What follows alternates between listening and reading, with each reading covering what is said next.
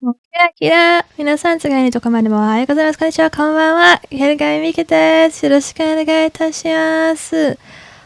お久しぶり。Actually, more people showed up. Hello. First of all, thank you so much, Mr. Negative. Hello, Easy. Hello, Pickle. Hello, Axels. Hello, Cenk. Oh, okay, I'm pretty happy. I thought everyone forgot about me. Can you hear me? Am I broadcasting? Am I okay? Thank you so much, Easy Axel. 7 months, yeah. Oh my goodness, 15 months, Mr. Negative. Diolch yn fawr, Jen. Hi, Axel. How am I doing? Don't ignore this black screen for now, by the way. Sorry. Fuyuki, Fuyuki, yay!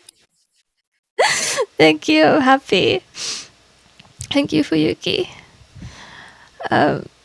Yeah. So, um, um, it's been a lot in the last month. April in Japan is a time for. I think I'm a little bit loud. Let me turn myself down. April is a time for new beginnings in Japan. Sep is here! Yay! Oh, Fuyuki, thank you. Don't you make me cry. Yeah, April in Japan is a time for new beginnings, and I certainly began some things in April. I began a new job, which I will chat about. It's just a little part-time job, and I joined some clubs in my neighborhood. Yeah, frame one. It's speedrun. RTA, because we're in Japan. It's a speedrun for crying. There we go. Yes, so in April I started. I came back from Tokyo. If you remember, so how I was going was like I was okay, and in March, so let me do like a recap so you know like where my life has kind of gone recently. So last year I was in school. I was in not very good class in school, and the reason is because there's a couple of reasons, but the main reason was one of my classmates was very racist, and as you may remember, I'm mixed race. I am a half Asian, half white, basically, and he, yes, even though he was a white guy living in Japan, he had not very nice things to say about Asian people. So I asked teachers if I could be moved class. They said no, but one very, very, very helpful teacher who I very much like told me, and she will come up again. So let's call her A Sensei. A Sensei told me, school policy, we can't move your class, not even if that guy's calling your dad slurs. But oh my, whoa, whoa, whoa, whoa, whoa, whoa, whoa. Axel. Axel, thank you so much. Oh my god.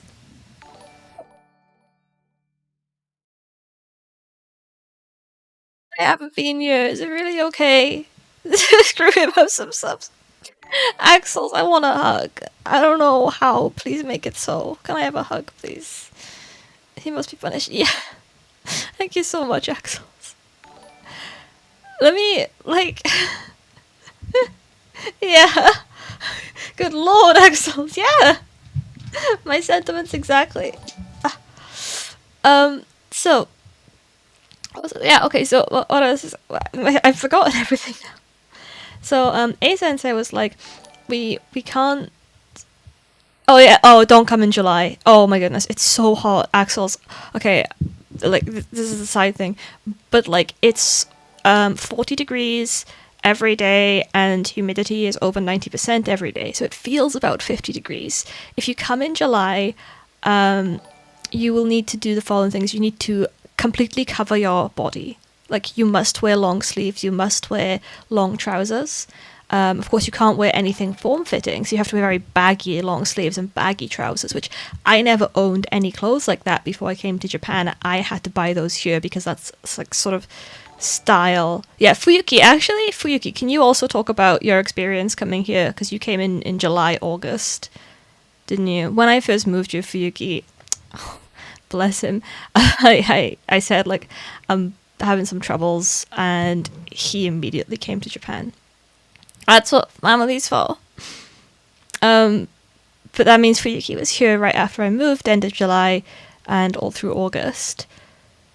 Yeah, yeah. How was it for Yuki? Please share. Like, you remember you had to go and buy, like, what did you have to buy specifically? You had to buy the trousers, right? Because Fuyuki is like me, like jeans people, I guess, and the clothes that you brought, like even shorts, right? You couldn't wear shorts because it was so hot. It's like an actual skin cancer risk. And it's hot. You don't want your arms or legs to be exposed to the sun, so you need to buy specific clothing. Bucket hats, you must wear one of those big hats that comes down all around your face. Yet you also have to wear the aerism, which is a base layer that takes sweat away from your skin. Yeah, the very thin fabric, the aerism. Um, you have to, yeah, bucket hats definitely. They do sell SPF 50 plus, and then it's got like plus plus plus plus. It's got the four pluses on it. It's SPF 50 plus plus plus plus sun cream, which is what you have to. That's like the only sun cream you can get. You can't get anything which isn't SPF 50 plus plus plus plus. So that's available in all shops. So that's fine. Like you can get stronger ones. I wear a stronger one. I wear that every day, even in the winter because the UV is so much. So yeah, don't show any skin. Cover your face, hands, everything, neck, ears, everything in SPF 50 plus plus plus plus. You have to wear a bucket hat that comes down over your face, as well as a bucket hat. Everybody around you has higasa, which it literally translates to sun umbrella. It's a special type of umbrella you can buy. Oh, the spray thingy. Yeah. We'll talk about the spray thingy and the wet wipes. So the umbrella, though, for you can also tell you about this, is it's not an umbrella. It's called a higasa. It's called it's essentially a parasol, right? It's an umbrella. It's as waterproof as an umbrella is, but very specifically, the inside has a completely black UV lining, like UV resistant lining, which is like it's got the texture of a bin bag, right?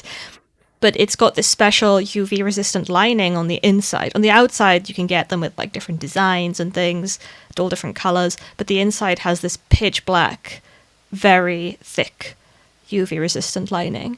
And you just have that umbrella above you. If you're outside, you have the higasa above you at all times to get that sun off you. There's things that you can get, like Fuyuki said, the wet wipes. Yeah, they are bad. I had issues with those on my skin. So I don't know what's in them, but they're like acidic feeling almost, right, Fuyuki? I don't know what it contains, but it's a special wipe that when you put it against your skin, it could, like Axel's probably you could figure out what is in them, but when they put them against your skin, it cools your skin. It's like a very tingly effect, and it instantly cools down. Instantly cools your skin down. But the only problem is if you use them like multiple times every day for months, it really messes up your skin. So you have to be careful about that. But like, if you're only here for a holiday, you can pretty much, like Fuyuki did, you can get away with using them all the time. They're called like cool sheets if you search up like cooling sheets. But yeah, that's quite good because you put it on your skin, it wipes the sweat away, and yeah. So like you use them all the time and you were fine. For me, using them every day for months really messed up my skin. They come in all nice like scents and things as well. Those are like some of the number one things. The other thing is a hand fan, which is it's just like a little portable battery operated fan. Most people wear them around their necks, right? Do you remember that? Just always having a portable fan with you, and then they just put it in front of their faces constantly. And like the cooling spray, there's like all sorts of items you can get to keep it cool. So that's like just normal Japan in the summer. And very specifically, Axel's, in July and August, you have to minimize your time spent outside. Like, it's really important to minimize how often you go outside. So you will take like people who live in Japan, we take like strategic routes. Oh, hey, Andre! Thank you so much. Audrey, how are you doing? So you take like strategic routes. Like when Fuyuki was here, we would plan out. So a lot of places in Japan have underground routes because in Tsuyu, which is June to July, so end of June, start of July, it rains constantly, like literally non-stop raining for about a month, which is called rainy season or Tsuyu. Immediately after Tsuyu, it becomes very, very, very hot and humid. So because of that, and then also because we have typhoons, especially down here in the south, there is a lot of inclement weather, and there's very few times when it's actually nice to go outside in Japan. It's very cold in the winter, it's very warm in the summer, it's very humid in the summer, then we have typhoon season, we have Tsuyu. The good news is there's a lot of ways to get around without going outside, such as underground walkways, and there's also a lot of good public transport. So you have to be very strategic when you move around. The problem with that is it's going to limit your going to certain places. Like, can you still come to Japan in July and August? Yes, of course. I mean, I live here in July and August. But especially if you want to go to shrines and like nature, and if you are the type of person that likes walking around to explore, I would say wait until autumn. Autumn and spring are very, very nice times to come to Japan. If any time I can suggest, autumn is the best time. We tend to have Indian summers.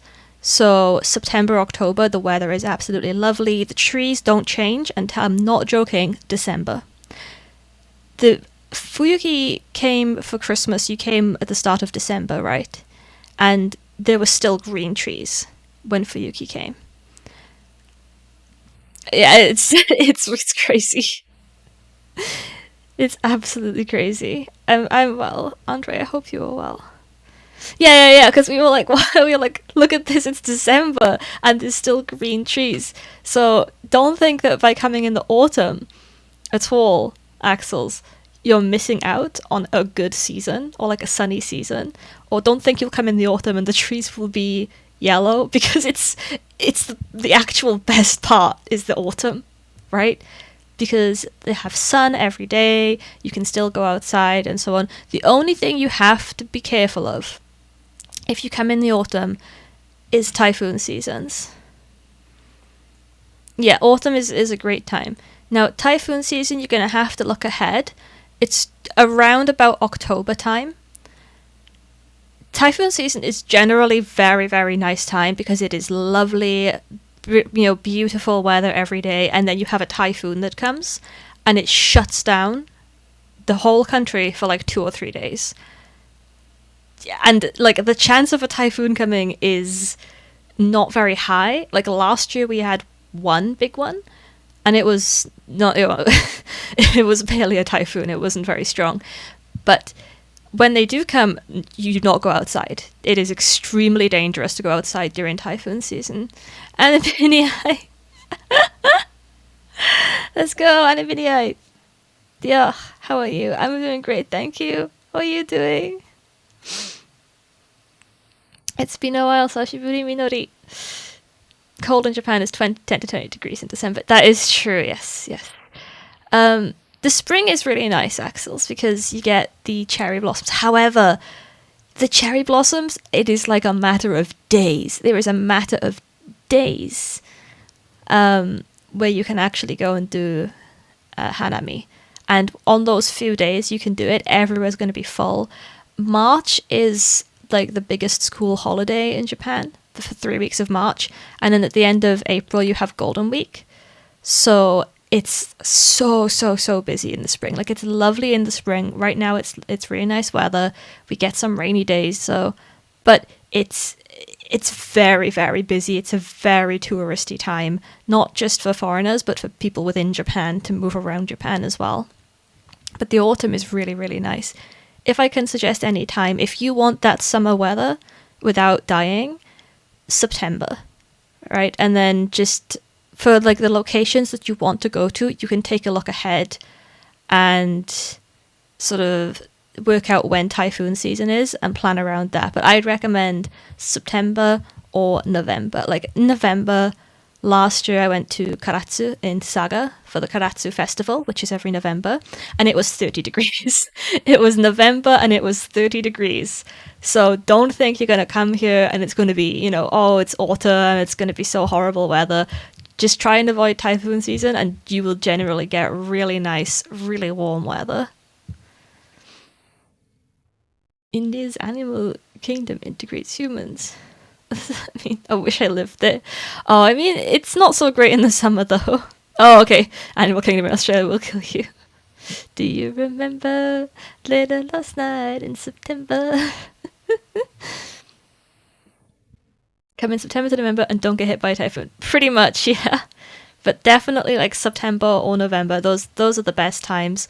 If you come in September, you should be able to hit the end of Natsu Matsuri season as well. There's always Matsuri though. Like I went to a Hanabi Matsuri last week, I want to say. I was literally studying until about 6 p.m. and then I was debating whether or not to go to watch the fireworks.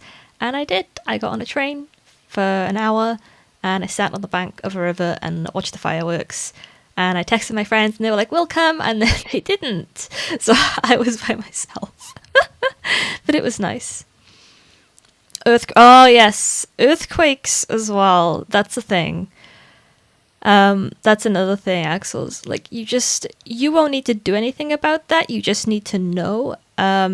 With earthquakes, your phone, as soon as your phone connects to the cell towers in Japan, even if you don't get any signal, you are now connected to the government's earthquake alert system. They will alert you in whatever language your phone is in. Like, Fuyuki, yay, Miss Negative, welcome back.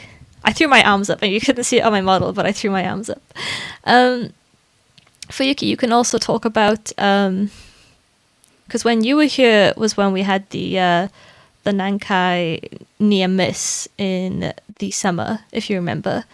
That was the first time that I had an earthquake alert on my phone as well. Do you remember how scary it was?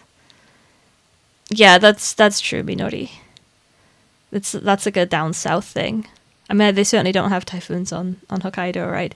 I think they come in, they hit probably like Kagoshima, Kumamoto gets hit the hardest, and then they dissipate as they go north. Yeah, so if you're in Japan when an earthquake goes off, your phone will buzz. It doesn't matter if it's on silent. It doesn't matter like what your settings are. Your phone will make a noise, and everyone else around you will as well. So you'll definitely hear it.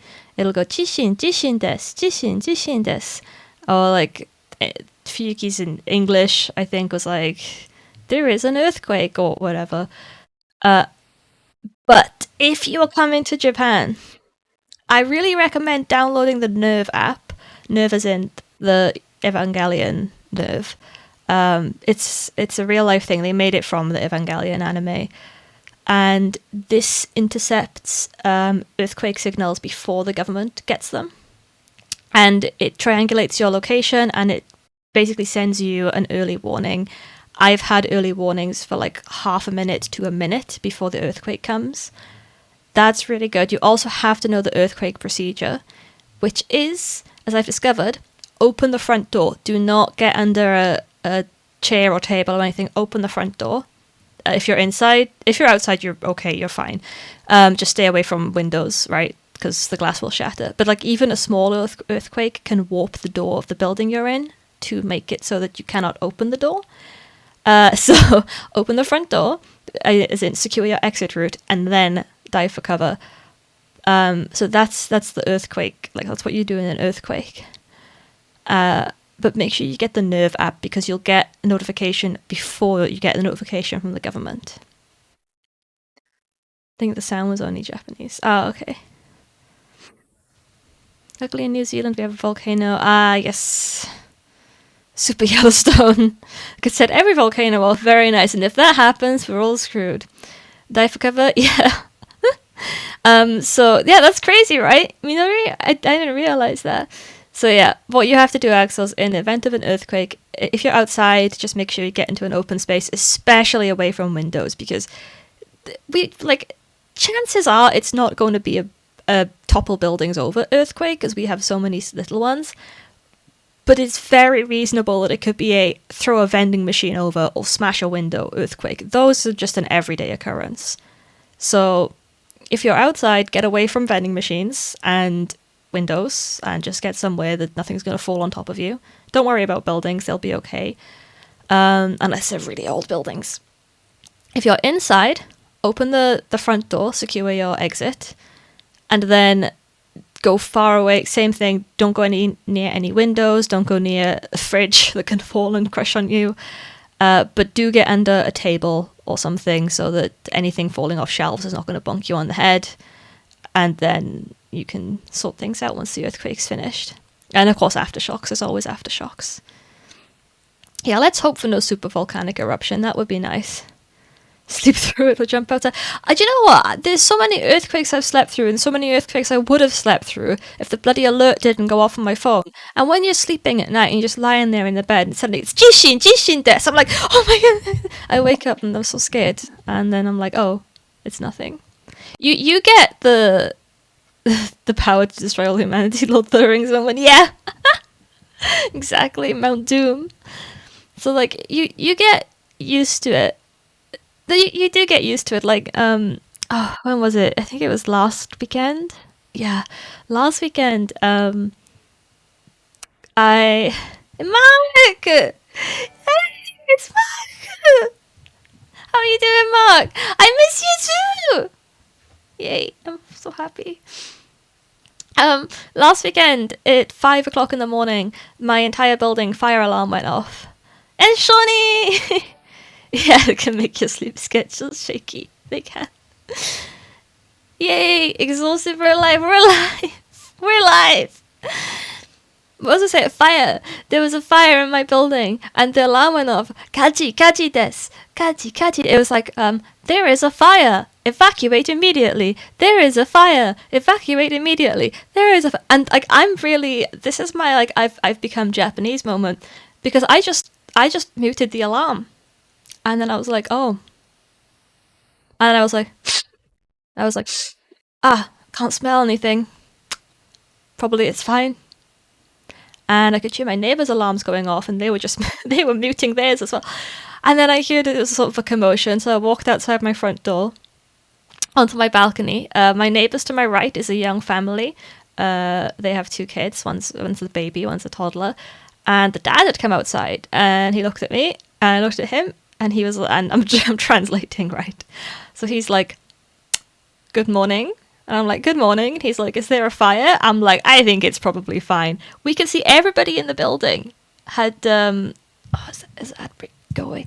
Everyone in the building had come outside, right? Like we were all on our balconies. And so I'm talking to I'm talking to my neighbor, the dad of the family. And I'm like, I think it's fine. We're very tired. So I think it's probably fine. He's like, yeah, if there was a fire, like people would be running away, right? And I'm like, yeah, we're all just on our balconies. And I was like, looks like everyone's come outside. And he's like, it's early, isn't it? And I'm like, yeah, I think it's 5 a.m. He's like, no, yeah. Okay. And then the people on my left, which is an old couple, an elderly couple, come out. And the Abasan, the grandma, is like, she's got like her backpack on, she's fully clothed, she's got like 12 layers of clothes on, she's got her hat on, she comes out and she's like, it's time to go. And then the Oji-san, the grandpa, comes out and he's just like, is there a fire? And then me and the next door dad are like, I don't know, probably not. Like we can't see our building going on fire, and then the dad is like, it could be on the other side of the building. If that's the case, the fire engines will get it before we have to evacuate. And then the Obasan is like, should we go? Should we evacuate? Should we go? Should we go? And then the Oji-san's like, no one else is leaving. Like that would be weird if we left. And then he sees my bicycle, which is parked outside my front door, and he's like, see, now that's useful. If we needed to run away, we could all pile on that and we could go together. And then the Obasan does not like that, and she's like, I'm leaving. And then she tries to call the lift, and the lift is obviously out of service. And then she's like, wait. And then the Oji-san's like, is the lift working? And she's like, no. And she's like, oh, okay, I'm going home. I give up. And she just goes back inside. She was like, let's go, let's go, let's go. Oh, I have to walk down 11 flights of stairs? No, thank you. I'm going home.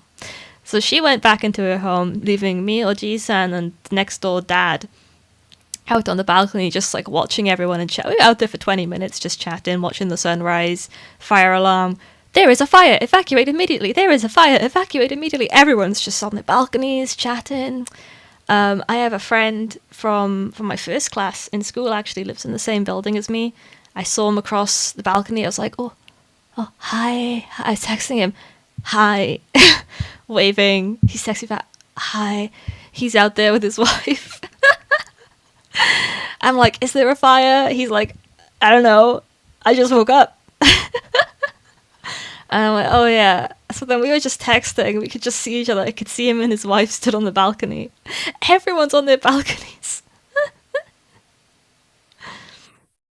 So yeah, that was my. That's like how Japanese people deal with earthquakes, fires, any sort of emergencies. 日本は慣れていないと住みにくいです。本当に外国人として、これ、これわからん。もう、大声かもしれません。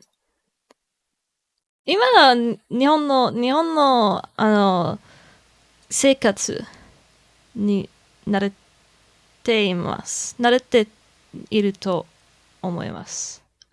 どうして丁寧体慣れていると思う。多分ちょっと、私の意見だけど、ちょっと日本人っぽくなったと思う。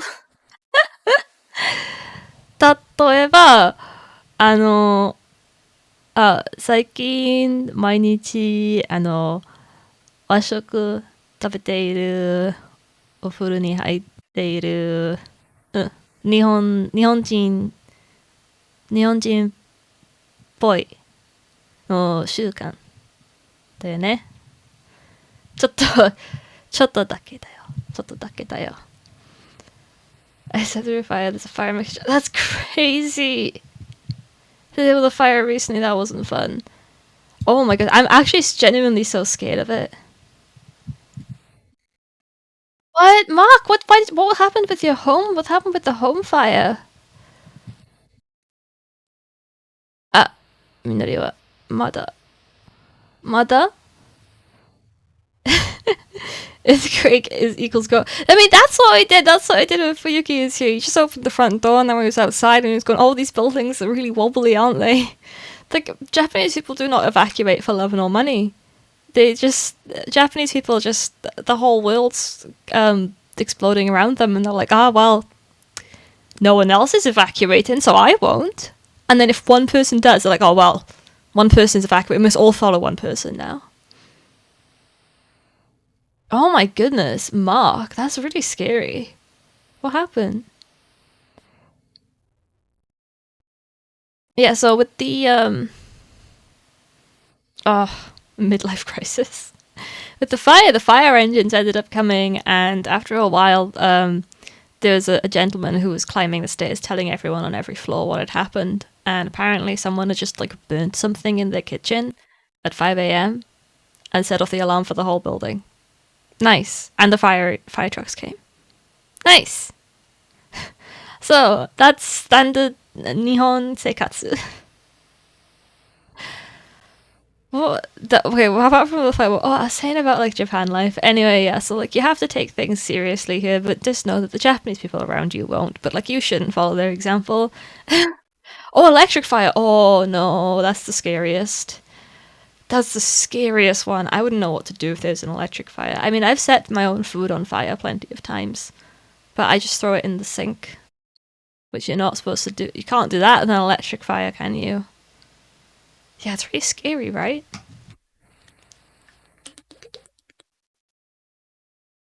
Dinky drink. I have a fire blanket in my house as well because I'm pretty scared of things. Things like that happening. But Axel's wait, what? Mark? Do you mean you lost everything recently? What? What? Oh my goodness. Mark, are you like okay? Yeah, better be prepared, especially now I'm hearing Mark's story. And like that's really mentally scarring. I had a friend that had a similar situation when she was a kid. Oh my god. That is horrifying. Is it difficult now just to like sort of relax and let your guard down? 自由だ。おめでとう。What do you mean? Mark, tell us, Mark. Tell us, we are your friends. Let's talk. Get it off your chest. You don't have to tell us if you don't want to, but we are your friends. You can chat about it. Maybe it makes you feel a bit lighter. Yeah, the most important point is that everyone made it out alive. Everything that's lost is I won't say like replaceable because there are certainly certain things that are physical things that you can't necessarily replace easily. But the only actually irreplaceable thing is the lives, right? So that's the most important thing. You can change the mood if you want to. It's okay. It's okay, Mark. Like I am telling you, if you want to, you can. You don't have to. I'm not pressuring you into it. But if you want to, you go for it. Okay. Yeah. Like Mr. Negative says. The most important thing is you're here and you're alive and I can chat to you. Okay? We're chatting right now, and we're all grateful that you're here. That's the most important thing. It can't be that negative because the story ends with you being okay and here right now. Right. So even if you go through hard times, it builds empathy and understanding and resilience, which is not a very nice thing to say. But I think for every horrible thing that you're forced to experience in life, it is an experience. Do you know what I mean? I'm not wording this very well. Yes, House by Friday. Let's go. But like I said, the most important thing is hard times build character development. Yeah, the only thing is it's a bit. This is M&S chatting. I get it, Shawnee. The only thing is, Sep, I do hesitate to say things like that because it's not like necessarily what you want to hear, right? But at the end of the day, Mark, everything that's happened to you will put your life on a certain trajectory, and like you know this better than I do. At some point down the line, something very, very good will come your way that perhaps would never have happened if your life wasn't on this trajectory in the first place. Right? So there were good things coming. There are definitely good things. I mean, this Friday there's something really good coming. There's that. The best thing is that you're around and you're with us. Okay? That's the most important thing. But now you've been through too much. Now it's time for some good times, right? Some relaxing times, some not worrying about things times. And you know what they say, lightning doesn't strike twice. So you go through something that's a bit tough. The chance of it happening multiple times is next to nothing. Just remember that.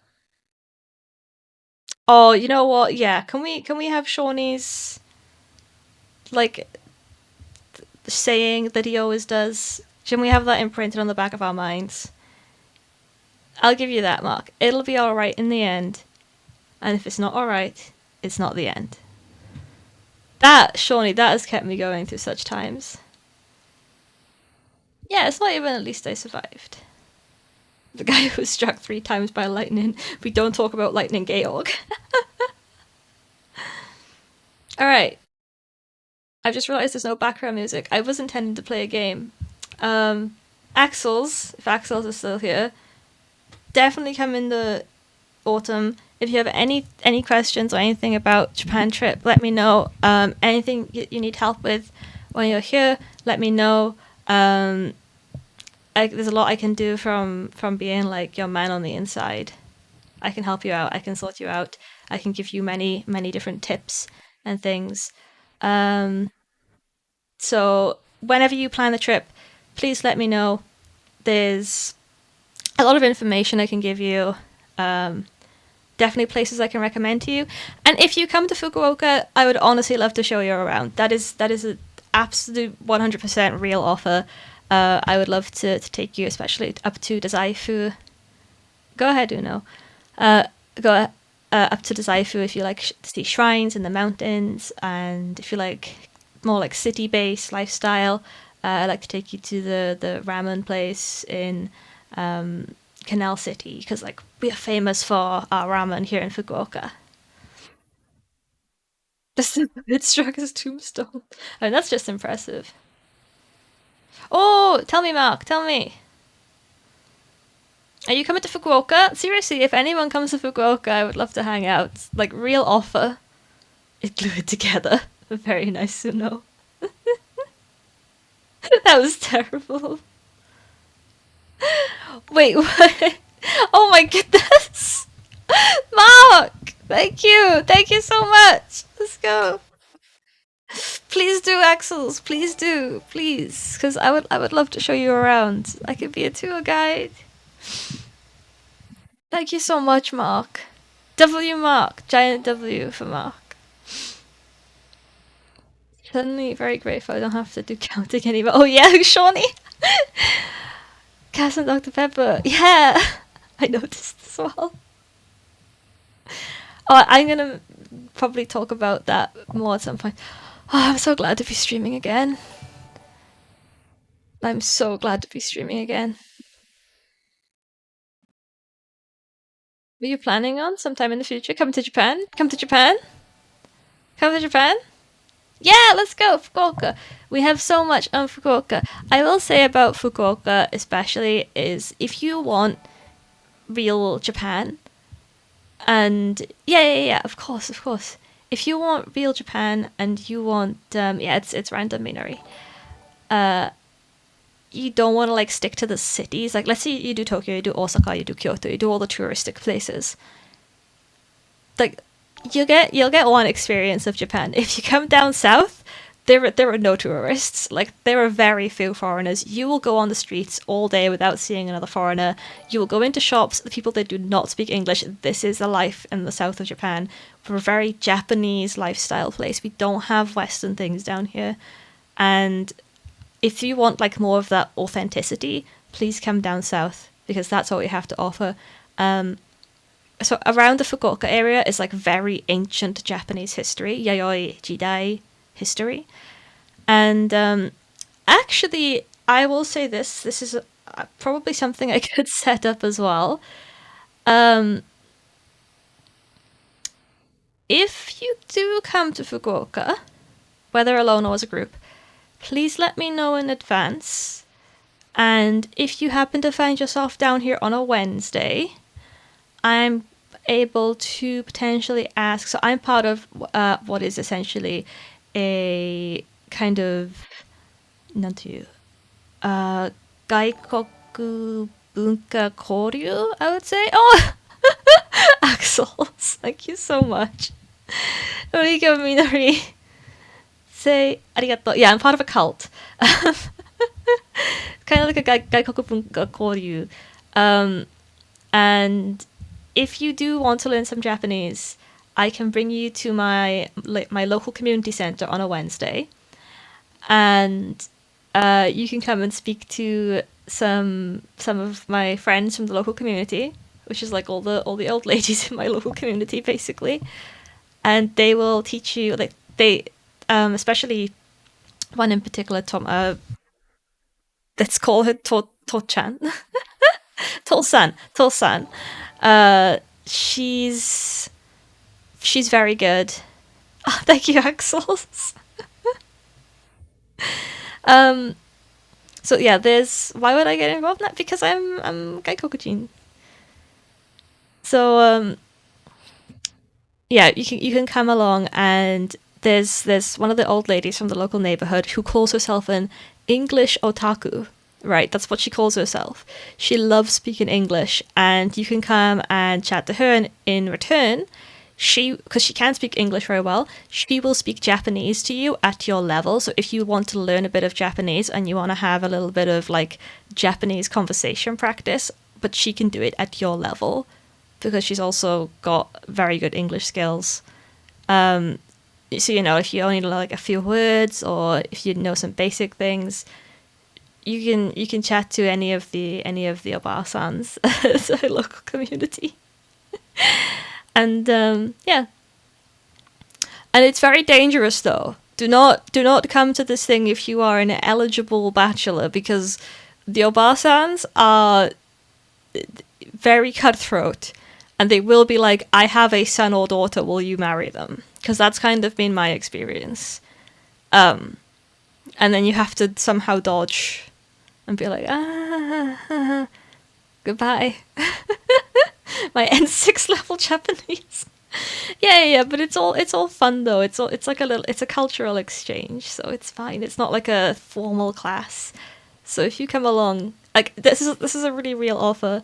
And depending as well, like Axel's mark, however long you want to spend in Fukuoka, because I've mentioned this before, but I don't live in Fukuoka City. I live in a town just outside.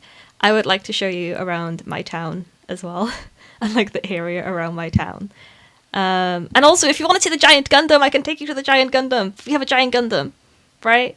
In Lalaport, we have huge Gundam, so we can see that. I can be your English otaku. Let's do it. みのりと練習できるね。みのりと日本語練習できる。So, I think it'll mark the scatter show Axel's targeted strikes. 北九州じゃない。まあ、北九州より小さいじゃない。なんという普通普通だと思う。人口は20万人20万人ぐらい Can't stay for long. Thank you so much for coming by, Mark. Now enjoy your little chores. Enjoy the rest of your day. I know that that's not a very enjoyable task. No, there's comfort to be found in method, isn't there? So I hope you have a really nice day. I hope now nothing too stressful comes for you. And like Mr. Negative says, stay safe. Stay safe. 来てくれてありがとうございます。お久しぶりだったね。See you soon. Bye bye. とってもいい。うん。まあ、みのり、実は、ベッドタウンだ。ベッドタウン。福岡市のベッドタウンに住んでいる。Oh goodness, oh Mark. Oh no. Mark, just stay alive, please, okay? I need you alive, please. Oh my god. Mark. Just, like, stay alive, come to Japan. That's all I need you to do, okay? just hang in there. Yeah, everyone lives in Chicago. That's what I've learned. Welcome to Kiragami Mika. I've never been to Chicago, and everyone that's my friend here comes from Chicago. Someone know the Radio Tokyo is on fire. Oh, my head hurts. Sorry, that just hit me. I thought you were something about Cymru. I forgot the Cardiff was the thing.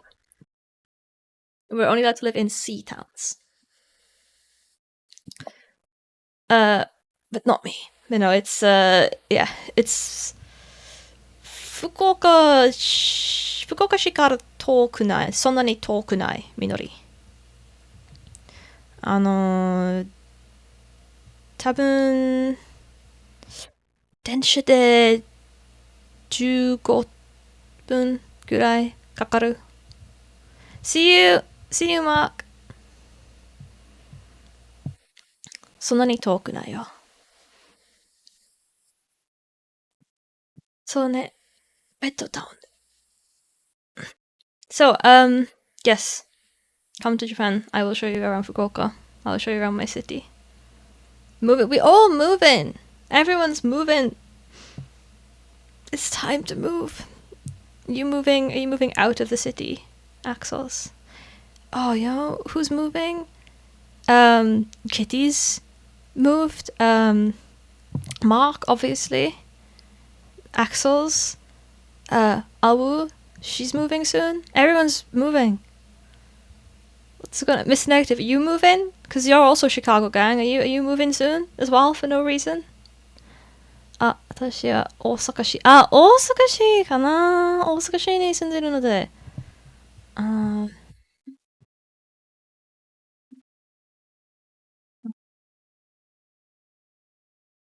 あ、とはありません。大阪かな。うんね、みのり、福岡行ったことある？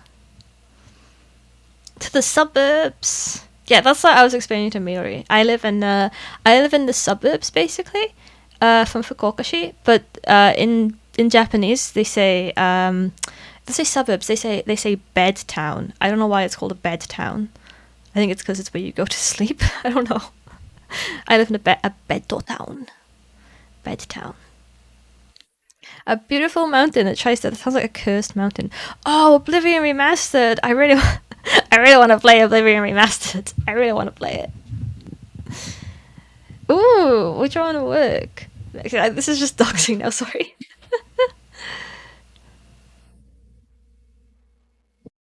よりシンプルに。あ、わかる。本当にわかる。だいたいわかるみのり。うん。ネイティブじゃないけど、だいたいわかるよ。福岡に住んでるので、毎日日本語を使っているね。けど、本当にありがとうございます。ありがとうございます。This is my Japanese tip when you come to Japan. You never say arigato gozaimasu, just say arigato. And that's how natives do it. And then the other thing is just say onegaishimasu all the time. Onegaishimasu, onegaishimasu, yoshi onegaishimasu, onegaishimasu, onegaishimasu, onegaishimasu, onegaishimasu. Foreigners don't say onegaishimasu enough. Or azas. Leave the deer alone. Oh, National Weather Service. Yeah, that's so cool. You'll get them, Mr. Negative. That's so cool. Tell me a joke in Japanese. ねみんなに助けてください。日本語のそうだな、あんまりわからんけん。半分日本語と英語のができる。How about a half? かもしれない。そうね。あの、ごめんごめん。how about a half Japanese, half English joke? Uh, oh, what is it? I forgot what it is now, but there's a joke you can tell about an egg, and the punchline is it was a very long time ago. Because tamago is egg in Japanese. Something like, did you hear about the legend of the egg? It was from a very long time ago. A really terrible joke. You know what? Miss Negative, I would love to hear your meteorology nerd talk. Please do. You're gonna be the meteorology expert. Oh, この辺も自己紹介。はじめまして、ミカと申します。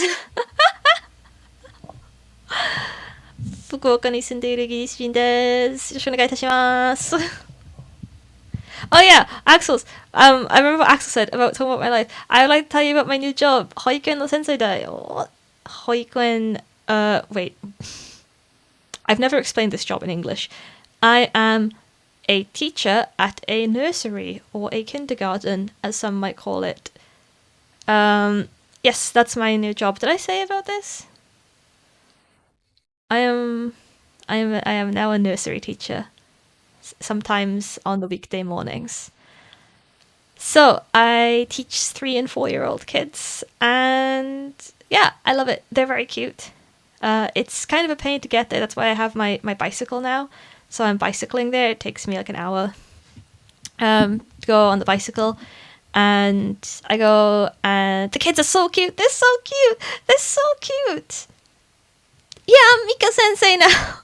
The kids call me that though. They're like Mika Sensei, Mika Sensei. And then like last week when I went to my so baito is Japanese for part-time job, right? So if I say baito, it's because it's easier than saying part-time job.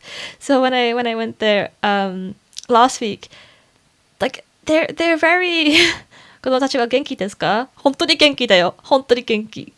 元気で怖いよ。めっちゃ可愛い。When I was in class, there's like a little girl at the back of the class, and she's crying. She's like crying so much, and then like okay. So when I'm teaching them, I teach them English, right? So I can't speak Japanese to them because if they find out that I can speak to them in Japanese, they won't try in English. But like they know I can speak Japanese because I keep accidentally replying to them in English. I remember to speak English, I just forget to not understand Japanese, right? You know, but they're really cute. So this girl's crying. Teachers are like, "Doshitano? Like, what's wrong?" And then she's crying. She's crying. She like can't stop crying. She's like, Mika Sensei daisuki. Like I'm like, what am I supposed to do? She's crying, and when I asked why are you crying, she's like, because I love Mika Sensei, and I'm like, uh, yay. The kids are so cute though.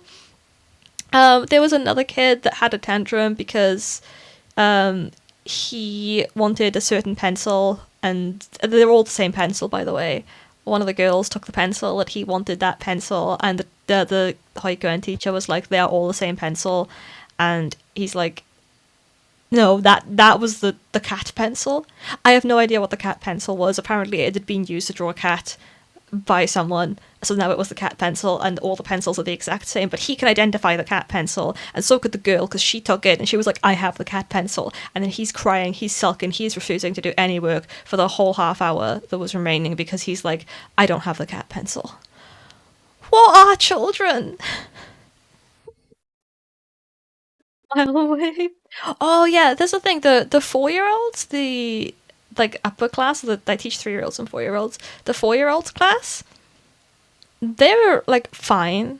They'll enjoy their lessons. Like I think they're more genki. They have more energy. They're more tuned in. They actually like know more words. They tend to engage more with the lessons, right? But the 3 year olds worship me. I don't know why, but they like. I wish I could show you. There's a funny dance that I do. It's not so. I'll tell you the funny dance, right? If you just stand up straight, put both hands on your hips, and then like wiggle your bum back and forth like this, right? With your hands on your hips.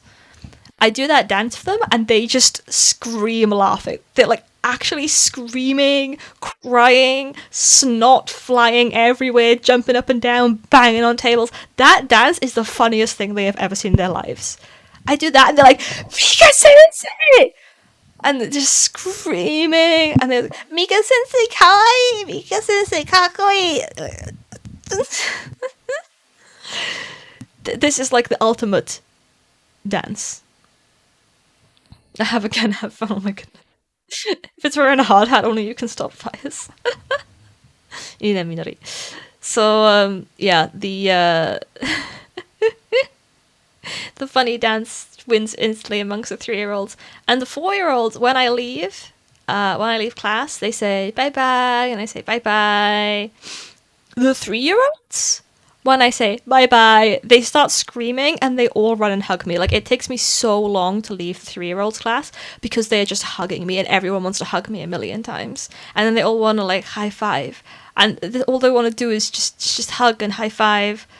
Yeah, I love it. I just absolutely love the kids. They're so cute. They're so cute. They're so cute. Um, yeah, and then I'm like, I want one. I wonder if I could just take one home. I'm very tempted to. They're very cute.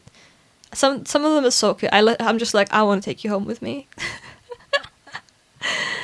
Oh no, I want kids. It's so bad. I'm like, oh, they're so cute. They're so cute. At that age, they're very cute. Even like when they're having tantrums. I think it just shows how much I'm enjoying my Baito. Like it's just a pain because it's so far away, but like generally it's very fun. Yeah, they're really young to have English lessons, Minori. But that's the age they start these days. That is punishable. Unfortunate. I would if I could get away with it. Oh man, I really want to play Oblivion.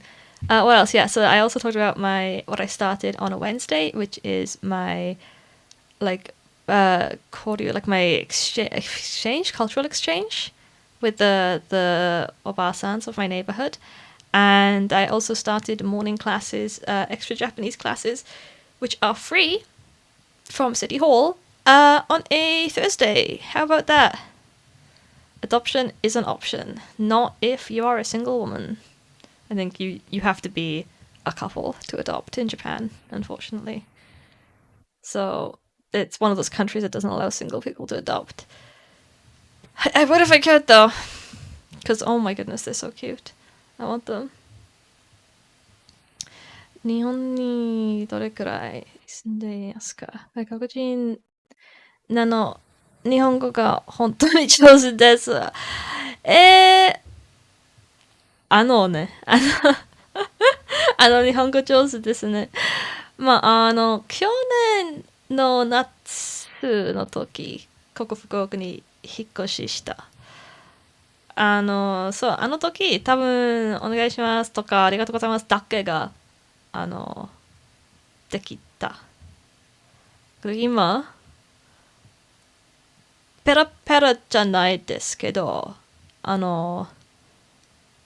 引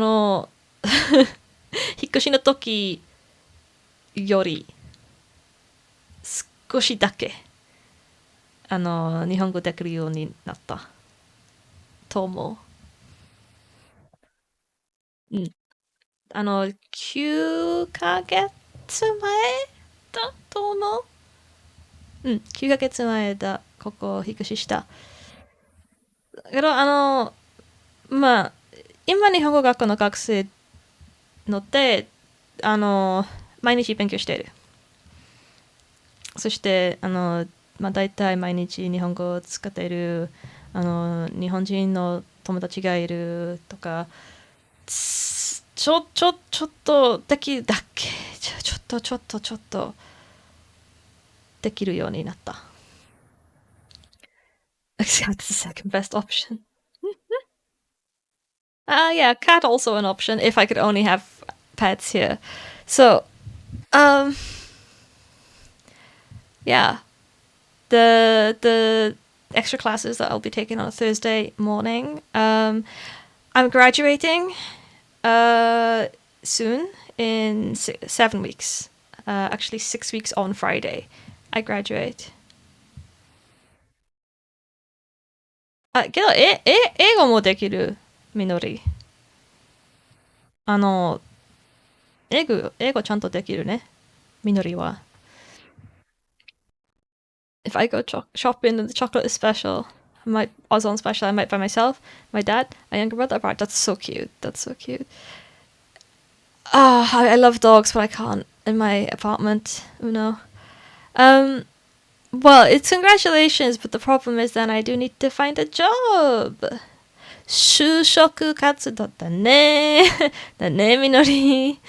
就職活動. So I have to do the job search, and that's gonna be really really difficult. I'm already working on that now. I got my ridekisho kaita, but I need to I need to have it checked, and I need to do a whole bunch of work there. Um, I'm making very, very, very slow progress on the job hunting front. The most important thing I need is a visa. So if I cannot get a job, my plan is to increase my hours at my Hoiku and Baito and do a work and holiday visa for a year, which I can do. I might even be able to do it for 2 years now. I am not sure. We will have to see. But yeah, I should be able to do a working holiday visa for a while. The only thing then is going to be the money, because the money is becoming a problem, especially because I bought a bicycle. Um, am I already the gate to oblivion? Yes, Uno, you have to go in. I have not played remastered, but I played the original 1 million years ago. You have to you're at Kvatch, right? You have to go in, and you basically have to like go, and it's like a dungeon. You go into the Oblivion Gate, you have to do the dungeon, and then the Oblivion Gate seals. It's like dragons in Skyrim. It's like they're like little boss battles that pop up throughout the world. Is what the Oblivion Gates are. Don't be afraid. It will be okay. So you go in there, you clear the plane, and then you seal it. The problem is Septimus. I don't know if they've changed the system, but how Oblivion works is actually okay. Minori, see you soon. Is actually the opposite. So the enemies, well, maybe because I played it when I was a kid and I was not very good, but the enemies like scale really, really, really quickly in Oblivion compared to, well, compared to Skyrim, right? But like compared to your player level, because Oblivion has things like you level up from running and jumping and so on. So the enemies will scale according to player level, but in Oblivion, it's really common to accidentally gain levels from doing completely non-combat related stuff, and it's generally a hard game anyway. So I would say don't explore to become OP. the when I was playing Oblivion, what I always used to do um, is I used to do the arena side quest. Really, it's like the quest chain. I used to do that really early on. Um, I can't remember why. I feel like there was a reason. I know you could get the arena armor pretty much instantly, which is like a free decent set of armor for the early game. I don't remember there being any point to carrying it on all the way to the end. Um, I also used to like roleplay a lot in those games. Like I would be like, "Oh, I'm in the city now. I have to take off my armor and put my nice blue dress on, because otherwise, like, they will look at me and be like, "Oh no, somebody is in their armor walking through the city." So if I have my civilian clothes on, I don't know. I never did that in Skyrim. That was just something I did in Oblivion. I have no idea why. Oh, it's making me really want to play.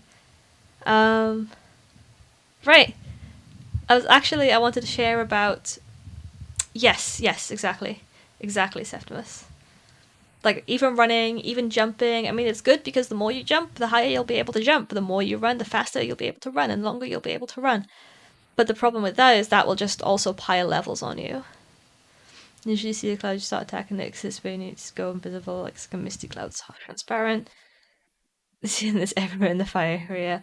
Yeah, the going into Oblivion for the first time is pretty interesting. Going through the gates of Oblivion. I remember that. Um, be careful about Nirnroot. It does not grow back. There is a limited number of them, and you need them for the quest. I think it's like you need to collect all. Maybe it's 20 of them that you need for the quest. I remember. Oh, I can't remember the name of the city it's in, but I can see the city if I close my eyes. Um, yes, the last thing I wanted to update on about was school. So, where have I been and how have I been for the last 6 weeks? I was talking right. This is what I was saying about my old class, right? I don't know if Axel's is still around. But I was talking about my old class and how I was moved up a class. When I was moved up a class, I got along very well with my classmates, if you remember, and I actually started to enjoy school. That was great. They all graduated in March because I was moved forward 3 months. So, they all left 3 months before me. And yeah, everyone graduated and left the country, leaving Mika behind. And I remember me talking about Ji-san as well, one of my classmates. I still text Ji-san now. I mean, what can I say? He's a gem. He's really nice. He's really sweet. Um, he's not having the most fun time after returning to America, but he's doing. I think he's doing well for himself. I know he's feeling a bit lonely, but like so am I. So there you go. Um, yeah, I was then moved to a different class. Everyone in this class is a clique, and they're already friends. Um, the new class, I can get along with generally the people in the class. There's one problem, okay? And what can I say about the problem? She's very young. She's barely an adult. And prior to me being in this class, she was the only girl in the class. And some of the other guys in the class I have kind of shared interests with, especially around like gaming and so on. So I was like, oh, maybe I'll get along very well with everyone because there's like some sort of gamers in the class. That's nice. We can talk about games and things, which we did. We talked about some games. And then there's this girl, and she's not a gamer, but I'm still like, oh, there's not many women in this school anyway, so surely I'm gonna make friends with all the girls, right? That's generally been how it is. That's generally like who I gravitate to. I'm like, oh, there's not many of us. We have to stick together. No, no, it's not like that. I think it's because she's so young. And I mean, she is genuinely barely an adult. She she yells at me to shut up. She talks over me. And she does not like it when I speak to any of the men in her social circle, which is that her social circle is entirely. She doesn't have any other like female friends, which like I get that there's not many women at the school, but you know, like you know, like when that's why when we see each other, we're supposed to be like like yay, girlfriends, but no. The arena at the in the central city, Uno. So unfortunately, I can't get along with anyone in the class because she's there, and she does not let me talk to anyone in the class, and she yells at me and so on. And I have spoken to the teachers about it, and they have acknowledged this. Some of the teachers don't like her a lot either, especially absolute legend, which we'll call K Sensei. K Sensei is incredible. She is called K Sensei because the K stands for Kibishi, as she says, and she is very strict. Kibishi means strict, so she is very strict, and she is very no nonsense older lady. But if you show up and you put in the work, you'll get along well with K Sensei. So I found myself getting along very well with Kei Sensei, and she also gave me a lot of job hunting advice. She's sort of like, if you're serious about this, I can be serious about this. And after class one day, I was chatting to her, and she's like, "Oh, those everyone else, they're in a clique, aren't they? And you're not in that clique." And I was like, "Yeah, because I was in a different class, and my class all graduated, so I was moved to this class." And she's like, yeah, they're actually so clicky, it made me feel uncomfortable being in the same room with them. She's like, I'm the teacher, and even I felt like I was left out of something, because all they do is they like talk about their former classmates and other people and so on, while I'm just sat there like, okay, I'm completely left out of this class. on this girl, by the way, stares at me, and this is such a weird complaint, but she literally all class, right, she will stare at me, and I can see her in my peripheral staring, and like I get that she's a child, right? Like every time I complain to the teachers, they're like, okay, you know, she's a almost legally a child, so we are expecting you to be like a bit of an adult here, and I'm like, okay, but she's staring at me constantly, and it's putting me off. On Friday, it got so bad, I complained to the teacher about it, and she was like, "Do you want to move to a different classroom where you can just sit there by yourself?"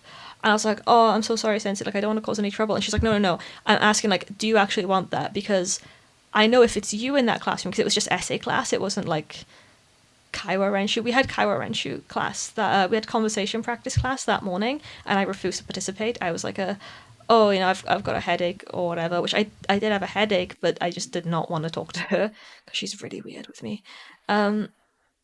So I I talked to the sensei in the essay writing class. I was like, yeah, I'm finding it hard to concentrate because she's like, okay, you're trying to write, and out the corner of your eye, you just go, and then I make eye contact with her, and she just,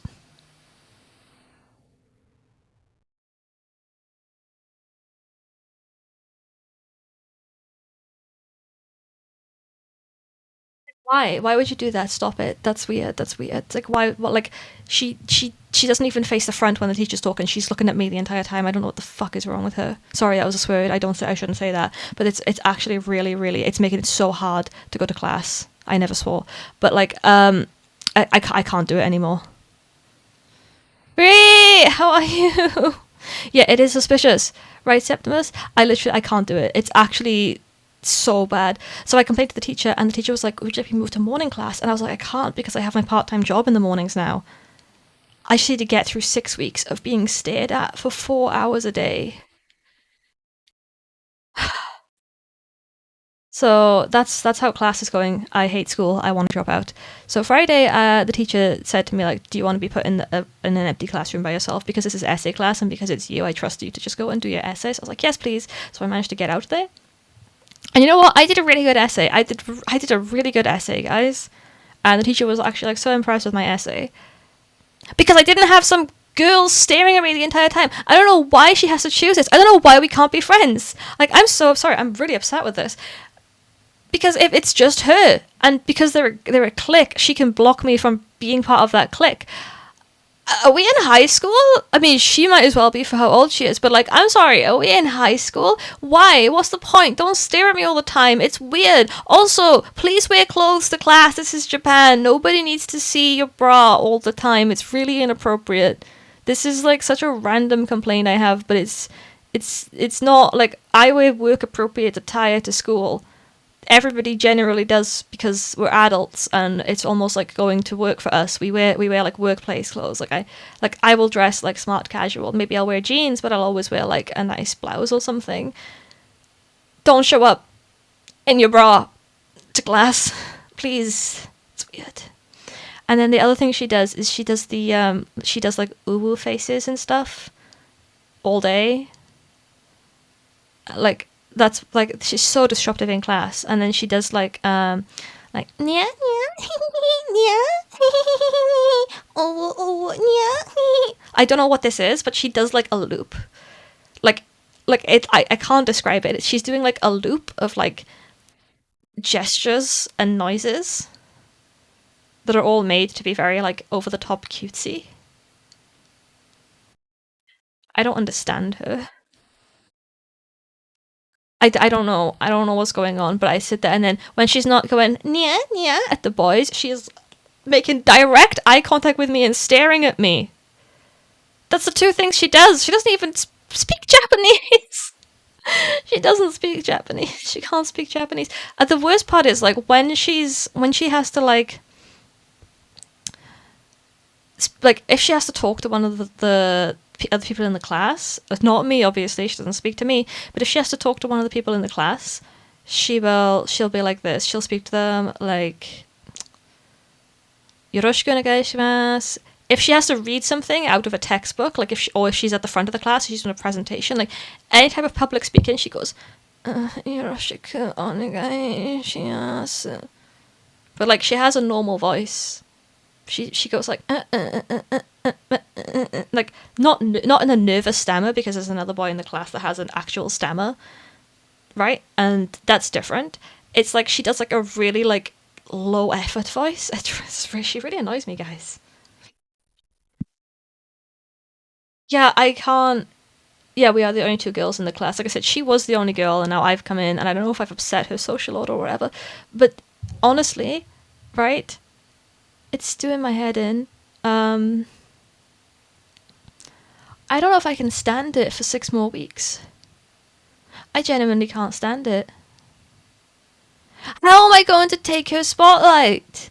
Like, what spotlight could I take from her?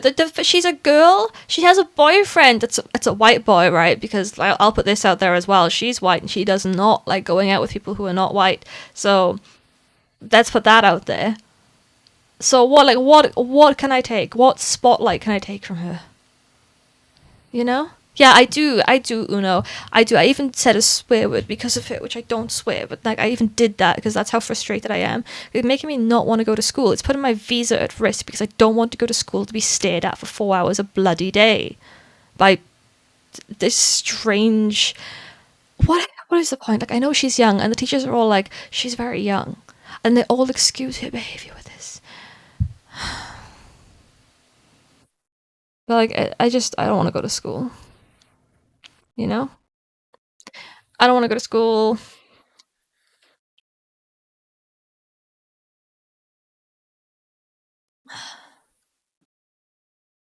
I wish I could change the morning class, but I have Baito in the morning, and I really like my Baito. I asked them if I could do a hybrid of morning and afternoon classes, and they said no. Yeah, she is a teenager, but like I don't know why she has to take it out on me, or why everyone's making excuses for her to take it out on me. You know? It's frustrating. Sorry, I've just gone off on a rant.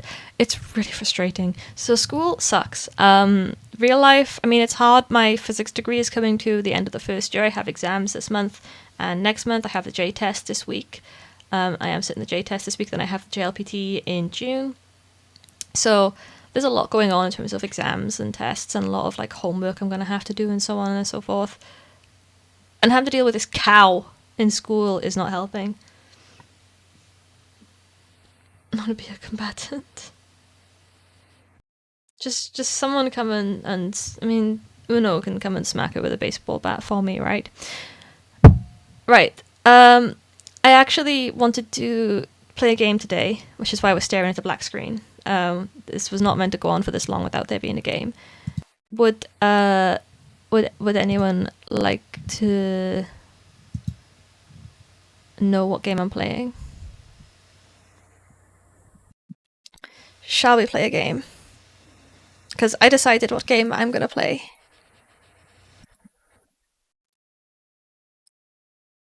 Yeah, that's the problem. Ignoring her is so hard. So I'm gonna try. I'm gonna try and set up this game now. Uh, hmm. How do I set this up? Maybe it won't let me. Okay. Bear with me while I set up, guys. Sorry. I thought it would be a lot easier than this. Um, but yeah, it's been eh, okay. Mandatory update. Okay. Well, I said okay. So, oh goodness, am I gonna have to restart my whole sodding computer? I hope not. Hmm.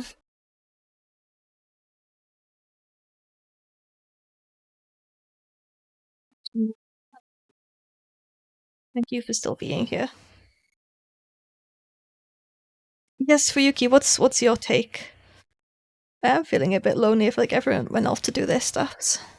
No one's hanging around to chat. It's just like us 4 or 5. What's your take on the situation for Yuki? Okay, I'm gonna actually mute my computer sounds for a bit while this launches. It doesn't look.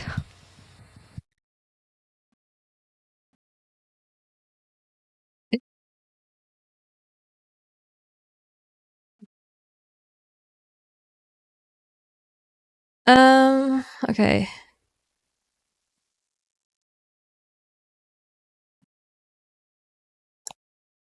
This is interesting. Can I not play this game?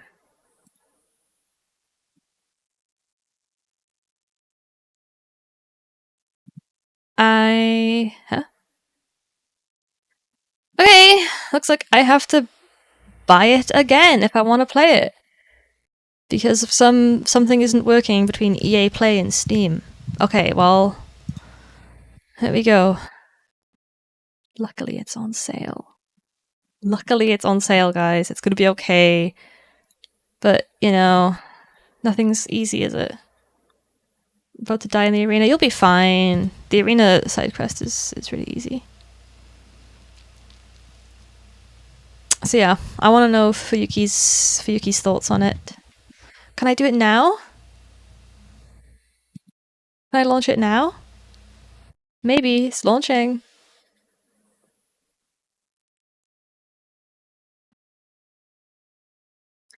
What I would like to do is I would like to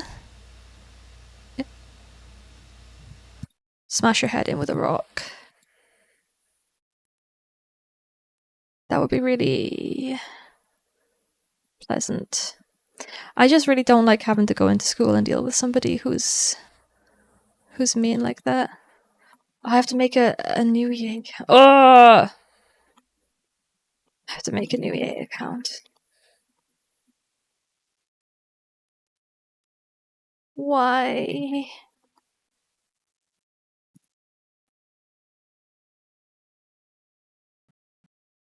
Eh? EAID contains a prohibited word. Kiragami Mika.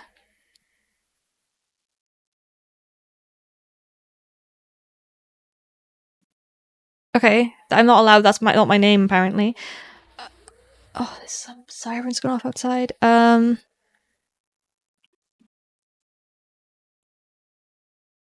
password.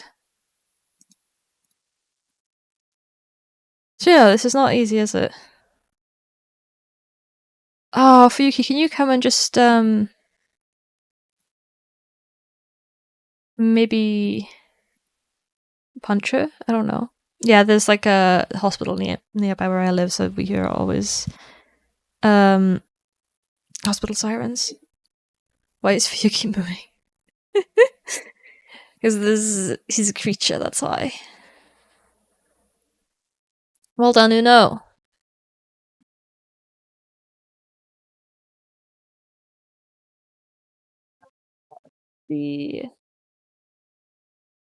Hope we can do this on stream.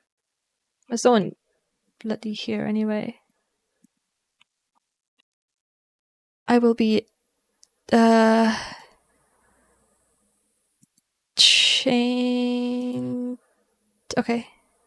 changing category soon when I actually if I get it to launch.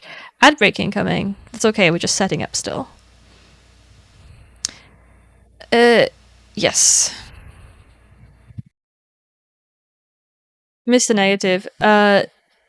You missed like a lot, right? Did you hear that story or did you miss it? Girl in my class that just stares at me. Yay! Exos is back! Let's go! I will show you now because I think I managed to set it up.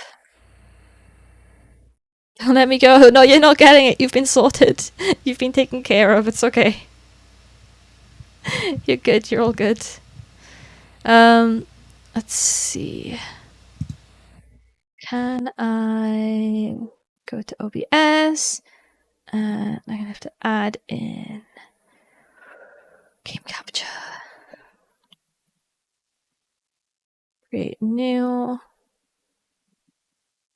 And oh my goodness. My computer's a mess. Okay. Let's pull that down here. I'm really excited. It's one of I'm gonna just move this around a little bit. Excuse me. Move me around a little bit so I can properly see what I'm doing. It's one of my favorite games. I've never played it on stream, but I want to share with everyone.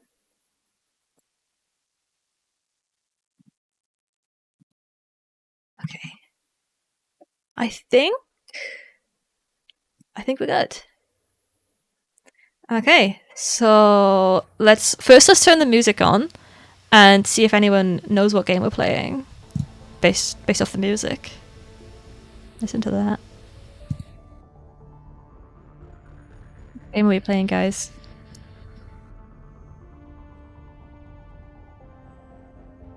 Yeah, I know. M-chan says that as well. She's like, why do you have so many interesting people at your school? I'm like, I don't know. I wish for it to be less interesting.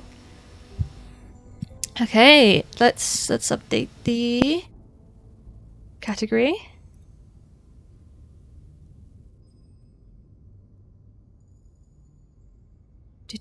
Do.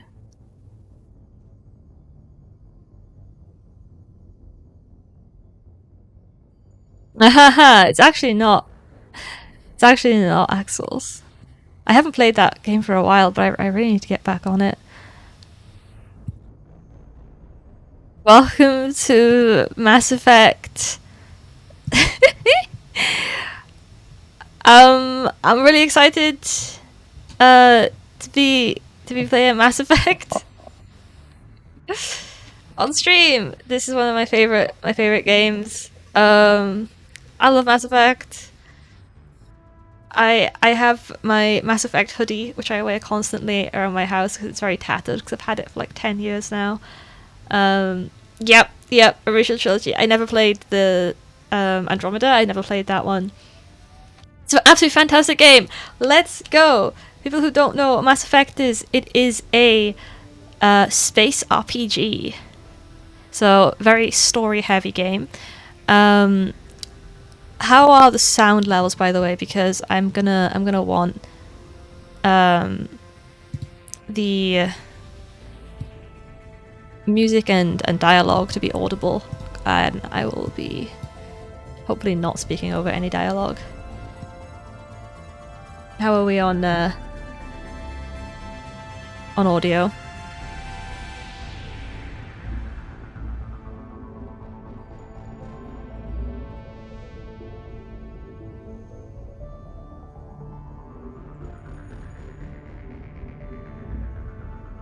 Okay. Sounds good. I've turned up the audio a bit. I've set the subtitles to large. It is. I mean, the first one is a little bit clunky, but we're gonna have some fun. By the way, this is very random, but does anyone have... Yeah, that's also... It's on sale on Steam right now. All 3 games are very, very cheap. So if you've never played Mass Effect, I hope to convince you today. We are going to start with the first one and work our way through and have our own little story. But it's incredibly story heavy. If you like space opera type things, if you like having lots of really interesting characters to get to know, if you like good storylines, anything like that, I would really recommend this game. At that price point, it's worth it just to try it out a little bit. Really, really good game. On Xbox, yeah. Xbox 360 it came out on, didn't it? I played it on Xbox 360. Don't have the means. As unfortunate, Septimus. I hope that we can play through this together and you can experience the story with me on stream. So let's begin. Mass Effect. What else was I say about Mass Effect before we start? I love this game. I love this game so much. I hope the subtitles kick in from the first one. The first one is a bit dated. Oh! Oh! Hi, how you doing? I'm very happy to see you, Awu! Yeah, let's go, let's go! Let's go, Uno! We're playing Mass Effect! This game... Oh, right, yes, that's what I was gonna ask. Does anyone have any good book recommendations? This is so, like, unrelated, but I just got reminded of this. I'm reading a series right now. I'm only at the start of the 3rd book, so no spoilers if you've read it, but I'm reading a series called The Murderbot Diaries. Well, I did download the Warhammer books to give a read, who knows. But if anybody else read The Murderbot Diaries, I am looking for other fans of Murderbot Diaries. They're such good books. Not even that good, but they're just so much fun. Any books. I'm happy to read anything anyone recommends to me. So, oh my god, is that the casterism? Oh, you should read Murderbot Diaries. They're like novellas. They're very short. They're very easy to read. Please read Murderbot Diaries. Please read Murderbot Diaries. Alice, how you doing? Ah, no, it's gotta be Mass Effect 1. Let's go! Hench Crusade. Let me look. Let me Google. Let me do a quick result.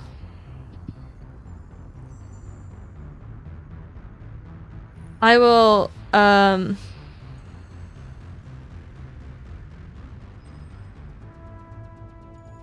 Hey, hey, Cass, do you guys have e-readers or any, do you like reading things on your phone? Do you like .epub files? Just a random question. Cass, do you like EPUB files? Yes? Okay. I have now asked my completely unrelated question. Please message me reminding me about the Murderbot Diaries after stream. I want to tell you what the Murderbot... I will start Mass Effect soon. I want to tell you what the... Oh, nice one! Uno, let's go! The Murderbot Diaries is about a robot that is like a normal... it's like a security robot, right? Security unit. That's like, gets sent out with like researchers or miners or whatever to like little planets and moons, and it just has to like... I do not know where to get the audiobook, sorry Cass. But I can definitely give you the EPUB because that's what I have it on. So yeah, Murderbot is just a normal security robot, and then one day, which you'll find out about like why it did it and how it did it, it decides to hack itself, so it gives itself free will. And it's like, I have free will now. I am going to murder all of the humans that I hate that have been controlling me and using me like a slave. Oh, Netflix. That's interesting. Oh my goodness, what is this drama on Netflix? The Rise and Fall of Sanctuary Moon. Okay, I'm murdering the humans. Can wait until I've watched all 300 episodes of this TV series. 300... Oh yeah, maybe. 300 episodes later. Oh, but this is other really good series. Oh, this is like a really interesting, like... idol singing competition. I have to download every episode of that as well. And this other series, I have to download that. And then 4 years go by. See you in a month. Sorry, Axels. And then 4 years go by, and it still hasn't killed any. It calls itself Murderbot, but it still hasn't killed any humans. And it's like, I will kill all the humans, but I just want to finish watching my Netflix first. And then the really interesting thing about Murderbot is when it does have to speak to the humans, it's like, oh no, avoid eye contact. Oh god, oh they're looking at me. Oh no, they're being nice to me. Oh, this is awful. I hate this. Oh I'm gonna die. I just want to go back to my room and watch Rise and Fall of Sanctuary Moon. Oh no, I can't make eye contact. I can't make it. And it's like, oh, they've made a little robot with autism.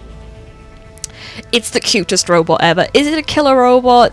Yeah. Is it capable of killing? Yeah. Does it have guns for arms? Yes. All it wants to do is sit in its room and watch its media and watch the Rise and Fall of Sanctuary Moon. and it is incredible. It is so cute. Murderbot is so cute. I am obsessed with it. I'm absolutely just become obsessed with Murderbot, and it's like, as the books go on, it slowly becomes like weirdly attached to its humans, and it's like, oh, I hate humans, but like I hate these ones less, and like, oh, why do they have to be so small and cute and fluffy, colourful hair, and oh, now they're just going to do things again to get themselves killed. Now I really just don't want them to get themselves killed, so I have to do stuff. I can't just go back to my room and watch Netflix all day. I have to go and protect them because I actually like them. So I don't want to, if they do this thing, they're going to get themselves killed again. They're going to get themselves eaten by a giant monster, so I have to go and fight the giant monster. I don't want to go and fight the giant monster. I want to go back to my room and watch Netflix. But these humans are going to get eaten by the... Oh, I guess I'll just go and fight the giant monster then. And then afterwards the humans are like, oh my god, you saved us, yay, we'll give you a hug. And it's like, no, don't touch me. But like, okay, goodbye, thank you, you're welcome, bye. And then awkwardly leaves. Yeah, it's got guns for arms. It's a normal robot thing. It's a Murderbot. It's got gun arms. I mean, it's got hands as well. It's got guns in its arms. Yeah, Tsundere Robot. It's exactly like that, Axels. I love the Murderbot Diaries. They are so much fun. They're not long books, but they are such fun books. And Murderbot is so cute. So I recommend it. If you like, it's a little baby and they want to adopt it. If you really want like a nice book series, it's got a lot of action in it. It's got a lot of sci-fi, like it's that kind of science fiction where it's like, you know, sort of evil corporations controlling the galaxy sort of thing, except that is in the background. Like, the world building is very subtle and background, and what you actually get is Murderbot's stream of consciousness, which is mostly like, don't make eye contact, want to go back to my room, oh, there's explosions, one day I'm going to blow up everyone on this transport, oh, but I actually like them a bit, so maybe I shouldn't do that. You know, that sort of thing. It's really, really entertaining. We hit the 2-hour mark before it starts. No, I'm going to start now. I just got reminded of the Murderbot Diaries, and I wanted to find if anyone else has read the Murderbot Diaries. And if you haven't read the Murderbot Diaries, please read the Murderbot Diaries. I want to talk about Murderbot. I've been I don't know if Fuyuki's still here. I've been spamming Fuyuki about like my thoughts. Oh, 30 seconds. Oh my goodness. Oh, bloody hell.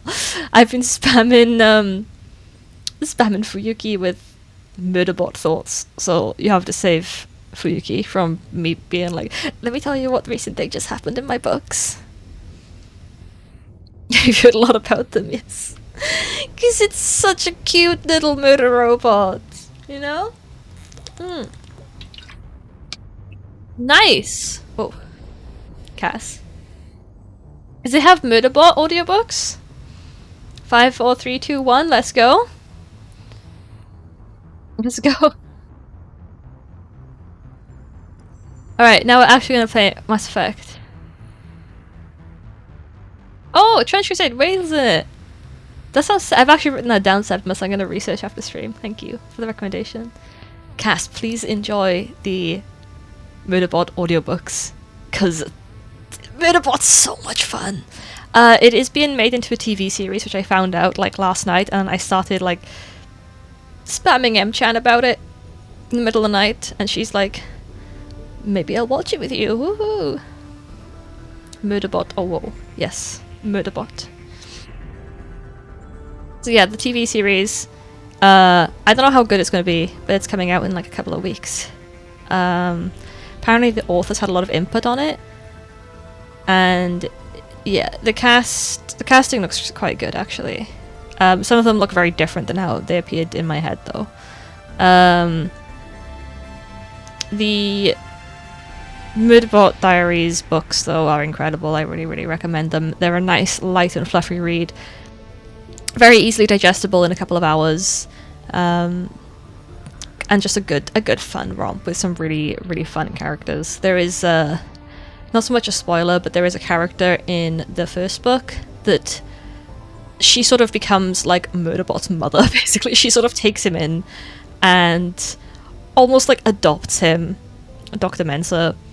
She's very cool, And then in every single book, when he's like not with Dr. Mensa, it's like always thinking about it. Oh my god, it's just very cute. It's just like classic robot learning to be a bit human while also being very tsundere. The Ultra or Warhammer. I only know Warhammer fantasy lore, actually. The entire series, let's go! Anyway, Abu, I'll have a discussion with you after stream if you want to read it, and you like EPUB files. This goes to anyone, let me know. So totally unrelated things. Alright, now let's start. Mass Effect. Hey, Jag! It's Jag! Axels, Abu, I will text you after stream. We will have discussions about EPUB files. Yes. I hope this is gonna not interrupt my stream, because it looks like it's opening a new window. Oh, okay, that's interrupted my stream. Let me recalibrate. I have to add a new... Oh, this music is so nostalgic. Has anyone here played the Mass Effect games previously? Oh, this Massey one. 2.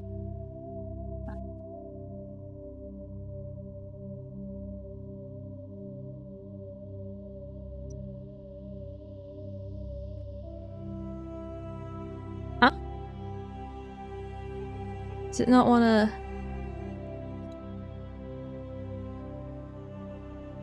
Oh. Okay, this does not want to show up on stream. What is the name of the executable? Mass Effect. Okay. Let me see if I can actually get this thing to show up on stream. It does not want to right now. Whoa! Raid! Let's go, Ash! Let's go, Ash! Hello! How are you doing? Whoa! Whoa! Let's go! How are you? Snap! I am fine, thank you. I'm setting up Mass Effect. I'm having a lot of fun. This is my first... Oh, hydrate. This is my first stream back after a bit of a break. So, I'm happy to see you. Happy to meet you. Welcome in. What were you just playing? How do I get Mass Effect to show up on my stream? Let's see. Just finished using Mass Effect 1. Oh, it's your first time! I love this series! Oh my goodness, okay, I really, if it's your first time, I really want to see. Hang on, let me follow you. I really want to see. It's a very much beloved series for me. So, how are you finding it on your first time? Oh, thank you for the follow. How are you finding it? How was your like first playthrough going? What part are you at? Yeah, just I can't get OBS to follow down.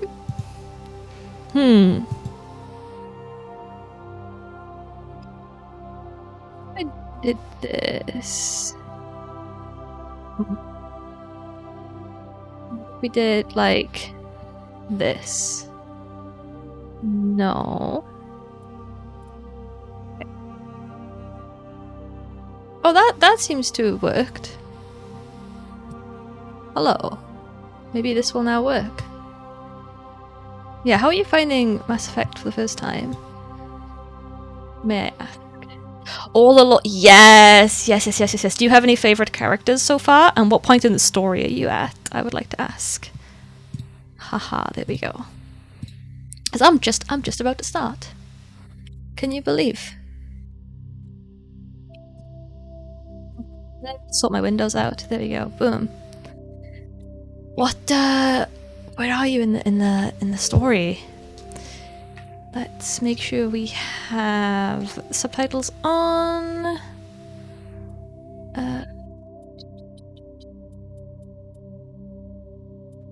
Screen, that's probably causing some issues.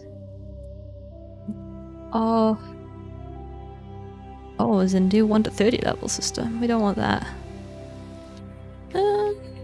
Let them use their skills. Subtitles on. There we go. We don't need tutorials.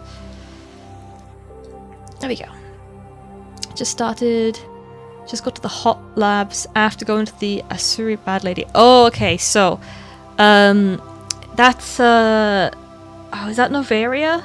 I want to say. That's the quest with the Rachni, isn't it?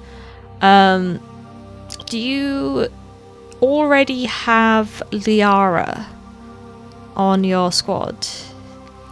I would really like to know do you know the extent to which decisions matter in this game? The extinct alien race? Yes. I would like to know, Ash, do you know, like, she does not? Oh, has anyone told her the extent to which choices matter in this game? I won't tell you what happens. What I will say is that every little choice you make, even very, very seemingly small choices, they're going to have impacts. Every playthrough of this game is unique. That's why it's so replayable, and you have a lot to look forward to. So I'm not. You know what? I'm gonna respect that, Spesh Kitty. I'm not gonna ask you a lot of questions I'd like to ask you, because I don't want to reveal too much. I think even just asking a question like, what did you do here, or what did you do about that, might give you a hint, so I'm not going to do that. But I will say, it'll be very interesting to see how you react when you get to the second and third games in the series. Hello, Sushi! Hi, how you doing? So, without further ado, let's jump into Mass Effect. Mass Effect 1. First, we have to make our character. Information requested. Let's go, Septimus! Murderbot Diaries! Establishing secure connection. Maybe I'll make my character called Murderbot. Yeah, the first one is called All Systems Red. A bit hungry. Eat some sushi. I'm gonna make our character. Oh, she looks so scary. Please log in to access your profile. Oh wait, no, I want to go back. I accidentally pressed A instead of changing the name to Mika. Sneak away and get ready for night going out. Your birthday's on Wednesday! Happy birthday! Pembloyd Happis, o tanjibi omedetou! Let me go back and change her name. Happy birthday! What's your plans tonight? I'm distracting you way too much. What's your plans tonight, Ash? I hope you have a lovely meal. Let me know like what you're doing. If you're around later in the week, I might come and drop in on if you plan on streaming in the week. That is, I don't know your schedule. I'm really excited to see you play Mass Effect though. This is an absolutely wonderful game with a wonderful community. American style smokehouse. Oh, where are you based? Sorry, there's a lot of questions. Are you based in? Are you not based in the States? In that case, American style smokehouse. We have one of those in next few days. Nice. I will be dropping by. UK, let's go. I mean, I'm in Japan now, but that's where I'm from. Where are you from? Wait, you don't have to answer or like general area or something. I'm from Wales. Can you tell? But I'm very far away right now. But my heart is close to you. East Midlands. Let's go. That's right next to Wales. Oh, is it American style smokehouse? Is it a place called Smokehouse? Because I don't know if it's a chain or something, but we have one in Cardiff. Like how like my voice changes when I'm speaking to a UK person. Hi, yes, let's go. I'm so happy. Yeah, I moved to Fukuoka last year. I moved to the southern island, Kyushu in Japan. Please come visit. Please come to Fukuoka. So, yeah, it is wild. It's crazy. And I can kind of speak Japanese now. 今日本語が少しだけできる. So that's good fun. Do not miss the weather at all. Oh, are you coming down south, perchance, perhaps? Can I show you around my city? New friend! I'm so happy. Actually, I'm like the only British person I know in this city. So I would like more UK people, please. Just come here and stay here forever. Never go home. Please, please. You don't miss grey clouds and drizzle? How did you manage the visa? Currently I'm on a student visa. because I'm a student at a Japanese language school, and I'm graduating in June, and then I am going to switch to a work and holiday visa for 1 or 2 years until I manage to get a job, and then I can do a working visa because I got some work experience behind me. My former job was like, I was an accountant. This is so boring. I was an accountant. I was a systems accountant, which is like half IT, half finance. And I have last year got my master's degree in computer science. So hopefully I can do something. Ooh, nice Septimus. That's so annoying, Cass. But also, Cass, you can always, like, you're not bereft of opportunities to come to Japan. I'm here, you can come visit anytime. Like, you have a second home in Japan. They don't have that. Tokyo, Osaka, and then maybe Kochi. Why Kochi? If you can, you should definitely make some time to come down south to Fukuoka. Because we're a non-touristy city, you get to see real Japan. I'm always here, Cass. Like, I'm here forever. I live in Japan now. Like, you can come whenever you want. Don't rush it. Like, just come when you're ready, you know? I love you too, Cass. Tokyo and Osaka is actually sick. If you're up in Tokyo, I might come up to Fukuoka. If someone could type Fukuoka. Fukuoka. Fukuoka. That's my city. But if you're up in Tokyo, and you can't make it in Fukuoka, I could also totally pop up to. Thank you for Yuki. Pop up to Tokyo. Because I've been up there a lot recently. I know it fairly well now. So you're in for a treat, though. Japan is fantastic. Way nicer than the UK. The UK is kind of a mess right now, isn't it? Good thing I'm not there. But yeah, definitely. ぜひ来てください。ぜひ聞いて楽しんでください。Absolutely. Absolutely, Ash. Right, I won't keep you any longer. Thank you so much for coming by. Thank you so much for the raid. Yeah, did we just become best friends? Absolutely. Yup. So it's very nice chatting to you. Go and get ready for your birthday. Go and get ready for your birthday dinner. And hopefully I'll catch you in the next couple of days. My schedule's a little messed up, but you know, time zones. But it's midnight here now, and I'm just starting the game. Oh goodness. But hey, I don't have to wake up tomorrow because we have Golden Week. And you have Bank Holiday Monday, right? 良い一日をありがとうございます。アッシュさんは良い What's it today for you? Sunday? 良い日曜日を Yeah, no. Ash is really friendly. What can I say? Easy to make friends with someone who's really nice and friendly. That's how it goes. ありがとう。日本語上手だね。日本語できる。Thank you so much for stopping by, Ash. Enjoy your birthday dinner, and hopefully I'll catch you in the next couple of days. And maybe I'll catch you in 2026. Who knows? Enjoy, and thank you so much. Ash does that too. Is that true, Spesh Kitty? I know. I could tell. Yeah. Oh, there we go. They come across as very friendly and sweet. Oh, I'm so excited. I'm on a high now. I'm like, I made a new friend today. Let's go. Sorry, I've just been in a whole conversation. This is a great place to eat this felt really good chicken. A really good, but now I want some chicken now. Yeah, we'll form an army of friends. You're in this as well, Kaz and Kitty. Spesh Kitty. I wanna ask Spesh Kitty, where are you from? I wanna get to know you. But I don't know if it's like too much personal info to ask. We hit the 2-hour mark. Let's go. Welcome to Kiragami Mika. I just get distracted and don't do anything. Now we hit the 2-hour mark. Maybe we can play some game. It's fine though. We're having fun. We're making friends. This is way more important. Yeah, you do, Cass. You absolutely make friends that fast. You also just have a really horrible internal thing where you tell yourself you don't. West Yorkshire! Let's go! Northerners! West Yorkshire, that's northern, isn't it? Northerner friends. We love Northerners. Welsh people love Northerners. We trust you more than the South people. You know what I mean? There's something about the Northerners that's just a bit more trustworthy. Yeah, you do, Cass. Oh, your self, what's it called? Depreciation is going off again. Trust me, you do. Trust me, you do. Yeah, can't trust them sometimes. You get me, Kitty.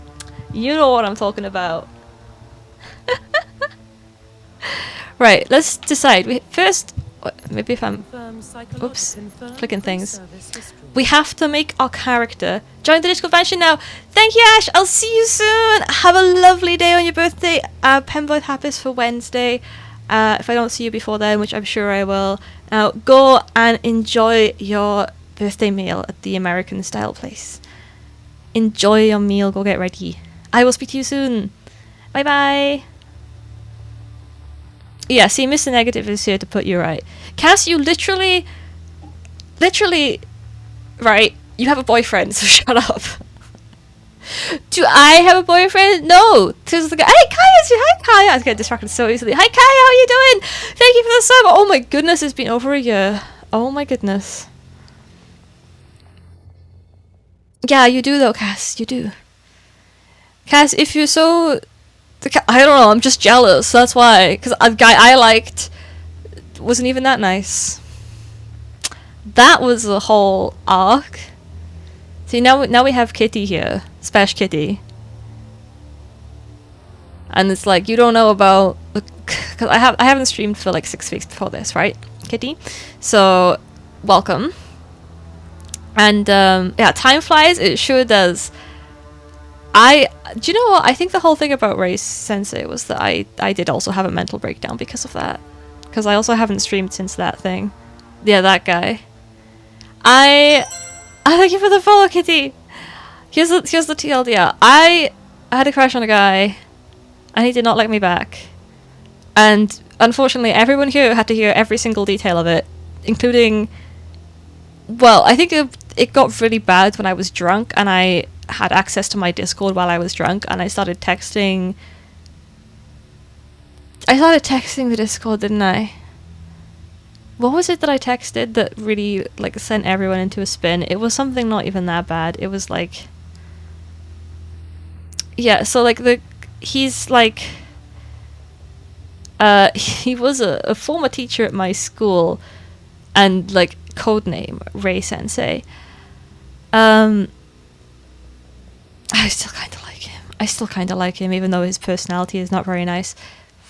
He's like 5'2", 5'3", and when he was working in school, he was nice.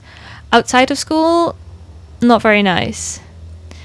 No, he's still in Fukuoka, Axels. He will be going soon. He told me he's going in the summer. He did go back to his home prefecture for a while.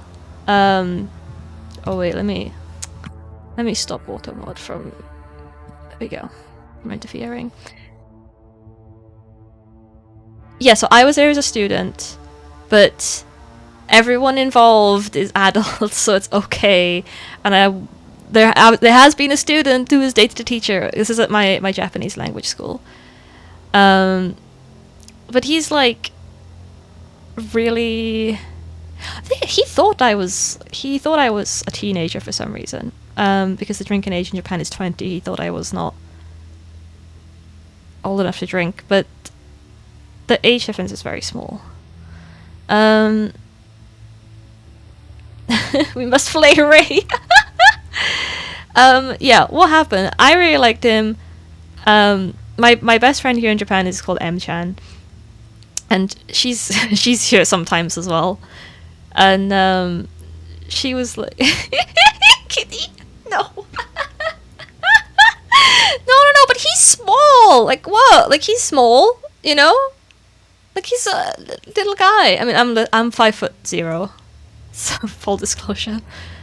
Now everyone knows. When I first started streaming, I was like, I'm just not going to tell anyone. And then it came out. I think Fuyuki, my cousin, is around here. So my actual cousin's around here somewhere. And I think it was Fuyuki. Or maybe it was Shawnee, actually. some like people I know IRL was in here telling everyone how small I am, so now everyone knows. So he's like 5'2", 5'3". He's just a little guy, and at school he was so nice, and yeah, yeah, okay, yes. And I thought he was like so. Okay, how do I put it? Like, he was handsome to me. Do you know what I mean? And then when M-chan finally met him, because he also has a part-time job at a bar, at the bar, she was really angry, because I still think he's quite nice looking, but M-chan had some things to say that were mostly things about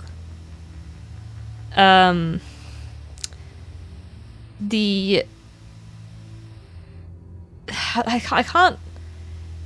He had the face of a run over baboon. Yeah, that's pretty much it. Like he's perhaps not typical. No, he's not like typically good looking. I did like his personality, but when you like someone's personality, you come to like their face. That's how it works, right? So like, it's because he's very short and because he has very, very bad skin. Like he's got a lot of acne, and also because he's got a very, very large, very crooked nose that she started just calling him the Goblin.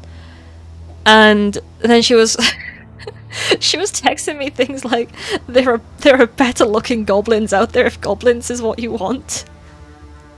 But I was like, oh, shut up, shut up. So then she was like, I'll help you get with him, whatever. And when I did finally like get to chat to him properly outside of school, like when I was talking to him in school, he's like, oh, I plan to go to Australia on a... Yeah, exactly. I plan to go to Australia on a work and holiday visa. I'm going to do this because of this, and this. And this is what I'm going to do with my life. And I have all these plans. And, he's very earnest, very sincere, very humble. And I really liked that. I was like, oh, and he always, like, helped me out with... he helped me out with my work. That's because he's a teacher. But, like, he would take special consideration for every single student. And I really respected that. Like, he was so good at his job. And he was so dedicated to that. And also, like, he gave me free drinks and stuff when I went to the bar that he works at. And I did think he was very cute. And then when I met him at the bar, I had the same conversation with him about his going to Australia. And then he's like, yeah, I don't need to learn English. And I was like, what? You want to live in Australia for a year? And he's like, yeah, and I don't really care. Like, I'll probably just teach some weebs English, like, whatever. I'm not going to learn English. I'm just kind of going out there for the experience, like, drinking, messing around, having fun. And I'm like... What? This is not the man that was talking to me in school the other day. This is like a not very nice guy. Also, I gave chocolates to everybody on Valentine's Day. I gave handmade chocolates. He found out, he was like, where's my handmade chocolates? I'm like, do you want handmade chocolates? I will make them for you. And he was like, yes, please. So I was like, I made them for him. And then I was like, haha, you have to get me back on White Day. Everyone else got me on White Day except for him. So that also was not very pleasant. And then he was like, okay, for real, Uno, please don't pressure me. I'm just having fun, okay? And then he was like, because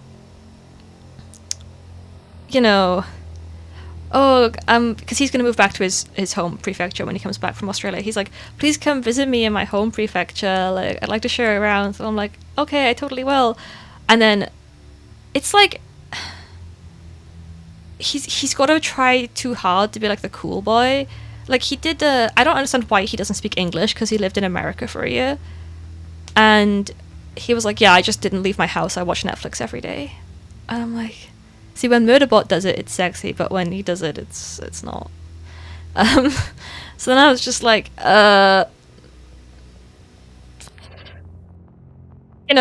maybe... Oh, but the only times he does go out is, like... to drink, which is fine, but then he also tells me he doesn't have any friends. Goblins don't make chocolate. True, classic Mika, forgot. And then he had his birthday in March, and we asked him like, what's he gonna do for his birthday, and then he's like, he's not going to do anything, and he said it's because he didn't have any friends. And then he like realized how sad that sounded, and he tried to double back, and he was like, no, actually it's like a cultural thing, like Japanese people just don't do anything for their birthdays. And luckily M-chan was there, and she's like, what are you talking about? Like, M-chan gets really, really aggressive with like protection, and she spoke to him a bit, and I did see the DMs, and it was kind of like this, right? Mika likes you. Oh, okay, well, I don't like Mika.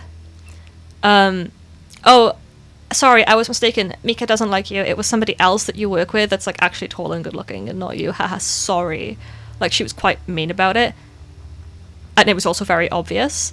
And then from that, he starts going like, oh, do you know what? I knew that was true because no one could ever like me because I'm like so ugly and so sad and I don't have any friends. And like fully going down this route. And then M-chan was like, Mika, you don't need this. Like, please don't like him. He's not got a nice personality.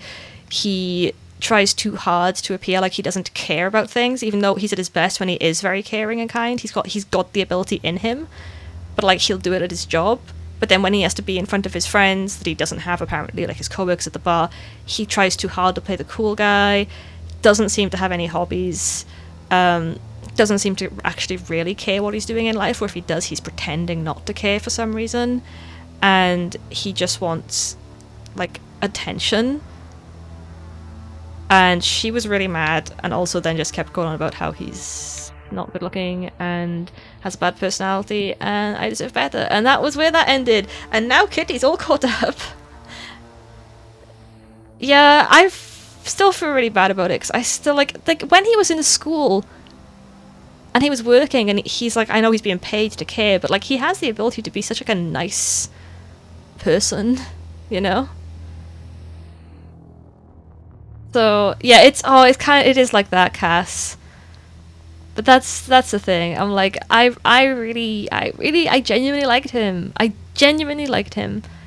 And then I sort of found out that he was like that, and it put me off. And I will be honest with you, I genuinely cried because I had seen what he could be like when he was at his best, and he decided to not be like that because that was not very cool.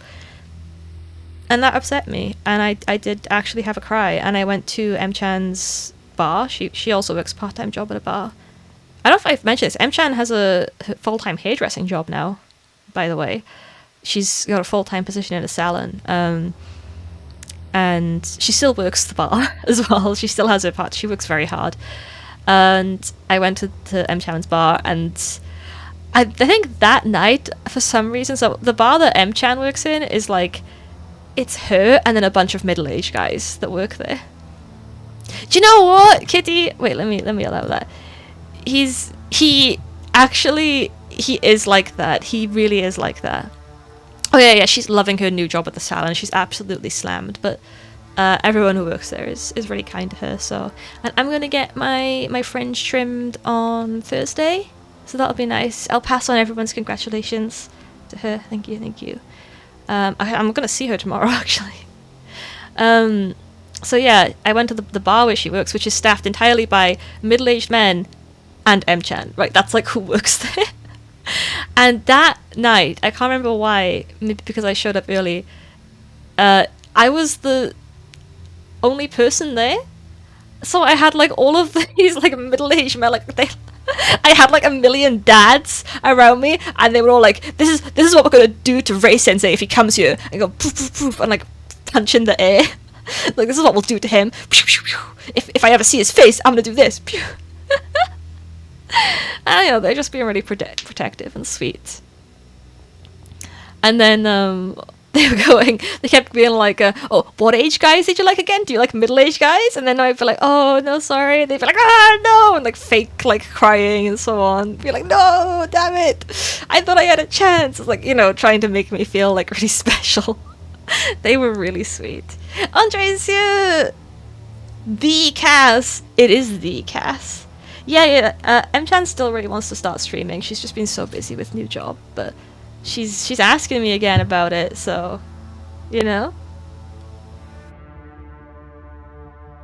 Swedish story time. I want Swedish story time. Alright, let's actually play Mass Effect. Let's make a character together. What is our background going to be? Mika has a thing. He was short. Wait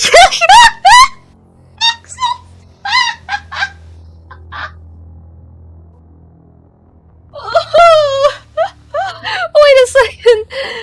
I am texting M-Chan that right now. She's gonna die laughing at that. Hold on. I have to stop and text.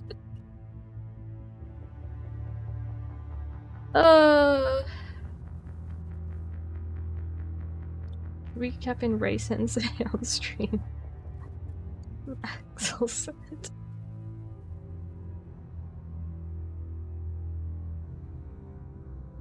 Wait a sec, I have to text that. What was it? Beat him.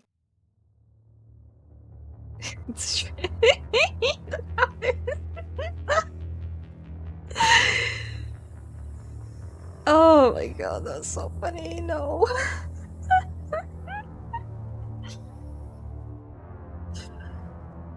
Oh, she really has to start streaming soon. It'll be so much fun. Anyway, now Kitty's updated on the law. Hi, Special Kitty. Welcome. Lovely, thank you, Uno. Right. What is our background? We're gonna make Mika Shepherd. and now you have to read what Septimus writes. Plow in that rich, fertile, juicy field day and night.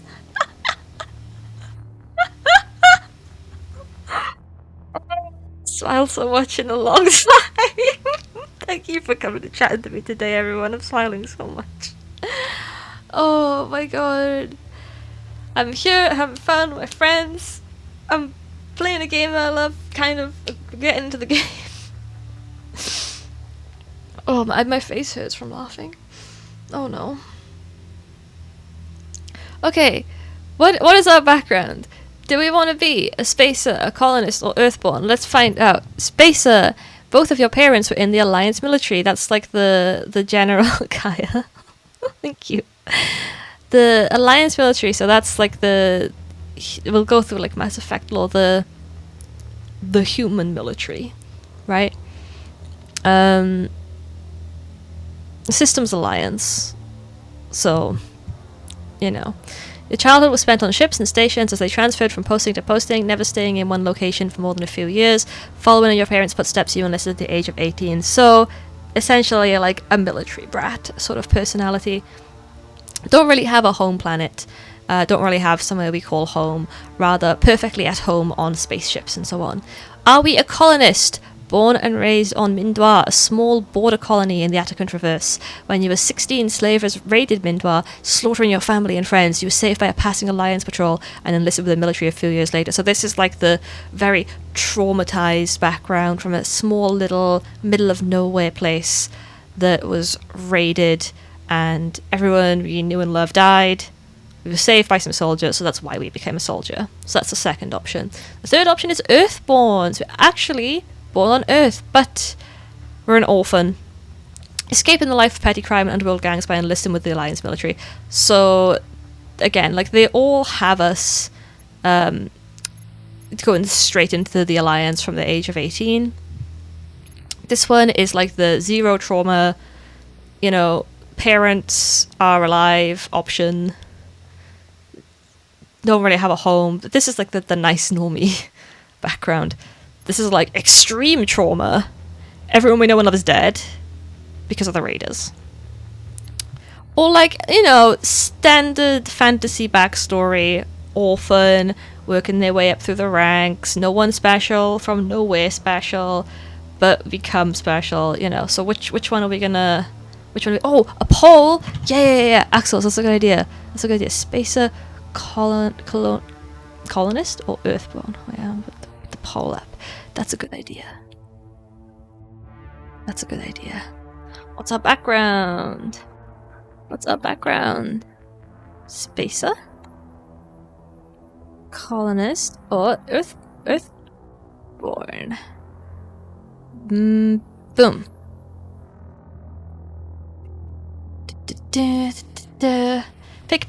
Pick.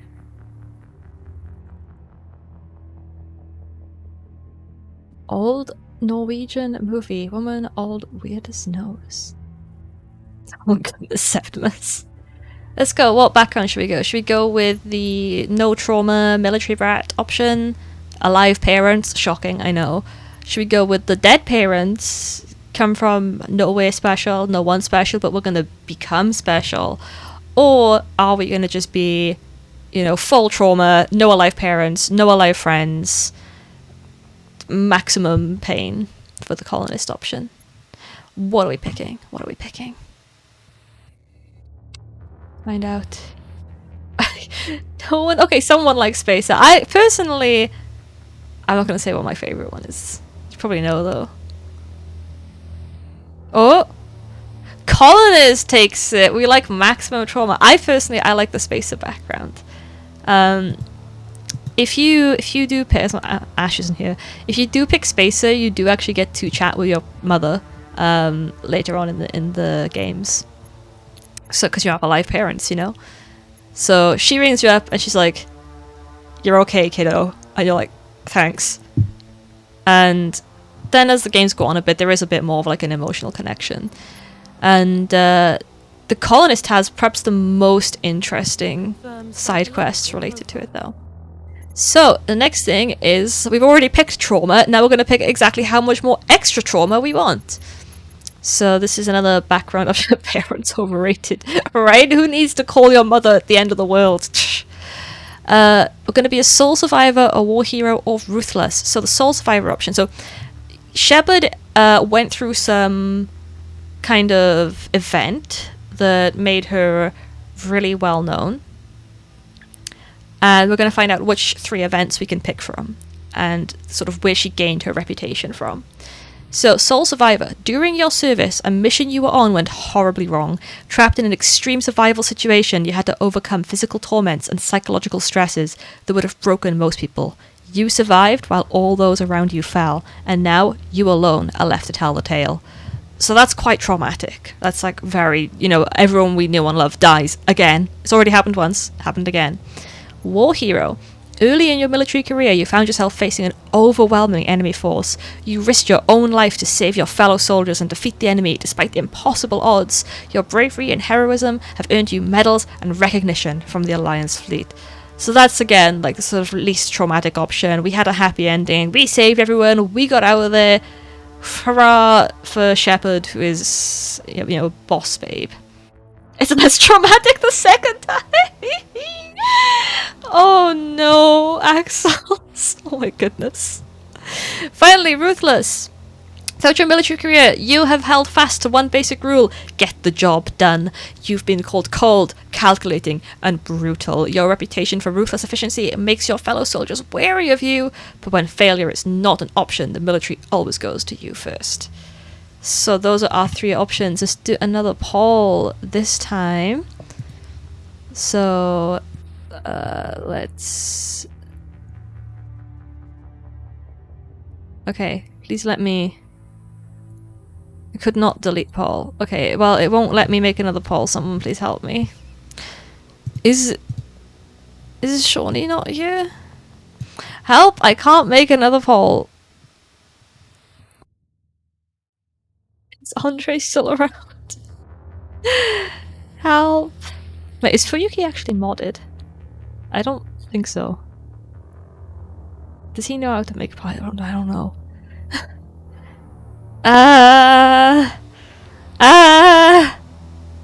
Why won't it let me make the poll? Oh, there we go. Who made the poll? Oh, Fuyuki is modded. Thank you, Fuyuki! Thank you!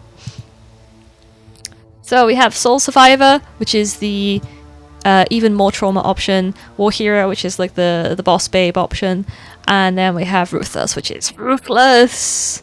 Get the job done. You should write more trauma. Fuyuki W's. Thank you, Fuyuki. I feel like Fuyuki wasn't modded, and then I modded him at some point. But I trust him. Obviously, what's he gonna do? Can't hide from me.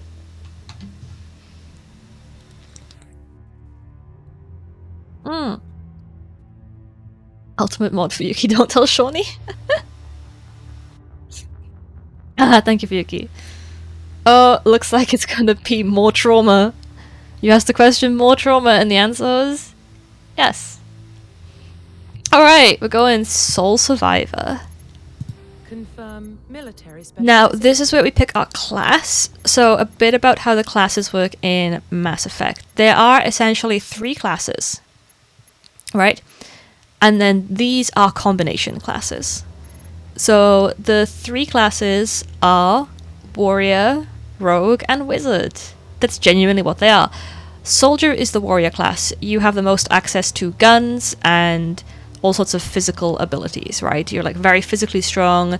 You're a very shooty person. Warrior is the soldier. Soldier is the only class that can use every gun in the game. Technically, you can use any gun. Like you can pick up any gun, but you don't have the training. Therefore, you can't. For example, if you don't have sniper rifle training, you can't scope with a sniper rifle.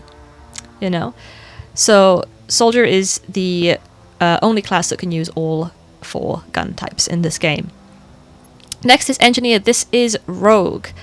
So with this, you have all sorts of weird and wonderful little techniques you can do, especially in terms of hacking things. You can send out little drones to fight for you, that sort of thing. This is the rogue class, right? It's the hacker class. So the engineer only has access to the pistol and no other guns because they're not the soldier. Finally, we have wizard, which is adept. Same thing, you only have access to a pistol, no other guns.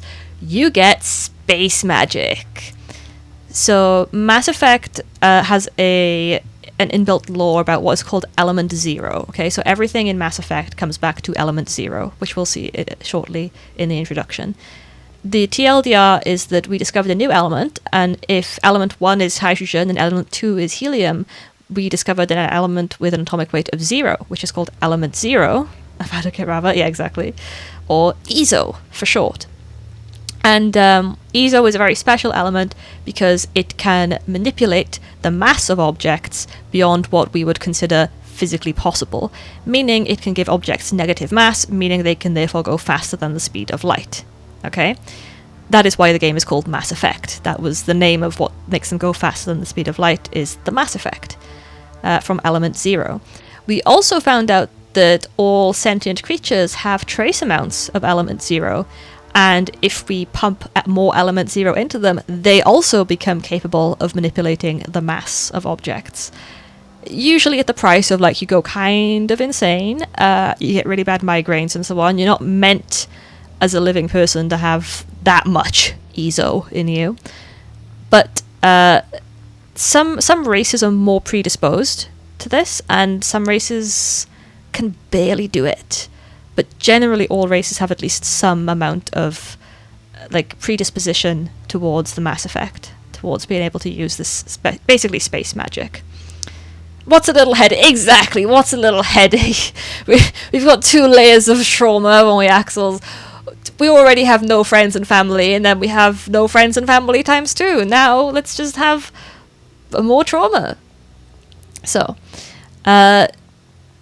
what has happened here is that we've had our Element Zero levels boosted in order to be able to manipulate the mass of objects, giving us essentially space magic in the form of telekinesis. We can throw things around, become a Sith. Yeah, this is the Force, right? That's what this is. This is a very, very rip-off Star Wars, but with less of the cool spiritual elements and more just throwing boxes around.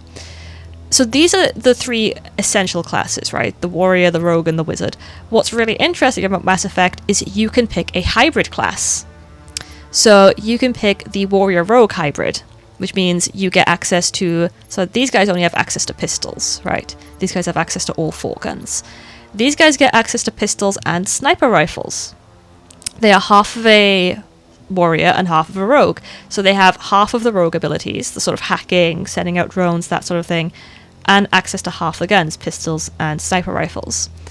This is half of a rogue and half of a wizard, so you have some Mass Effect capabilities. You have some element 0 throwing things around, telekinesis, and you also have some hacking, right? And this is the class I will be playing because this is my absolute favorite class, my favorite way to play the game. It is very underpowered in the first game. Now you can change classes between games, but because of the whole like being powered up with element 0, there is a bit of explanation as to why you can change classes between games, right? There is a lore reason that, for example, you can start as the wizard and then those powers go away. There is a lore reason for that. But personally, I like to keep the same class through all games. This class gets really powerful the later the games go on. It's also the single most stressful class to play. Oh, this thing? The orange thing? So this orange thing, everyone has one of these. It's called an Omni tool. And it's essentially a smartphone. It's the Mass Effect version of a smartphone, right? It's a little holographic tool that you have, like a watch, that is, well, like I said, it's holographic. It comes out to cover your whole arm, and it's where you can store all your information. It's a smartphone. It's a communications device. Welcome back, Awu! Oh, blooming hell, sorry. No longer back. So Vanguard is the half soldier, half... well, we'll just like discuss this for a bit while ads are on. Vanguard is the half soldier, half wizard class, right? We get some wizard abilities. We also have access to shotguns. Now, this is going to help us out, because this class is very underpowered on the first game. I did say it becomes stronger on the second and third games when they rebalance it, but the payoff is that it's the most stressful class to play. The reason for this is that this is especially in game 2 and 3, a very close range class. Even though you have telekinesis, your telekinesis powers, because they're not as strong, you only have the short range telekinesis, right? And you also have a shotgun that pays well. Because of that, you're always up in the enemy's faces. Now, in Mass Effect, there are, and again, this is something that becomes much more relevant from the second game. These systems are in the first game, but they're not so well signposted. In Mass Effect, you have health, armor, and shields, which are like three sort of things to balance. Your health regenerates over time. I mean, everything regenerates over time, but like health, you need a health kit. Armor comes from what armor you're wearing, and shields, once they take a bit of damage, will wait and then come back. The Vanguard class has typically no health, no armor, and relies entirely on shields. Shields are controlled by your element 0 generation, which means that you have a lot of shields. And you can also recharge your own shields as a Vanguard in combat, which is going to be good because you're in close range combat. It's also horrific because everything needs to be done instantly. This is real-time combat. So you need to be constantly... like, your shields, as a Vanguard, basically, the thing that makes your shields come back is being next to enemies, right? So if they get a bit too far from you, you'll just die. And also if you just run in and then you're not able to manage the combat effectively, you'll die. It's extremely stressful. There are some moments in the second game which have infinite spawns, which you can't deal with normally as a Vanguard. You have to run through them. It can make it very hard and very stressful, and yet because of that, I find it is by far the most fun class to play, because when you're a Vanguard, if you panic as a Vanguard, if you panic as any of the other classes, any of these guys, if you play these classes and you panic, you have to fall back, right? Run away, fall back, sit down, recharge your health, recharge your armor, recharge your shields, reload your gun, reload your abilities, get ready to go back in there. If you move away from them, you will die. If you are panicking here, the panic button is whichever button you have mapped to the what is called charge ability, which is where you use your element 0, your space magic, to teleport yourself into the middle of them and then cause an explosion around you. I will be mapping, I'm using a controller, I will be mapping the Y button to charge, because that's what it was mapped to when I first played these games, and I will be charging constantly at the enemy. And that is, the panic button then becomes more fight. Not run back, not rest, not recharge, not reload, not heal. The panic button is fight more kill, more explosion, and then I will be screaming probably. Yes! First for a last spell. Yeah, essentially, this shockwave. But how do you rate my explanation then, Kitty? of the system. Welcome back, Amu! So we'll be picking this half wizard, half soldier class, and then let's get a bit of customization on the appearance. What are we thinking? I'm gonna see first of all. I'm tempted to go. We love a battle. Yes, exactly, battle mage. I am. We can't really get. I haven't got any mods or anything. Oh, we can get some nice hair colors. Hold on, this was not in the original. We can't get blue. We can get purple though. We'll go purple. Let's see, what else can we do? Yeah, you're not gonna just be normal, are you? There we go. Oh, we have to see these hairstyles. Okay, as usual, I'm gonna like try and get it close to my avatar. I haven't played it in so long. I like this hair. Oh, I like this hair as well though. This is a generic hair, right? For femchat. I think I last played this game. Can you look at me, please? Thank you. I think I last played this game just a few years ago. Because I love it so much, I have to replay it every few years. Oh, this is cool though. As you can see, they have some very cool haircuts. Oh, we have Karen haircut as well. Nice. Okay, this is actually sick. This here. This is sick. Braids. These are some very, very cool cuts. I'm gonna check out the ponytail ones, especially because I'm always with a ponytail. If I'm streaming, by the way, my hair is almost always in a ponytail. Oh, but I like this. I might go with this. Okay, what are we thinking? I'm thinking either this, let's call this like the, okay, now I look so scared. The half fringe. I like that one. I kind of like this as well. Or, so that was like the left fringe. This is another half fringe. This is the right fringe. I like those two. I like a little bob. Yeah, what are we thinking? I'm between style number 1 and this was style number 2. Style number 2. So let's take a good look, okay? This is number 1. Take a good look.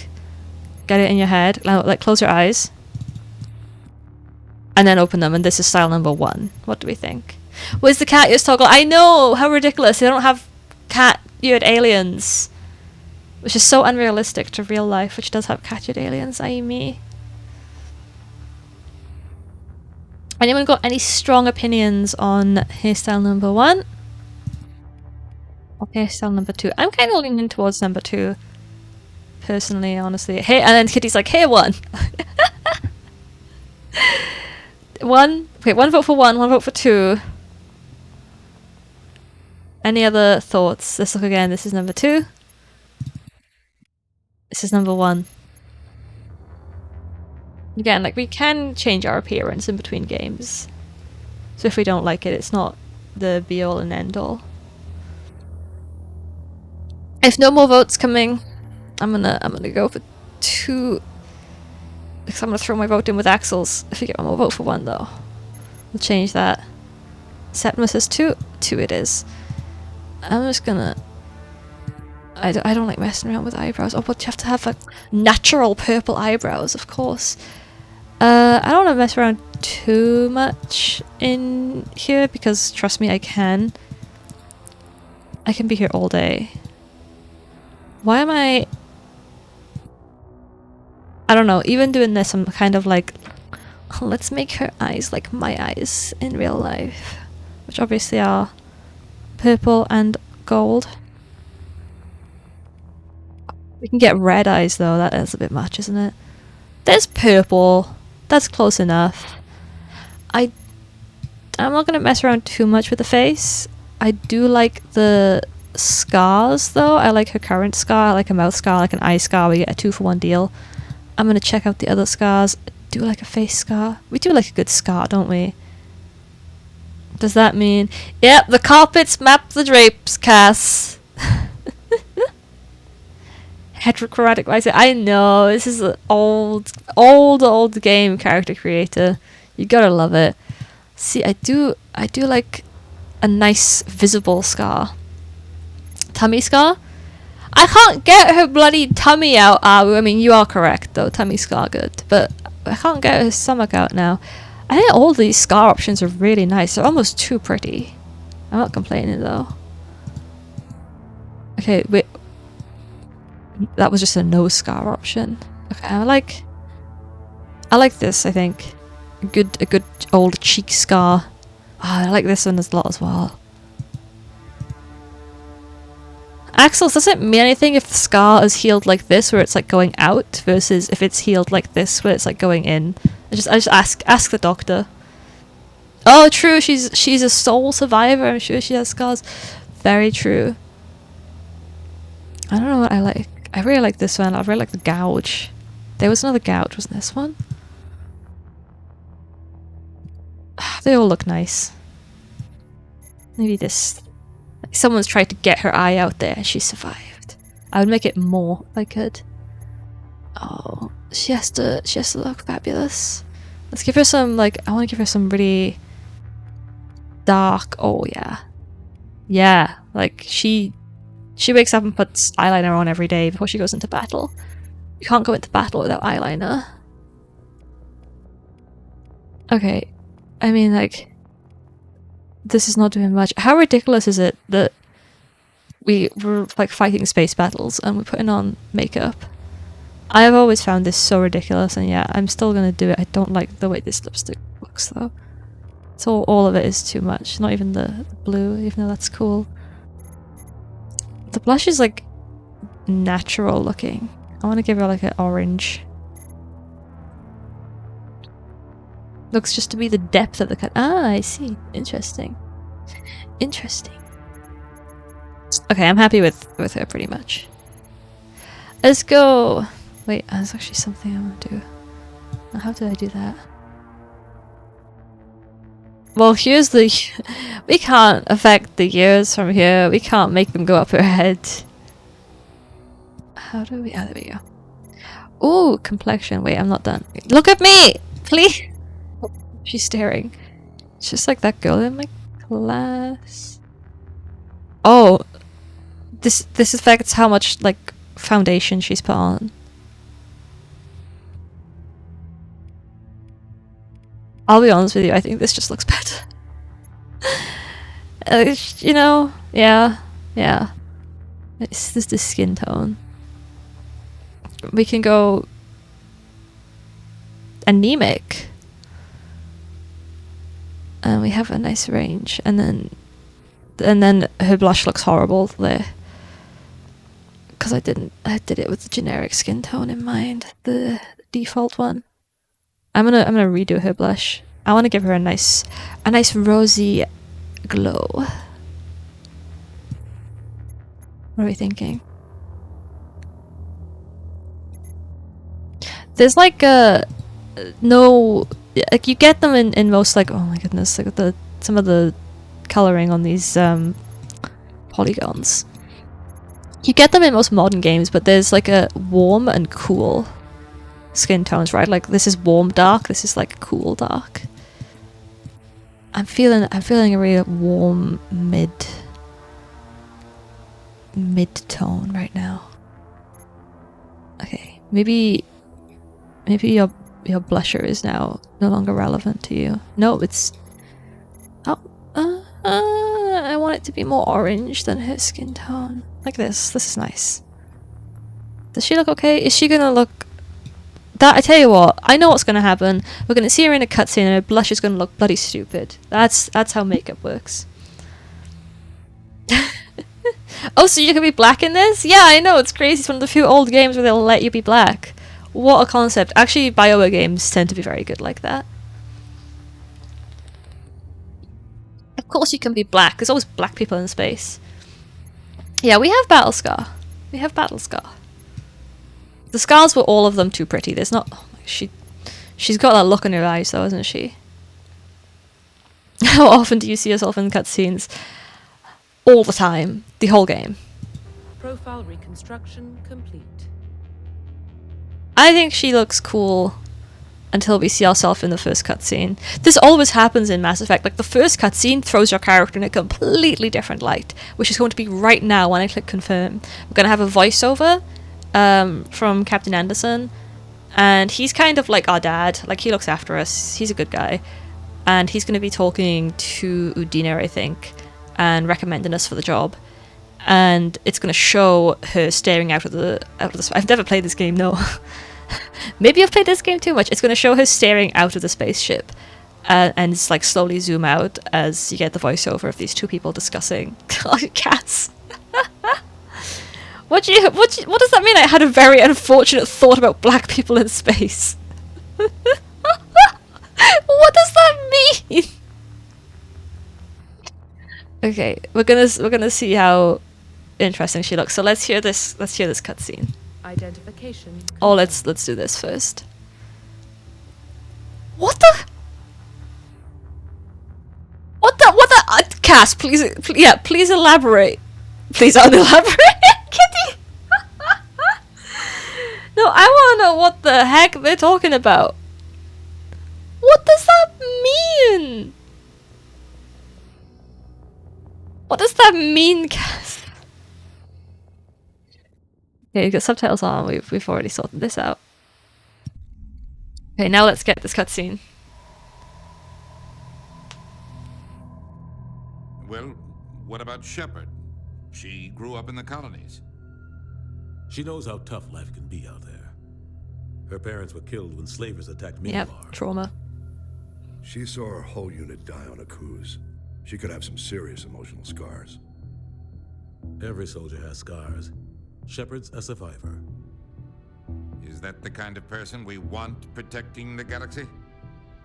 That's the only kind of person who can protect the galaxy. I'll make the call.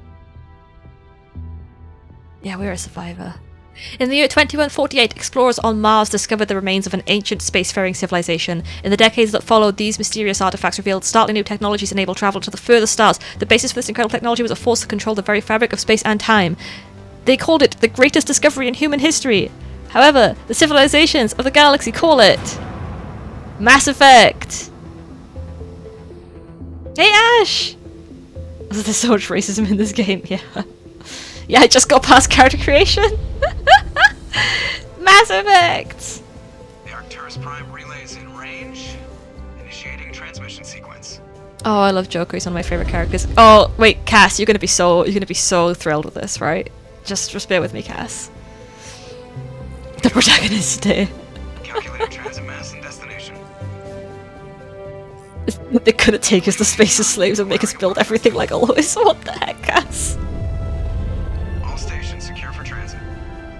Yeah, thank you, Kitty, defending me.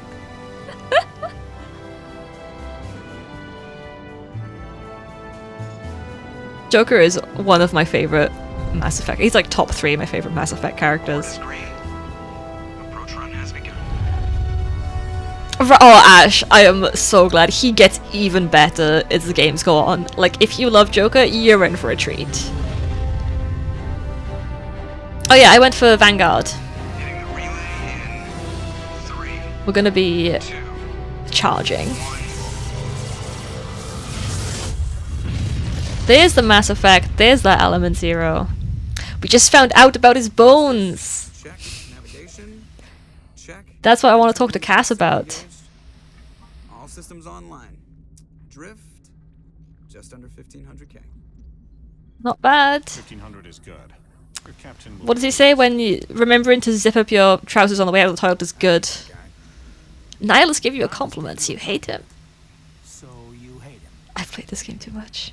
You remember to zip up your There we go. jumpsuit on the way out of the bathroom? That's good. I just jumped us halfway across the galaxy and hit a target the size of a pinhead. So that's incredible. Besides, Spectres are trouble. I don't like having them on board. Call me paranoid. You're paranoid. The council helped fund this project. They have a right to send someone to keep an eye on their investment. He is don't worry about keeping quiet, Ash. I'm about to explain this because this is going to be important for Cass. So already we have met the pilot of the ship which is called the Normandy.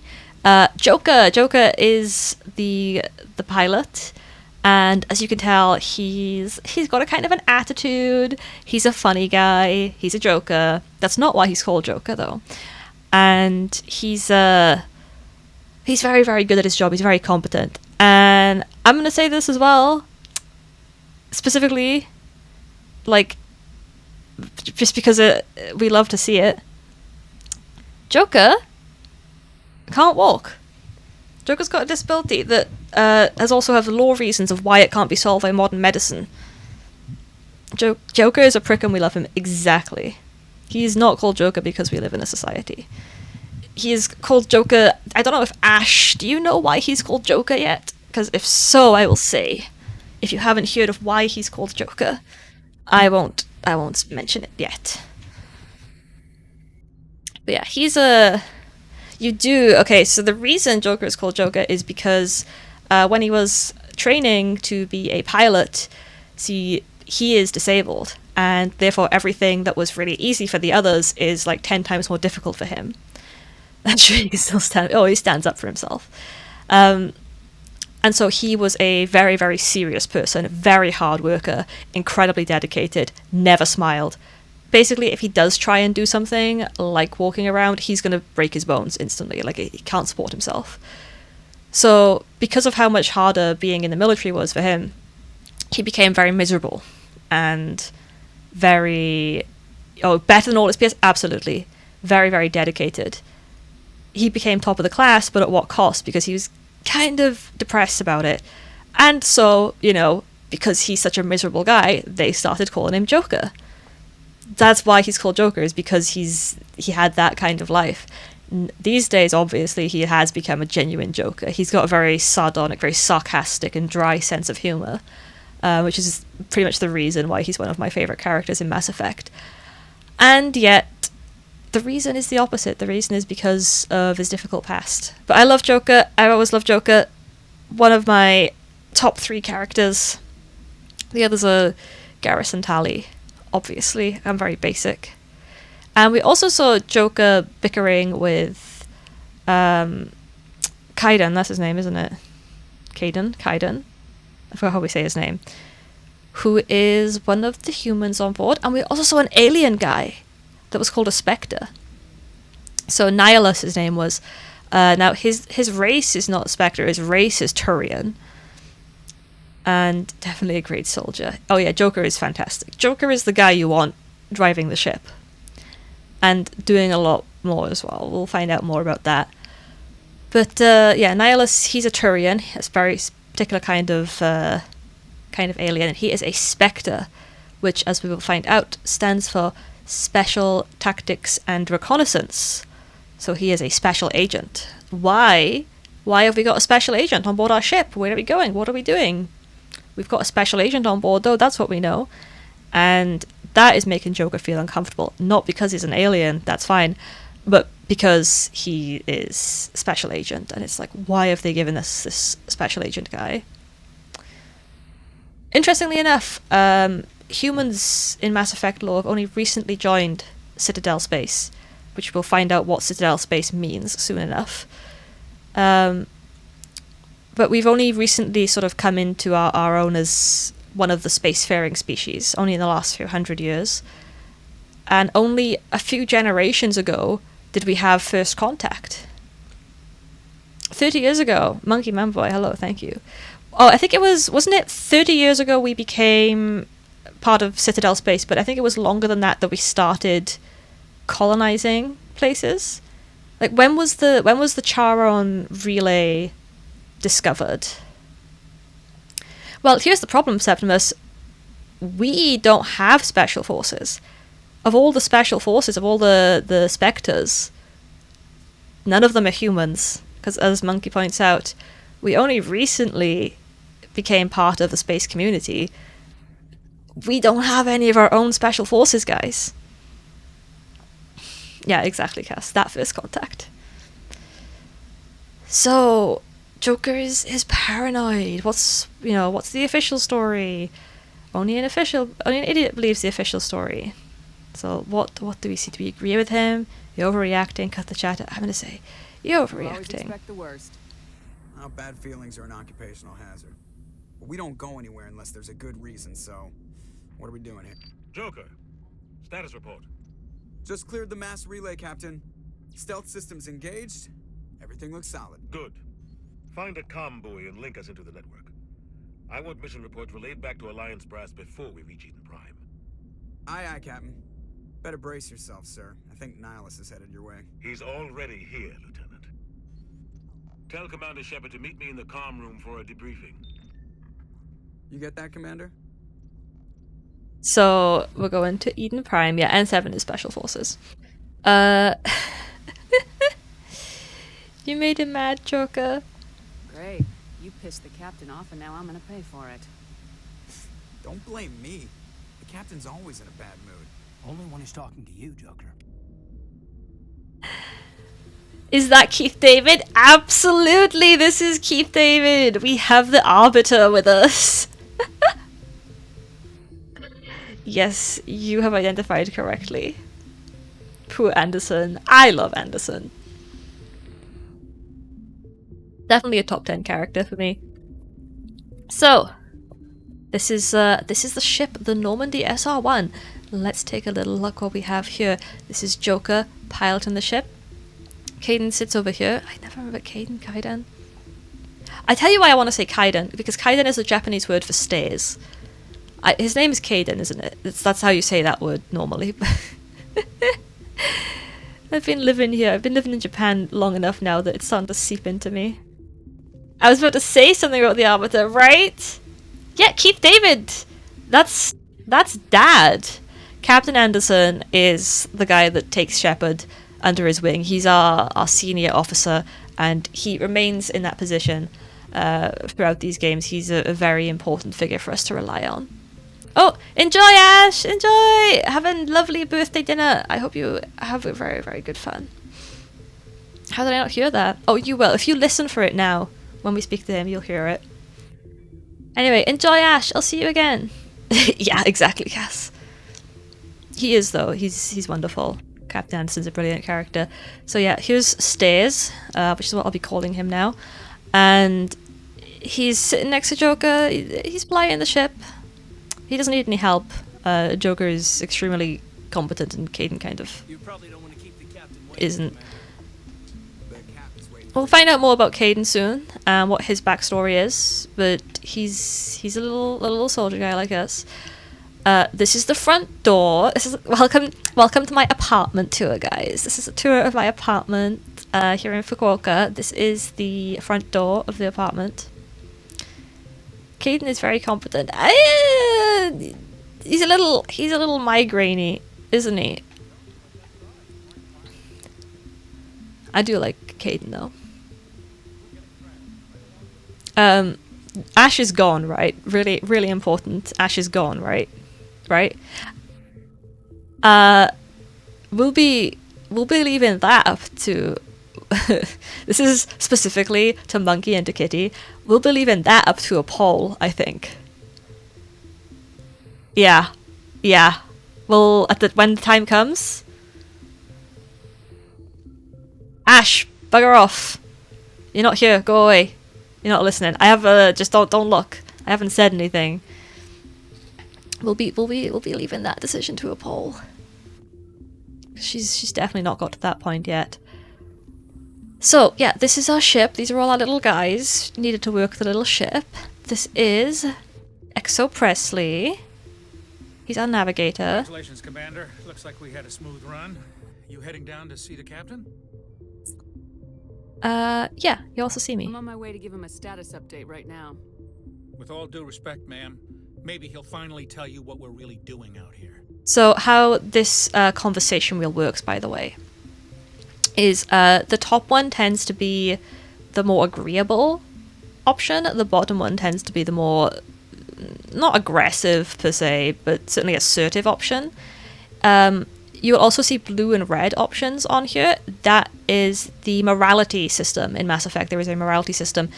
In Mass Effect 1, it's pretty black and white, or may I say blue and red. Paragon will appear up here. Paragon options will appear at the top, which is the good guy options. And then Renegade will appear down here, which is the arsehole options. Or, you know, the more kind and empathetic tone versus the more ruthless tone. The problem with the first Mass Effect game is you will have to pick one. In subsequent games, you can be what's called Paragade, which means that by picking either Paragon or Renegade, you can make diplomatic choices based off of your choices based on both options, if that makes sense. 1, and also I think 2 does this, you have to consistently pick one choice and put points into that choice. If you pick a bunch of Paragon choices, you can't, or if you have Paragon points, that will effectively lock you out of Renegade options. Mass Effect 3 is a lot better where you can play a mixture. So you can have like a purple option instead of blue and red. But for the first 2 games, you will have to pick. And then, so these on the right, these options tend to head towards the end of the conversation, whereas options on the left tend to open up the conversation a bit more and find out a bit more lore. You think the Alliance brass is holding out on us? If all we're supposed to do is test out the stealth system, why is Captain Anderson in charge? And then there's Nihilus. Spectres are elite operatives, top covert agents. Why send a Spectre? A Turian Spectre? It's a Turian ship. It doesn't add up. So, let's find out more. What do you know about the stealth systems? I just know it masks our location. Cutting edge stealth systems on this ship. Cutting-edge technology. The Normandy's the only ship with this prototype drive. But why are we fully staffed? A skeleton crew would be cheaper, less chance of security leaks too. Plus, So what is going on? It's pretty obvious this shakedown run is just a cover. For what? Damned if I know, Commander. We're out here on false pretenses. I'm not a fan. So we've been sent on, this is a brand new ship, we've been sent on a little test run. Let's just do a little test run.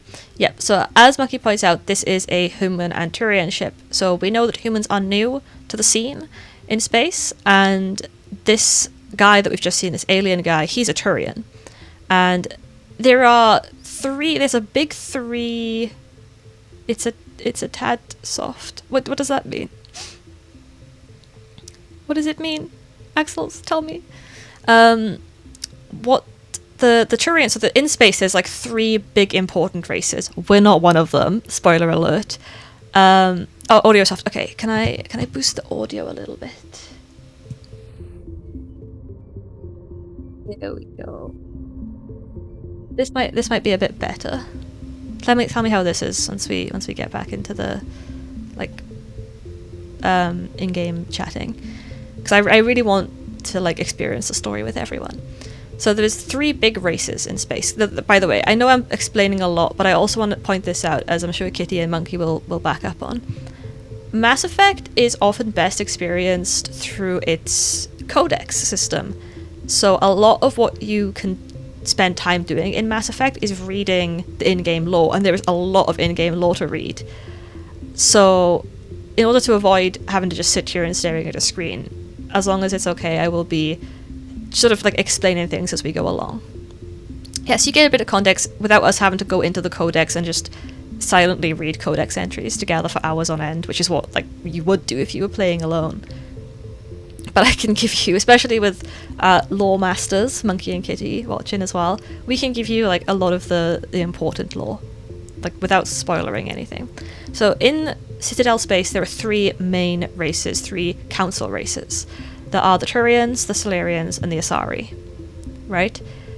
These are the big 3 important races. The Asari are incredibly long-lived, incredibly wise. They've been around forever, very ancient, very beautiful race. The Solarians are extremely intelligent, but also quite short-lived. Average lifespan, about 40 years old. Asari can live to be like 1,000 years old. Elder races, kind of, yeah. Yeah, you know how to read codex entries. Hope that's okay. But the Solarians are incredibly smart. Now, it was just the Asari that was on the council, but various things have happened that have granted other races access to the council. So a race can be elevated to one of these so-called elder races or council races, because the space is run by 3 guys on a council, 1 representative from each race. So you can be elevated to one of these council races by sort of proving your worth as a race.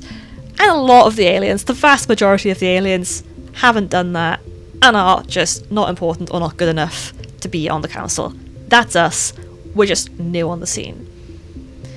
Yes, the Solarians have a fast metabolism. Solarians live quick, die young, and boy do they make it count. They accomplish a lot in their lifetimes and are extremely smart. The sort of like typical, stereotypical science race. Okay. And then there's the Turians. And the Turians are the most like us in every way possible. First contact for the humans was with the Turians. They have comparable lifespans. They had a comparable tech level before being joined to Citadel Space. So the reason I keep saying Citadel Space is because Space has a headquarters. It's a giant space station called the Citadel. Whatever they control, the extent of their power, the extent of their reach is Citadel Space. So, hence Citadel Space. And of course, this council runs the Citadel, and hence Citadel Space. We will get to this giant space station shortly. We will get there soon. We have to check out this little planet first. So yes, the final race are the Turians, which are almost our counterpart there, which is this guy that we saw earlier, the guy that's on the ship with us. So you might think, oh, that's good. They're kind of, similar tech level before joining Citadel Space. The metal bird creatures, exactly. They are exoskeleton. They don't look like us, but in terms of lore, they're very similar to us. Same sort of lifespan. Can't eat the same food. I'm sure Kitty and Monkey, if you know the certain romance fruit, do not swallow. That's a real thing in Mass Effect 2. Because you will die. We can't eat the same food as them because it'll kill us. There are 2 types of aliens when it comes to like what they can consume. There's like the type that we the humans are, and then there's the type that the Turians are. So we're a bit different like that. And all the aliens fall in. Yeah, dextro. I can't remember the exact words. They're dextro, right? And then we're something else. And like the what are they called? Tally's people. It's gone from my mind now. They're also dextro as well. So yeah, don't swallow is the advice given by a particular scientist at some point. Quarians, thank you, Quarians. Despite how similar we are to the Turians, first contact resulted in a pretty bad war between the humans and Turians, which is still in living memory. Like, not this generation, but the generation above Shepard's generation. Or Shepard's parents, essentially, if you pick the spacer option, would have fought in the first contact wars with the Turians. Anderson fought in the first contact war with the Turians, I believe. So, there's still a lot of animosity towards humans being the newcomers. And there's also a lot between humans and Turians. Obviously, humans love war. Well, no, we are not the war species. There's a different species of alien, which is the guys who love war, and they are my favorite species. I love them. I hope you will love them too. I have a plushie of one of them behind me right now. And to the people who've played this game, you know exactly who I'm talking about. The Turians did start it, that is true. But we are currently the making babies species. We make an awful lot of babies very quickly compared to the other races. There's a lot of us. There's so many of us compared to the other guys. Which, again, that didn't used to be us. There used to be, like, some other guys that did that. And there were still other races that also procreate a lot and quickly. But, like, we'll get to... Let's talk about the genophage later. But we're not talking about the genophage now. But that's currently our reputation, is, like, the sort of small, annoying, fleshy, makes babies... And also, humans tend to think they're better than they are. Like, we're not a council species, but we're acting very self-important. But that's sort of to be expected from the newcomers. That's our place in the galaxies. Turians is who we think we are, right? They're very similar to us in many ways, and we kind of think that we are them, but they're the actual important guys. They've been around longer. Solarians are like little scientist lizard people that live fast, die young. And then the Asari are these like ancient, they're like the Twi'lek looking people, like Twi'lek from Star Wars. Very ancient, very beautiful, very wise. They have extreme levels of Element Zero. Almost all of them have this great ability with Element Zero. Yes, very, very fast expanding species. Thank you, monkey. Scientist aliens, technician aliens, fighting aliens, and humans are banging them all. Absolutely 100% true, Kitty. That is what we do. Even in fantasy, every time you get like a half orc or a half elf, it's always a half human, you know what I mean? It's never a half elf, half gnome, is it? Just saying. That's what we do. But like, you know, hand on heart, who can say they wouldn't bang a Turian? That's all I'm saying. We are expanding a little bit too fast. So this ship, the Normandy, there's been some allusions to it already. This is a very special ship, as Monkey has mentioned, because the humans and Turians worked on it together. Technically it's owned by the humans, but it's got Turian technology on it. So everyone's like, oh, special ship, humans and Turians are wearing their Learn to Get Along t-shirt. You know, that should be good for them. As you can tell, having one Turian on this ship is sending everyone into a tizzy, so we're clearly not over that. But this has resulted in a very interesting ship design, one that is designed for stealth, for hit and run, and also right now, the navigator is freaking out because they're like, just go to this little border planet in the middle of nowhere, right on the border of Citadel space, right where we just can't protect it. Go to this planet. We're just testing the stealth systems, guys. Ignore the fact that we have one of the most decorated captains, I nearly said of the UNSC, of the Systems Alliance, of the UNSC. No, because Arbiter's not UNSC. Ignore the fact that we have one of the most decorated captains of the Systems Alliance on board. Ignore the fact that we've put a Spectre on board.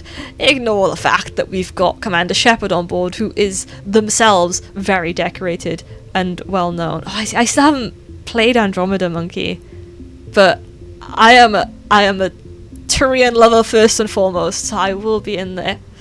Yeah, just ignore all that. We're just doing the little stealth run, and then this guy is like, this is suspicious. Why are we just doing a little stealth test with all these really important people on board, and also we're going to this planet in the middle of nowhere? What is going on? So he is freaking out right now. Do you have a problem with the captain? No, ma'am. But I can't figure out what he's doing here. Captain Anderson is one of the most decorated Special Forces officers in the service. If he melted down all his medals, he could make a life-size statue of himself. You don't send a soldier like that on a do-nothing mission. He's treating this shakedown run too seriously. Something big is going on. How is audio, by the way? I just like stopped to adjust it halfway through. How are we finding audio? Would you like me to boost it some more? Let's see.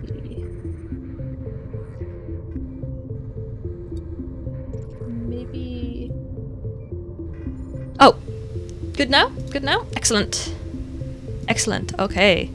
Yeah, so again, he's pointing out, why have we got this really important captain on there? That is a lot of medals. You don't trust Nihilus.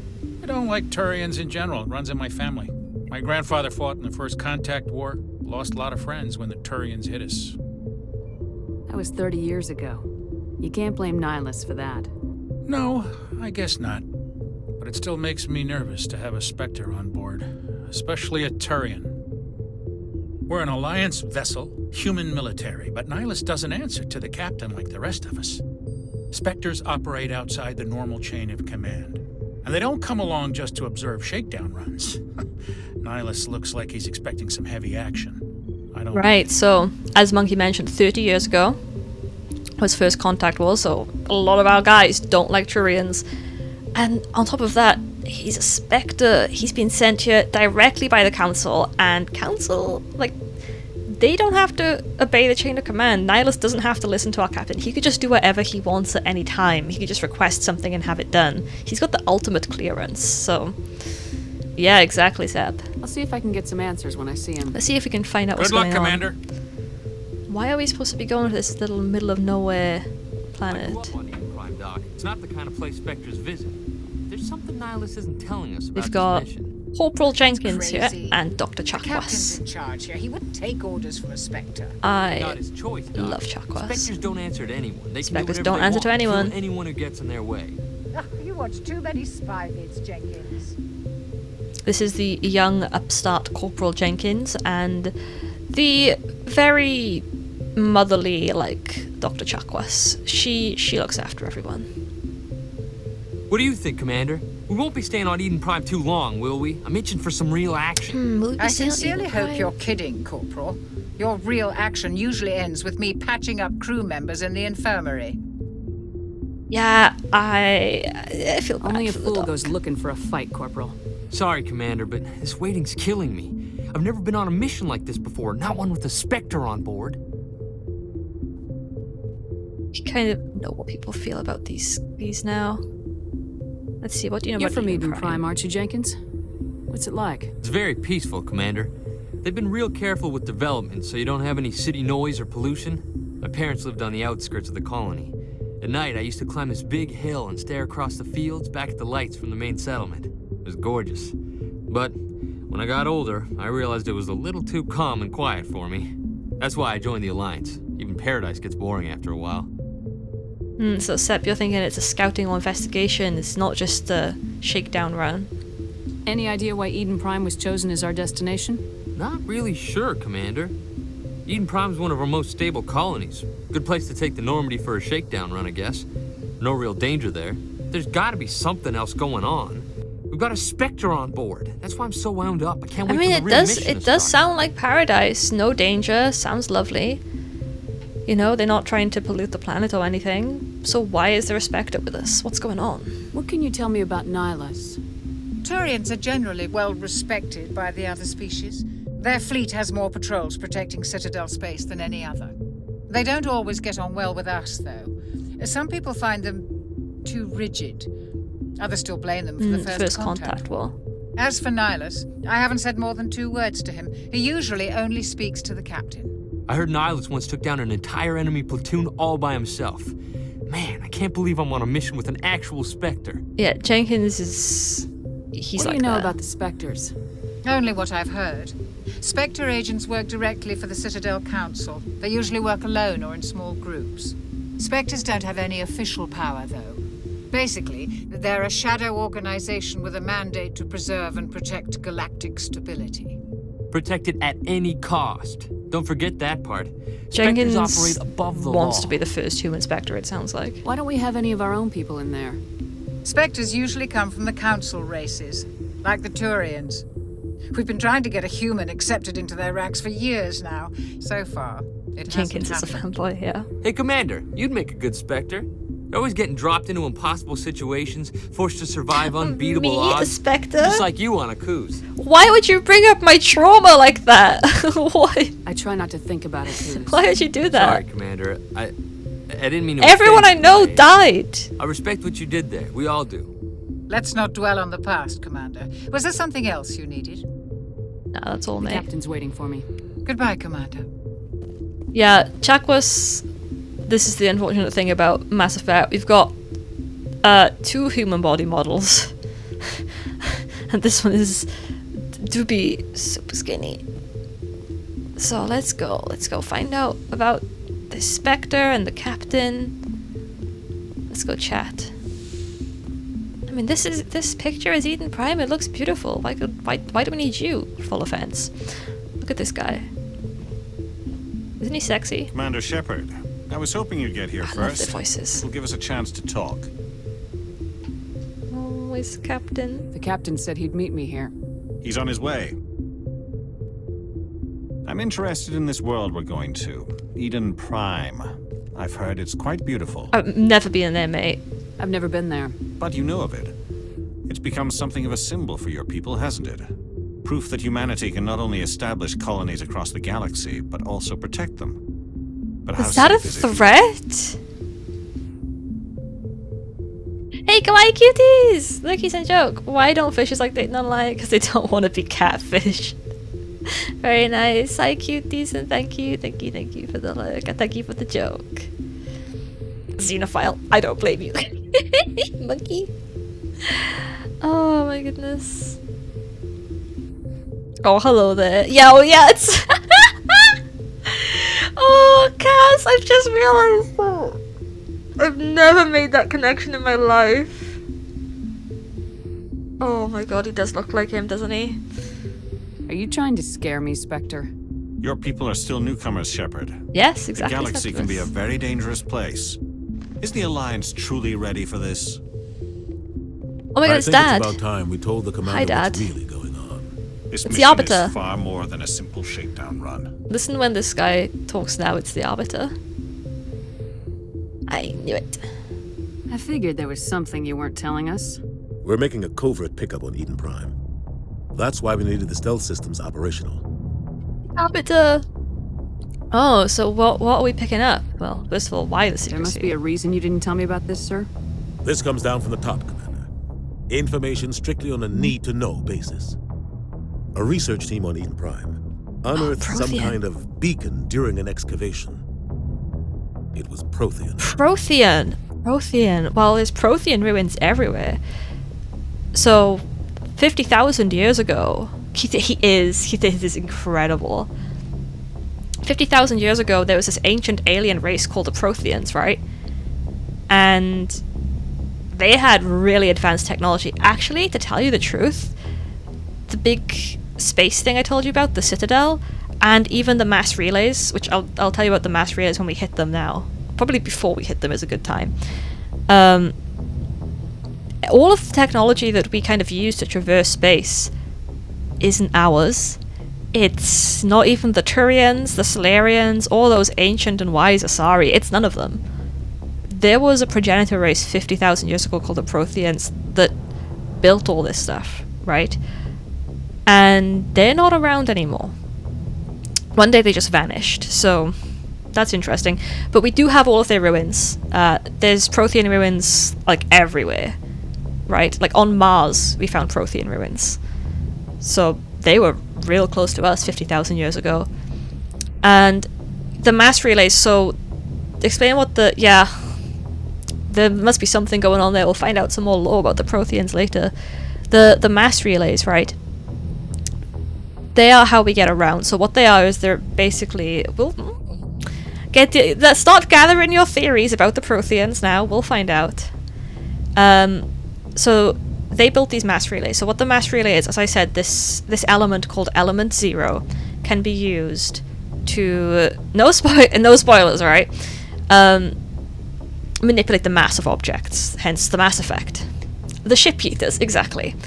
And they are absolutely huge structures floating in space with a giant Element 0 core that as you approach them, depending on your approach vector and velocity and so on, will yeet you, as Kitty so aptly put it, to where you need to be, to the next mass relay. Functionally, it's a wormhole system, right? You can go mass relay to mass relay to mass relay to mass relay to mass relay to mass relay. If you have a mass relay, you can jump to another mass relay. You can't just go where you want, you have to go between mass relays. That's why it's functionally a wormhole system. We discovered a mass relay in our solar system. Would you believe that? just sat there, not in like a nearby star system, in our solar system. And it turns out that Charon, the moon of Pluto, Pluto in real life has an ice moon, Charon. We just melted it, and it was just a mass relay inside, covered in ice. So that's fun. So we've been using that to zoop around the galaxy. That's when we met the Turians. We thought it was just us and these ruins, and then we met the Turians, and we had a war about it 30 years ago. So that's Prothean technology. Again, we found Prothean ruins on Mars. There's Prothean stuff lying around everywhere, and you know, we use that technology. That's pretty good, but why is it like a Prothean beacon? That doesn't immediately stand out as like, oh my god, you know, ancient technology did it. It's like, oh, okay, well, like we're currently using Prothean stuff to hang out here, so like it's great that we found some more stuff, but it's not immediately like, oh my god, they were aliens 50,000 years ago. We already knew that. We already used their stuff, you know? I thought the Protheans vanished 50,000 years ago. Their legacy still remains. The mass relays, the Citadel, our ship drives. It's all based on Prothean technology. This is big, Shepard. The last time humanity made a discovery like this, it jumped our technology forward 200 years. But Eden Prime doesn't have the facilities to handle something like this. We need to bring the beacon back to the Citadel for proper study. Obviously, this goes beyond mere human interests, Commander. This discovery could affect every species in Council space. So they're really interested in this beacon, so it's clearly something big, right? Well, why did we tell the Council? Why didn't we keep the beacon for ourselves? You know. You humans don't have the best reputation. Yeah, that's why. Some species see you as selfish, too unpredictable, too independent, even dangerous. Sharing that beacon will improve relations with the Council. Plus, we need their scientific expertise. They know more about the Protheans than we do. The beacon's not the only reason I'm here, Shepard. Oh. Nihilus wants to see you in action, Commander. He's here to evaluate you. To evaluate? Why is he going to evaluate this? What's going on, Captain? The Alliance has been pushing for this for a long time. Humanity wants a larger role in shaping interstellar policy. We want more say with the Citadel Council. The Spectres represent the Council's power and authority. If they accept a human into their ranks, it shows how far the Alliance has come. Not many could have survived what you went through on. Why is everyone bringing up my trauma every 2 seconds? Guys, I had counseling for that. Please, leave it That's why I put alone. your name forward as a candidate for the Spectres. Oh my god, I'm a candidate to be the first human Spectre. Me and not Jenkins. What? What? Yeah, you're completely right, Monkey. We covered it right before you got here, I think. They said I could be the first human Spectre. Why would a Turian want a human in the Spectres? Not all Turians resent humanity. Some of us see the potential of your species. We see what you have to offer to the I rest want to of the sleep with you as galaxy well, Nihilus. and It's to the okay. It's Spectres. mutual. We are an elite group. It's rare to find an individual with the skills we seek. I don't care that you're human, Shepard. I only care that you can do the job.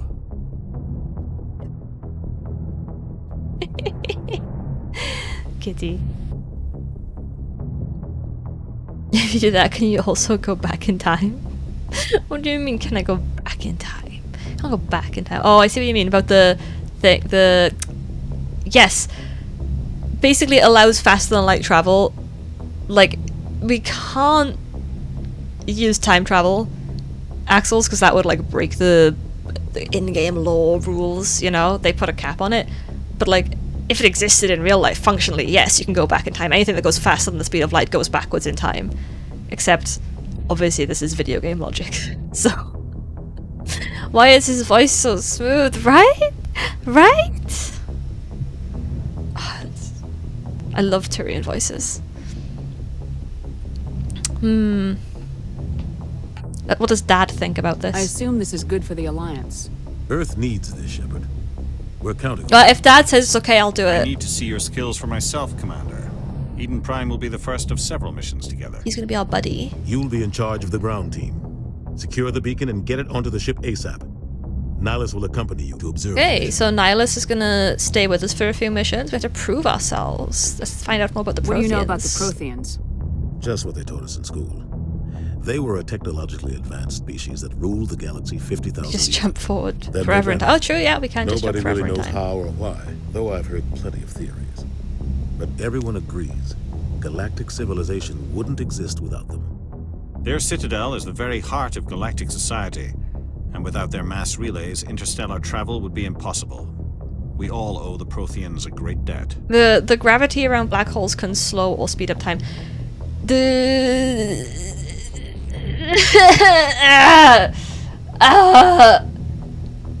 No. Space-time is one thing. Technically speaking. Like, I get where you're coming from, but space-time is one sheet, right? Black holes are an object so dense that they warp space-time. They don't slow or speed up time. Technically, Monkey. I still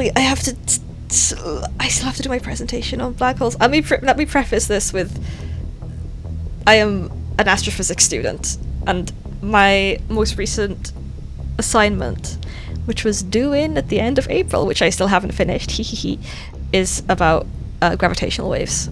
Specifically about the one in 2020 that was a merger of two black holes. I think it's called GW190512 off the top of my head, because I had to research it a lot. Oh hell yeah. Here's something about black holes which I literally didn't know until recently. They're small. They're a few kilometers wide. How crazy is that? I always thought that they're like massive, but they're so small. What? But yeah, I have had to learn a lot.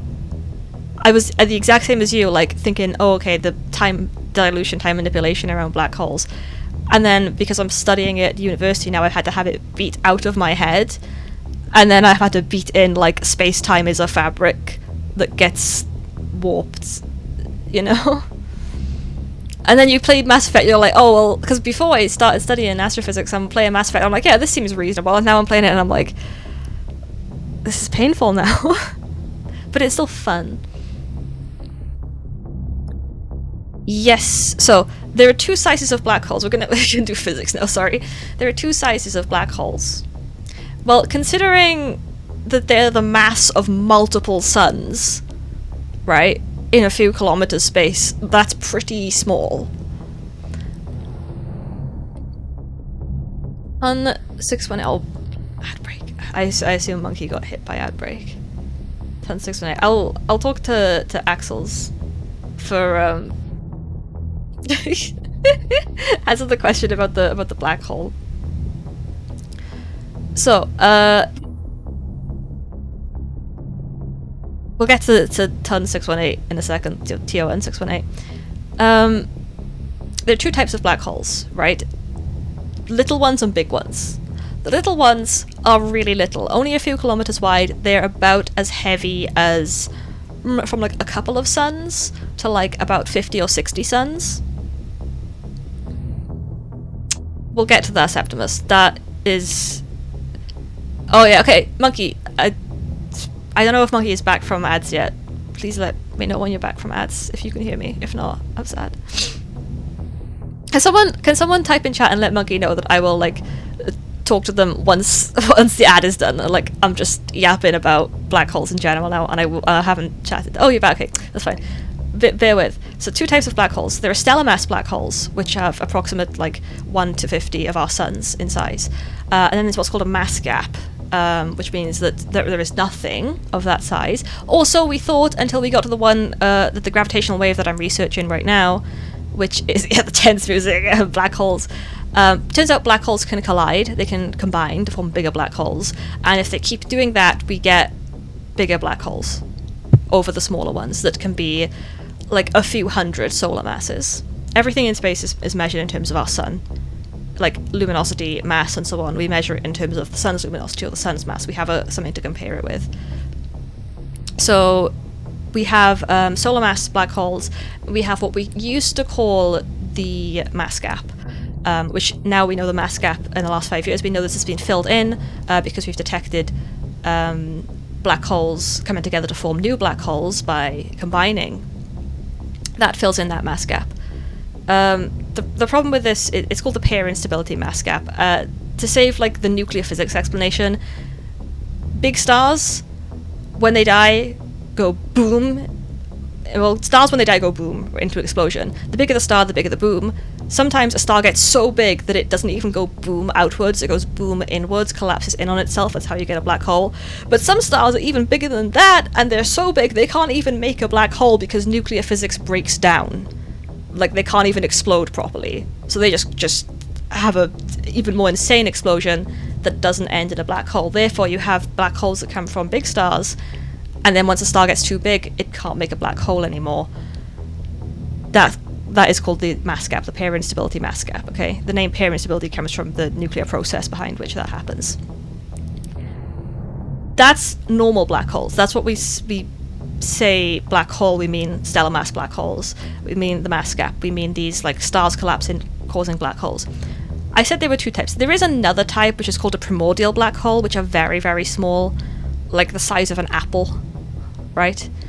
And these were black holes that were created at the start of the universe that may or may not exist. They're a theorized existence, and if they do exist, they may or may not still be around. But they are black holes from 13.8 billion years ago, from the Big Bang.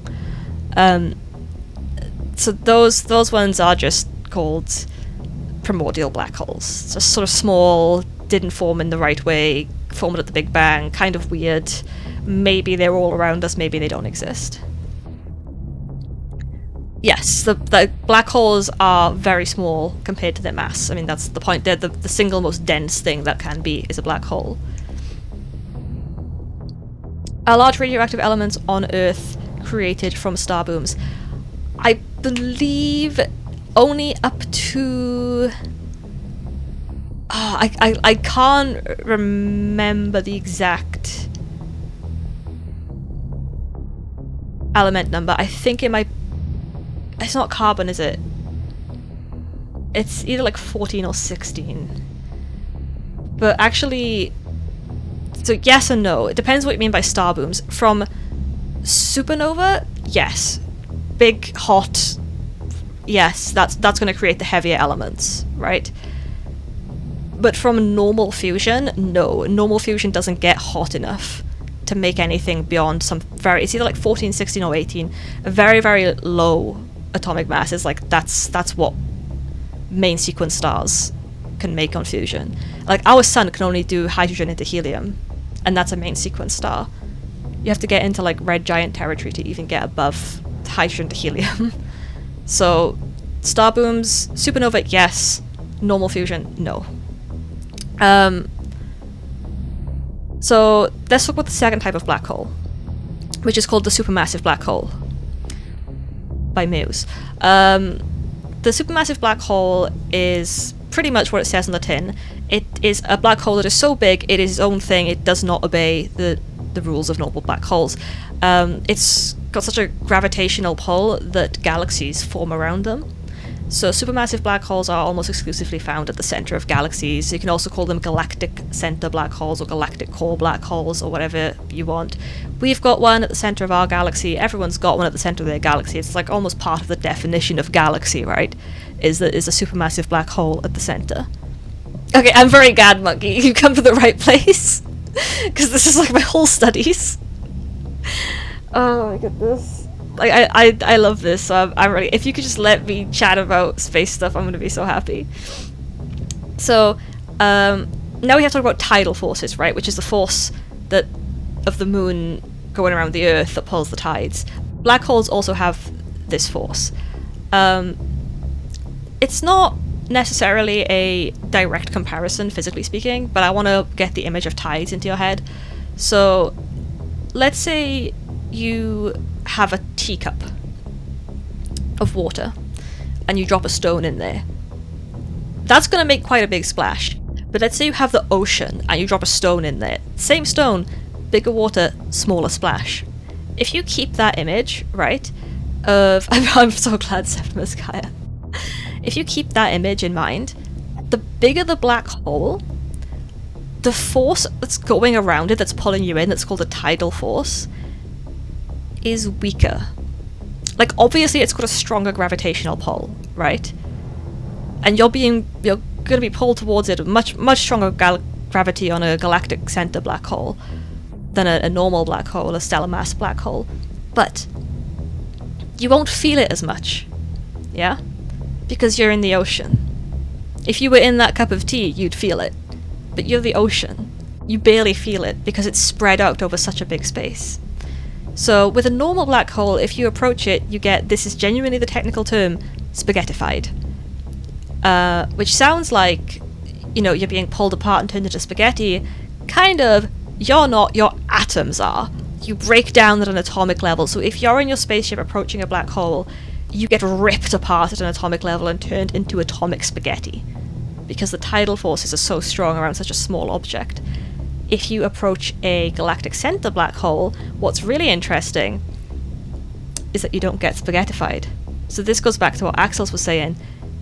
You don't even notice. Don't threaten me with a guitar.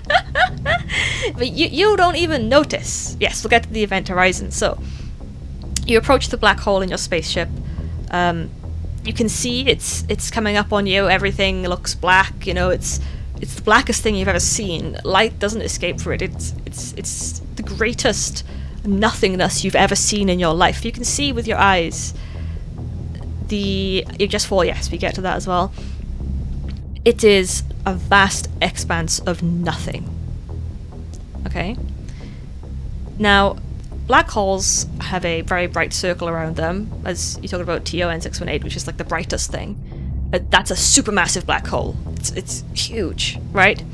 It's billions of suns, rather than, you know, a few dozen suns. And what this is the event horizon. Yes, exactly, Axels. Past the event horizon, nothing can escape. Right, we all know this. That's why it's so bright. Light gathers there. Now, this is the space-time issue. This is the space-time warp. Right? As you approach the event horizon, from your point of view in your spaceship, you just pass it. That's it. Nothing dramatic. You pass the point of no return. You've sat there, you've approached the black hole. Maybe you're trying to get away from it because you know what's going to happen. You pass the event horizon. You're still trying to get away because you haven't realized that you've passed the event horizon. Now, let's take a look from the outside. I am sat outside the black hole at a safe distance observing, and what I see is your spaceship goes ever so slowly towards the event horizon, slowing down, slowing down, slowing down. Right as it touches the event horizon, it stops. Frozen. Forever. Okay? This is the relationship between space and time. It's one thing. It's not necessarily space and time. It's one thing, and it gets warped. And the faster something goes through... if you know what a mathematical vector is, right? Take like a graph in your head. X-axis and Y-axis. Yeah? Now, if I give you something which is entirely on the x-axis, it's a flat line which is parallel to the x-axis, it has nothing in y, and vice versa. If I give you something on the y-axis, it has nothing in x. If I give you y equals x, we get a 45-degree line. Time and space is a vector. So the faster you go through space, the slower you go through time, and the faster you go through time, the slower you go through space. Right? Righteous, yes. Thank you. Thank you, monkey. So at that point, we are traveling so fast through space, what you appear to be traveling is zero through time. From the outside perspective of a black hole, you approach the event horizon. This is going to be on the test. This will be on the test. Yes, Kitty. You approach the event horizon and you just stay there forever. And I can come and see you, frozen in time. Whenever I want, I can go home, I can come back, you're still there. You will always be there. Until the black hole emits so much Hawking radiation that it dissipates, which is how they die, and we will get to that because there is a huge paradox in black holes that we don't understand what it is. And I have literally argued with my physics professor about this because it's one of the major paradoxes in astrophysics right now. Well, here's the thing, Septimus. What happens to us on the outside is it does just stop in that moment in time, but what happens to the person in is that they don't notice it. They don't stop. They just go in. They don't know there's an image of them frozen outside. They're inside the black hole. So because of that, and because nothing, and I mean nothing, can escape from a black hole, not light, which is why it's called a black hole, hey? Structurally, in astrophysics, we consider what goes on the inside of a black hole to be a different universe, right? Because nothing that happens inside the black hole can ever leave the black hole. Nothing, no information can leave. No particles can leave. Nothing can leave. Nothing can leave. So what goes on in there may as well be its own alternate timeline. It's a closed system, right? It cannot affect anything outside of it. So functionally, it's its own universe. It functions like our universe, right? Where we don't know what goes on outside of our universe. We don't know if there is an outside of our universe. To us, outside of our universe does not exist. It's constantly expanding, like a black hole constantly expands, but what goes on outside of there, it doesn't exist. If it did exist, it still doesn't exist because nothing can ever go out of it. This is the limits of our universe. Black hole is like that. This is why a lot of very prominent physicists believe that black holes may cause new universes. That's what's in a black hole, is a new universe, right?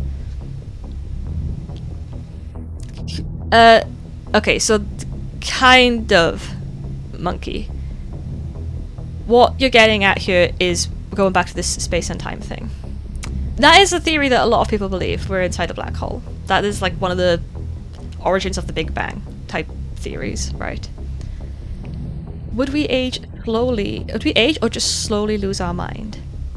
Here's the thing, like, we actually don't know. Einstein said that black holes couldn't exist only theoretically because they were so stupid, and we now have pictures of them as of 6 years ago. Was it 6 years ago? Like, this is cutting edge astrophysics. And we'll get to the paradox in a second, because that shows you how cutting edge it is. We don't have all the answers. So what you would likely actually visually see inside a black hole as you approach, yes, silly stupid black holes, as you approach the singularity, is you would sort of see your body stretching out before you. Like, all we theorize, again, we don't know this, what we theorize, what is generally accepted, is that the center of a black hole is a singularity, which is where all the stuff has gone, right? Now, what is the singularity? Because it doesn't obey normal physics laws, it doesn't obey space-time, so what is it? We don't know. Could be anything. Could be a Big Bang, could be a new universe in there, could be a wormhole, right? Like, Stephen Hawking thought it might be a wormhole. We just have no idea. Like, make up your own sci-fi stuff. Because whenever we find out, if we can ever find out, because you can't ever get information out of a black hole, if we ever find out what's going on inside the singularity, it'll definitely be stranger than anything you can come up with. Absolutely. Hello, Liverpool. I'm doing great. We're talking about space stuff. How are you doing? But absolutely, Septimus, it's like, we are open to interpretation on whatever you think is inside a black hole, because you don't know any more than I can possibly know, or the finest physicists of our time. Because we can't find out anything. We cannot get information out of it. Oh, thank you so much! Actually, I'm really insecure about my voice, so thank you so much, Liverpool. That makes me really happy. Yeah, so we're talking about astrophysics, because I am currently a student of astrophysics. And we got onto a black hole topic, which is like, I'm doing a project on gravitational waves right now. So we're doing the simulation of what happens when you go through a black hole.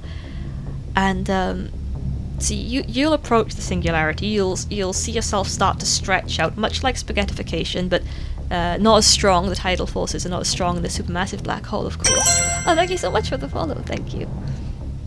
And then you'll hit the singularity, and we have no idea what that means. Now, going back to what Monkey was saying, every direction in a black hole is forward, okay? You physically can't move anywhere else. Now, you might be tempted to think that when you're inside a black hole, you get pulled towards the center, which is the singularity. The truth is, our minds are not made to comprehend what happens to space-time inside a black hole. It is warped to such an extent. It's like this, right? We move forward through time, generally speaking, at a speed of 1 second per second. We don't go backwards through time. We don't go side to side through time. We just simply move forward at 1 second per second. Inside a black hole, space does that. Like, we don't perceive directions in time. We don't perceive it. We perceive space as a 3D thing, up, down, left, right, front, back. We don't perceive time that way. Time just goes. We don't even think about time that way. Time is more like that than we realize, but because of who we are, what we are, the nature of our being, we just don't ever think about the passage of time. It's so natural that time moves forward at 1 second per second, right? Inside a black hole, space does that. There is only forward. There is no left, right, up, down. All other dimensions cease to exist. You just go forward at a normal pace, at the standard pace, and you go forward towards the singularity. Again, what is the singularity? We have no idea. It's what's at the middle of a black hole, but even middle loses meaning. So that's why Monkey's saying, like, you can look to the side and see the back of your head. All direction loses meaning. There is no meaning to the word direction. There is no forward, up, down, left, right. There is only singularity, and you are going to it. The center of the black hole is everywhere. Space loses meaning inside a black hole. what happens if two event horizons somehow meet? That is not impossible. That's very possible. It happens all the time, and we have detected it. And I'm doing a project about this right now. I want to say, let me look it up. If I can tell you the phrase to Google, GW for gravitational wave. 190521. Right, that's what I'm currently doing my project on. That's GW 190521. And let's see. Take a look at that. Take a look at that. That is a gravitational wave. So we've been able to detect gravitational waves for the last 10 years or so. And this thing is a gravitational wave that comes from the merger of two black holes. That's exactly what happened. And basically, Septimus, if two event horizons somehow meet, they merge into one even bigger black hole. So what's interesting about this merger, right, is that the resultant black hole is actually slightly lighter than the two. So if you have a black hole with a mass of about 30 suns and a black hole with a mass of about 40 suns and they merge, you're expecting a resultant black hole of a mass of about 70 suns. But you'll actually get one with a mass of about 67, and then that extra few suns worth of energy gets released in a blinding flash, which is more energy than all of the stars in the universe combined. I know only 3 solar masses released as energy is more energy than the stars in the universe combined that is produced at any given moment, right? That ripples throughout the cosmos. So the gravitational wave 190521 we picked up happened 7 billion years ago, about half the life of the universe ago, of 2 pretty big black holes. In the, for normal sized black holes, for baby sized ones. They were pretty big for stellar mass black holes. So big that we think they may be mergers themselves, and they merged to form an even bigger black hole. And you can actually, gravitational waves, because they are a waveform, can be listened to. And we've detected not 1, not 2, but many black hole mergers now over the last 10 years. And you can go ahead and go online and listen. If you remind me after the stream, I'll put a link to the actual website. Neutron stars, yes. Exactly, monkey. And it's dense, isn't it? Not heavy. But it would be, neutron stars would be second. And then going up you get all the other sort of various stars have collapsed into small things. Second densest thing in the universe might just be who we feeling particularly mean towards today.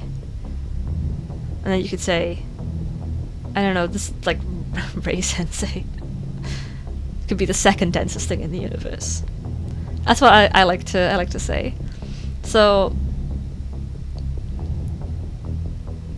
even though it seems impossible, it's happened and we've detected it, but like I said, only in the last 10 years. Isn't that crazy?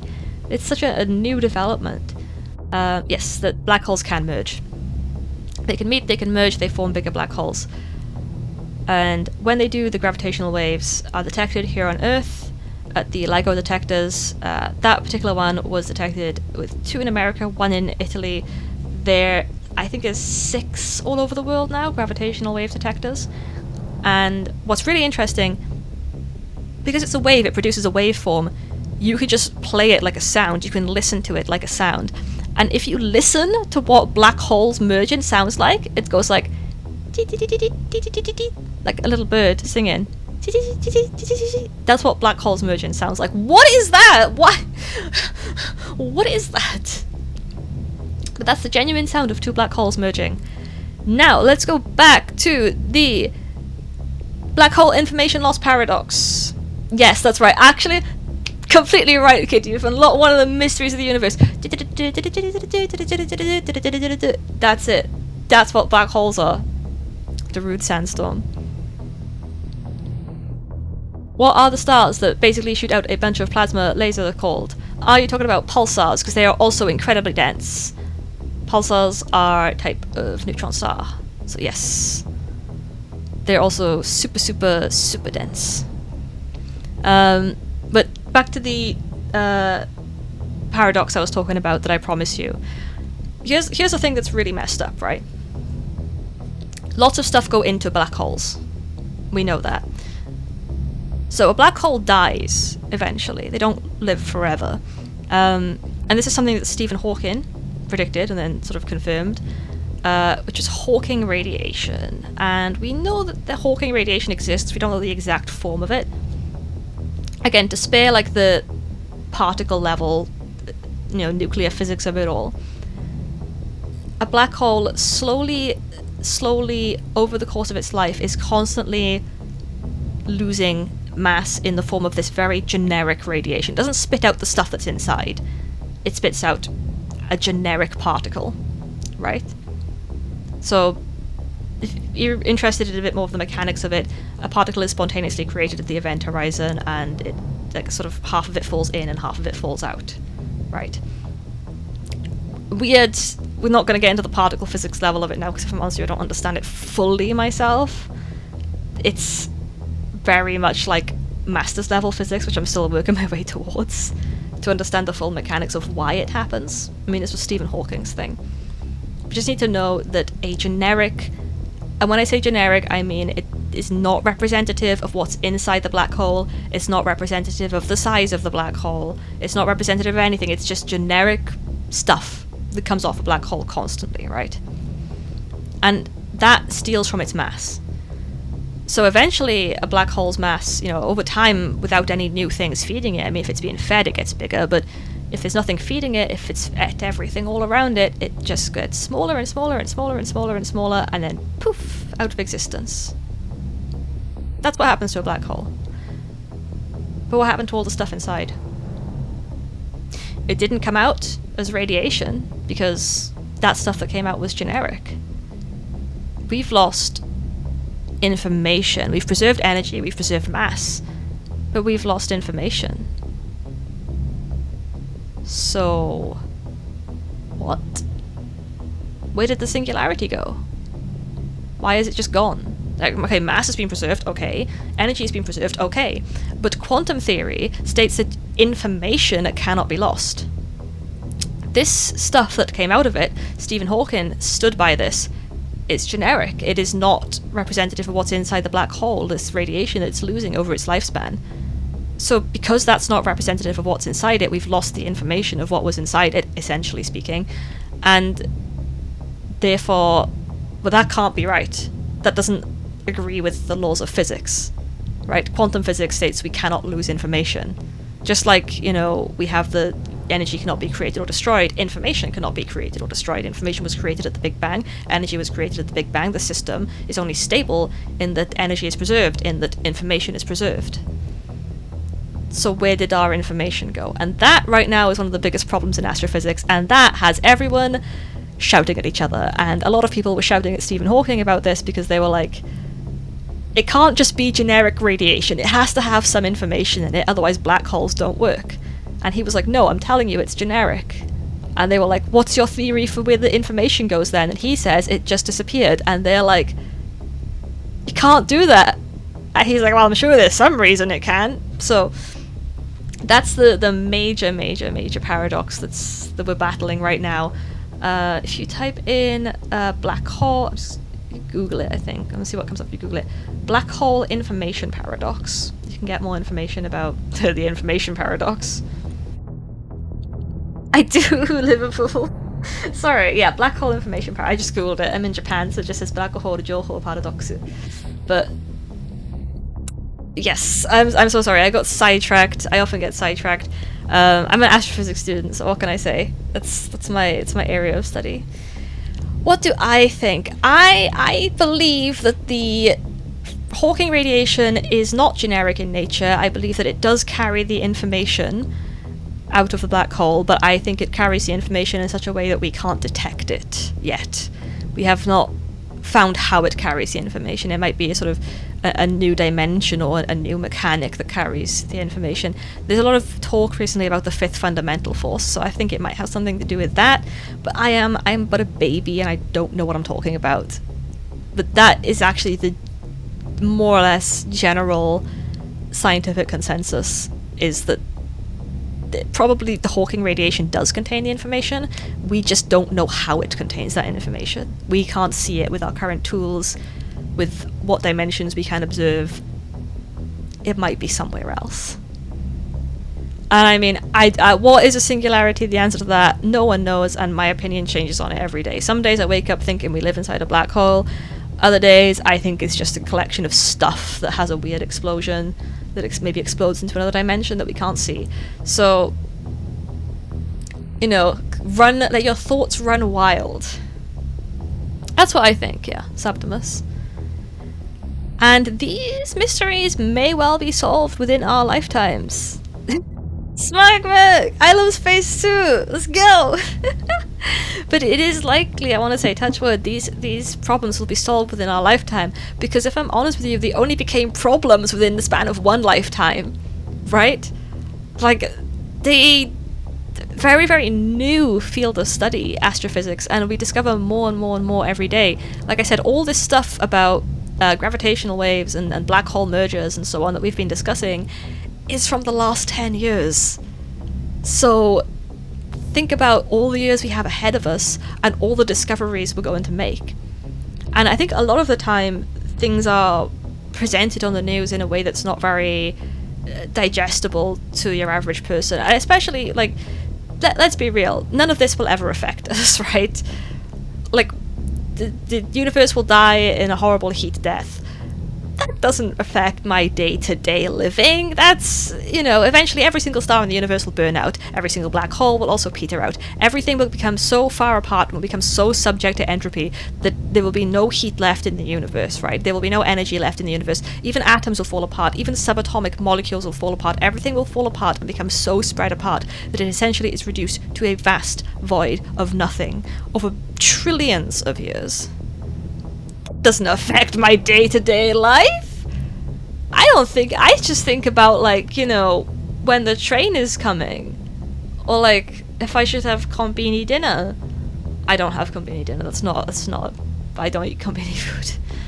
I think about, like, you know, I have to go to the bank.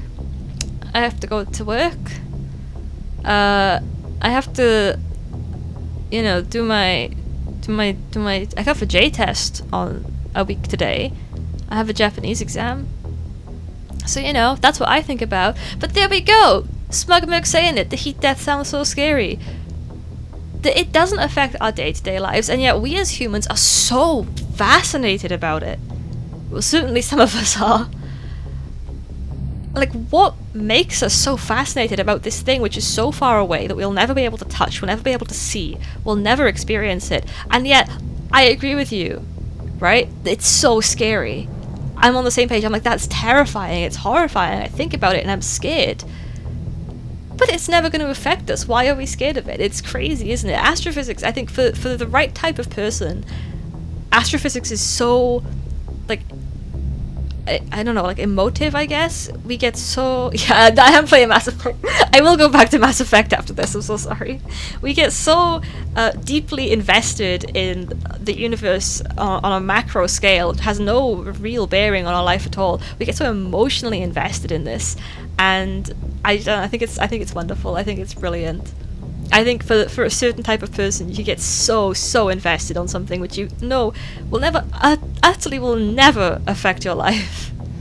Yeah, sorry, Kitty. Right, let's go back to playing. I was going to say to playing astrophysics.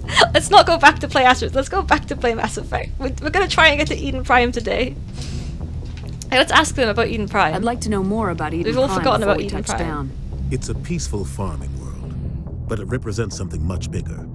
Eden Prime is one of our oldest and most successful colonies. It proved we were ready to face the challenges of settling new worlds, to forge a place for humanity beyond Earth. I'm definitely on time for that, Kitty. Humanity's growth and evolution as a spacefaring species. And after this, It will be known as the world where humans made a discovery of galactic importance. So he's thinking that the beacon we're going to find is of galactic importance. Interesting. Yes, I love Mass Effect. Liverpool. I don't think I've played it 20 times, but I've played it a lot of times. 1 hour 22. What's the longest playthrough of Mass Effect ever while stopping to explain every single astrophysics phenomenon in the game? I love speedruns though, I love watching speedruns. So, Septimus, as for how the universe... I won't go into detail, don't everyone just don't go at the same time. As for how the universe ends, it is almost certainly going to be a heat death. There were a lot of alternate theories, but recently it's settled on a heat death, which is the expanding until everything is just so far apart it breaks down and it can't exist anymore. There is a little force holding everything together, and once everything is too far apart, that force will just give up and then will turn into nothing. Thomas Todd style. It all returns to nothing. Physics degree %? Let me check. Yep, exactly. That's the kind of Mass Effect Why we're is this playing. beacon so So what's on this All beacon? advanced galactic civilization is based on Prothean technology. Even yours. If we hadn't discovered Thank you those so much, Prothean Liverpool. ruins buried Oh, on Mars, I'm blushing. we'd still be stuck on Earth. That was just a small data cache. Who knows what we can learn from this beacon? What if it's a weapons archive? We can't let it fall into the wrong hands. I mean, Anderson did just say something stupid. He did say if we hadn't discovered that, information from the Protheans on Mars, we'd still be stuck on Earth. Hate to tell you, but Mars already isn't Earth. So, maybe check a galactic map. The Big Crunch, yes, that is what I believe Septimus was referring to. The Big Crunch is pretty much dead in the water, as a theory goes now. Wait, it's not? I hate to say this, guys, but Mars is actually a different planet. Mind blown! Who would have thought? Oh my goodness, okay. You can't let it fall into the wrong hands. What wrong hands? The Attican Traverse isn't the most stable sector of Raiders and so on. Generic, faceless villains. They might figure a Prothean beacon is worth gonna the risk open of it off. attacking an Alliance ship. Plus, Eden Prime is right on the border of the Terminus. Terminus systems. What's that? The Attican Traverse is under Citadel protection. If the Terminus systems attack, it's an act of war. Technically, yes. But some of the species in the Terminus might be willing to start a war over this. The last thing the Council wants is to get dragged into a major conflict with the Terminus systems. We have to keep this low So, key. we're in Citadel space. Eden Prime is on the border of Citadel space, just about. And beyond Citadel space, what the Citadel doesn't control is the Terminus systems. That is like the sort of lawless whatever is out there. All these planets and moons and so on, filled with people that don't agree with the Citadel's laws. Maybe they just live out there. Maybe that's just their home. Maybe it's a colony. Maybe it's rebels. Maybe it's raiders. But it's certainly not safe out there. What they're saying is that some of those people might be like, actually, I'm willing to start a war with the Citadel over this because that's how big this discovery is. So it's a pretty big discovery. We're thinking a lot of technology, a lot of crazy stuff. Batarians Blair, yeah, exactly. I mean, we picked the Soul Survivor background, so. Right, let's go. Just give the word, Captain. Let's go We should pick be up getting this. close to Eden. Captain, we got a problem. What's wrong, Oh, the Joker? outer rim. Transmission Yeah, from the outer Eden rim. Prime, sir. You better see this. Oh, Bring what's it up on this? screen.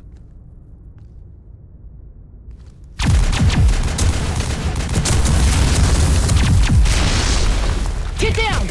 Not as safe as we thought.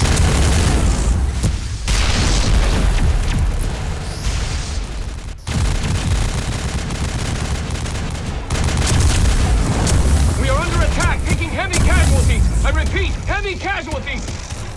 We can't get evac. They came out of nowhere. We need.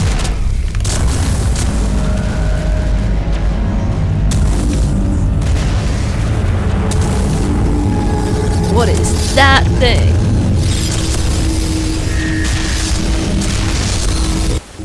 That was a freaky looking spaceship. You Everything see cuts out that? after that. No comm traffic at all. Just goes dead. There's nothing. Reverse and hold at 38.5. Tell us what to do, Dad. Ah, freaky spaceship. Status report. 17 minutes out, Captain. No other Alliance ships in the area. Take us in, Joker, fast and quiet. Let's go, This let's do mission it. just got a lot more complicated. Things a small just got strike team can move complicated. quickly without drawing attention. It's our best chance to secure the beacon. That's a scary spaceship. Grab your gear and meet us in the cargo hold. Not just a claw thing, it looks like a claw, doesn't it? Oh, wait, Tell Smugmug, Alenko how'd you to read suit me up. so much? Absolutely, 100% Garrus Vakarian. What's with the read? Am I that easy to read? I am a Engaging big stealth systems. Garrus fan. Right, let's go, let's go. Somebody was doing some Stealthily. serious digging here, Captain. Your team's the muscle in this operation, Commander. Go in heavy and head straight for the dig site. Prime is just a giant claw machine. Captain? Helping survivors I is a love that. secondary objective. The beacon's your top priority. Approaching drop point 1. Nihilus, you're coming with us? It's going ahead. I move faster on my own. Nihilus will scout out ahead. He'll feed you status reports throughout the mission. Otherwise, I want radio silence. He can count on us. Got his back, Captain. The mission's yours now, Shepard. Good luck. He is. I love Garrus. Like, I'm sorry, we're approaching gonna be drop doing point Garrus 2. romance. I can't help myself. I cannot help myself. It's either Garrus or Tali, obviously, or Joker. I would date any of them. Okay, so to summarize, we're on Eden Prime, which is a perfect. Now, I'm also gonna say this for everyone that's played Mass Effect before. For the benefit of people who've never played Mass Effect, we're gonna be going in with no spoilers and revealing it to them as they've gone along. I've played these games plenty of times, but the story is very, very wonderful, so I'd like everyone to experience that. So let's keep spoilers out of chat, but lore dumping is fine. So we've come to Eden Prime, perfectly safe and wonderful human colony, which is just on the dangerous borders, to pick up a beacon from this ancient civilization, which may have super duper technologies on it.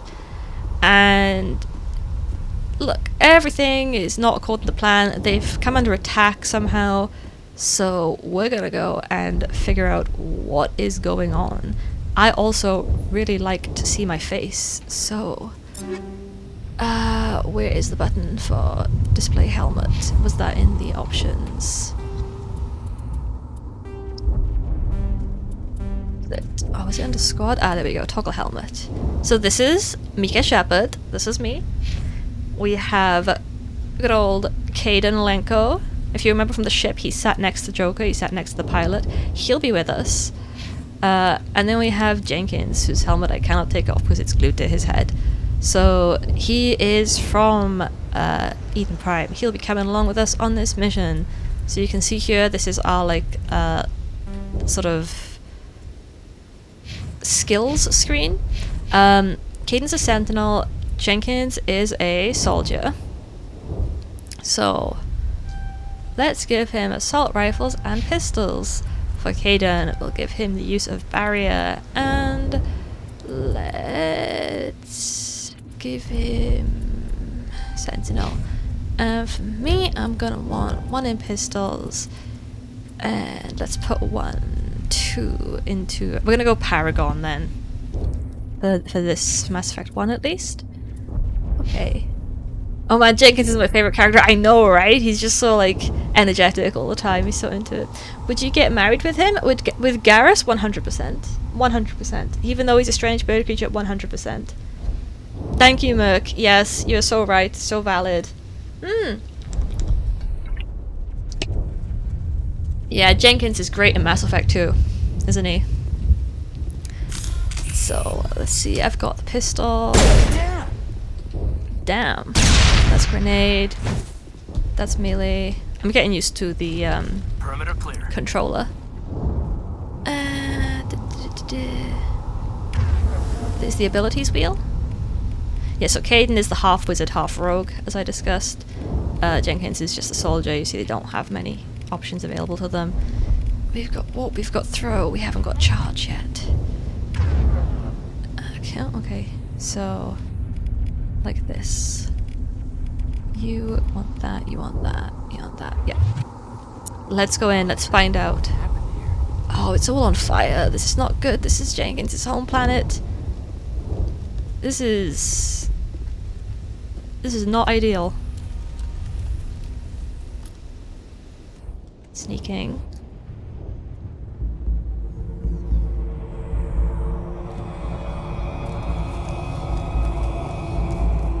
Sneaking. There's some of those puff bag alien things from before. Drones! Oh, they killed Jenkins. He's immediately dead. Oh well. So, what is a Geth recon drone, guys? What is that? Oh wow, that trigger does not want to stay down. Oh. I keep pressing X to reload, even though that's for grenades. I keep forgetting the guns in this game just reload automatically. Well, you didn't last very long, did you? Rip right through his shields. We're out of chance. Alright, it's just me and you now, pretty boy. Let's bury him. We'll see that he receives a proper service right now. once the mission is complete. Jenkins, no! R.I.P. Jenkins. Aye, aye. He was the best character. You're the first guy to die in. The first guy to die to the flood in Halo is also called Jenkins, isn't he? I always found that very interesting. If your name is Jenkins, oh god, where's Jank? Oh, where's Jank? Oh, he's dead. He's already dead. Caden, move.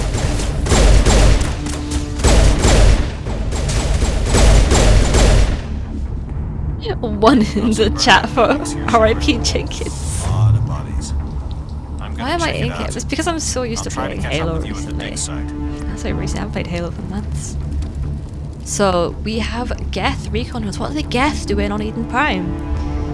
Well, we'll talk about what the Geth are when we get to see them. Right now, we just got their little drones. Please go into cover, thank you. Okay. And these little sort of alien creatures, little guys. How are you doing? Exploded.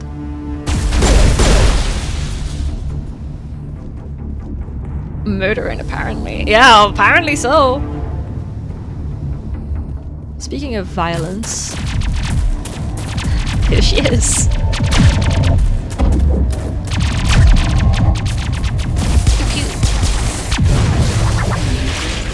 As much as Jenkins is dead, we do need a soldier class. Oh, this is unfortunate. That's not a good sign. Never good. And what's the robots? Oh, there are like people-looking robots. Alright. Oh, I wish I had charge on my shotgun. Alright, that's them taken care of. Thanks for your help, Commander. Gunnery Chief Ashley Williams of the 212. Ashley Williams. You the one in charge here, ma'am? Who would win, Master Chief or Commander Shepard? I love Commander Shepard, but Master Chief would absolutely squash their head like a pea. I mean, Commander Shepard is a human. Master Chief is extremely augmented. Right, like, I love Shepard. I mean, I love Mass Effect, I love Halo, you can't ask me to choose. But she's cute. Yay, thank you, I tried very hard on her. Oh, you mean Ashley? No, never mind. Vlad the Impaler? What are you doing here? Oh, that's what we're gonna find out. Are you wounded, Williams? Are you okay? A few scrapes and burns, nothing serious. Oh, everyone you know and love died? Oh my god, me too! We have so much in common. Patrolling the perimeter when the attack hit. We tried to get off a distress call, but they cut off our communications. I've been fighting for my life ever since. In these things. Any idea what kind of enemy we're facing? Geth. I think they're Geth. The Geth haven't been seen outside the Veil in nearly 200 years. Why are they here now? They must have come for the beacon. The dig site is close, just over that rise. It might still be there. You're with us now. We could use your help, Williams. Aye, aye, ma'am. It's time for payback. Let's talk about the Geth. What else do you know about the Geth? Just what I remember from history class back in school.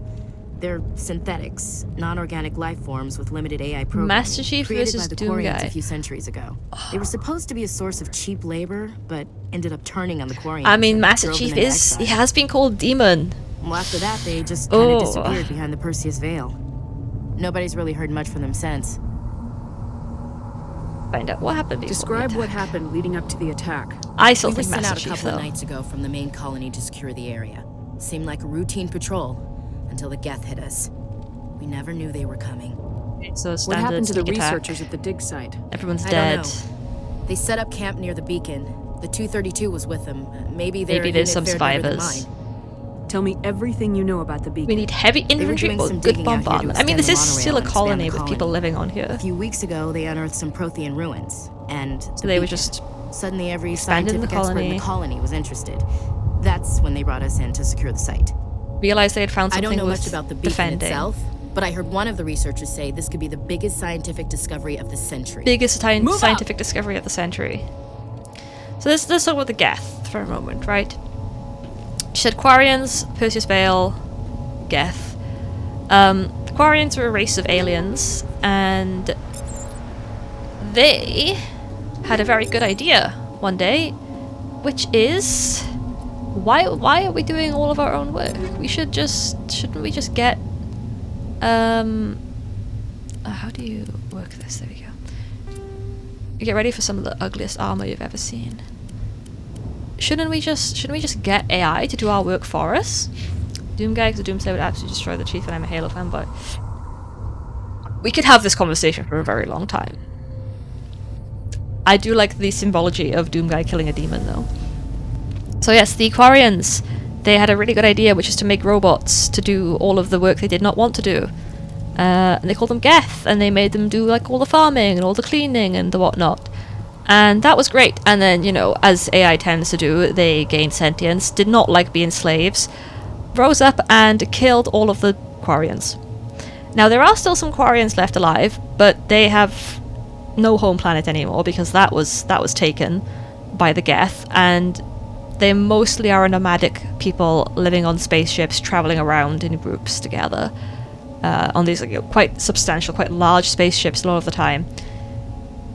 This has had a few implications. Implication 1, they no longer have an immune system, really, because they're used to living in a hyper-clean spaceship environment, so after generations of doing this, the Quarians now no longer can be exposed to any pathogen. They'll just die instantly, which means they have to wear spacesuits 100% of the time.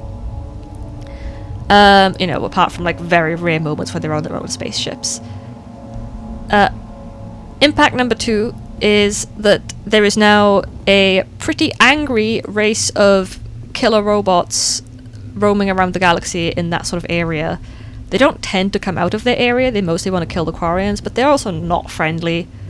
They did not like the part where they were made to be slaves. And they are the Geth.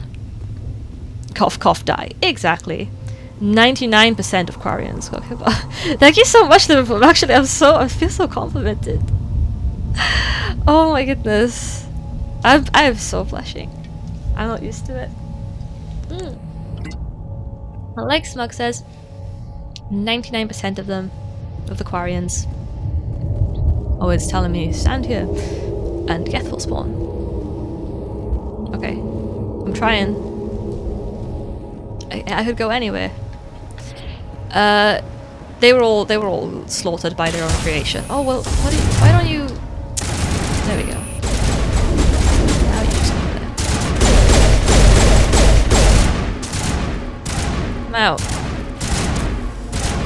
You fool. Williams, do not walk in front of me. Okay, I know. Oh, it's the tech. Oh, excuse me. Can I not even get it out? Oh, I can get it out.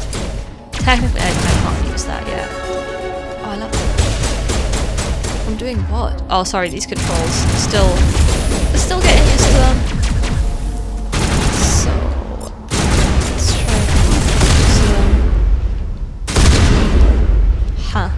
Yeah, huh, indeed. Okay. Cool, good, fun. That's dig side. I'm gonna open this box first. Okay, we have some items. Gonna have to upgrade my guy's items. Trouser sorting, if you will. This is the dig site. The beacon was right here. It must have been moved. By who? Our side or the Geth? Hard to say. Maybe we'll know more after we check out the research camp. Then let's go. go. Make for the camp. It's just on the top of this ridge, up the ramps. Teabag time. Oh, thank you so much, Seb. Change of plans, Shepard. There's a small spaceport up ahead. I want to check it out. Except the Geth don't I'll try wait for you and there. make cyborgs. Ah, yes, the Borg. Yes.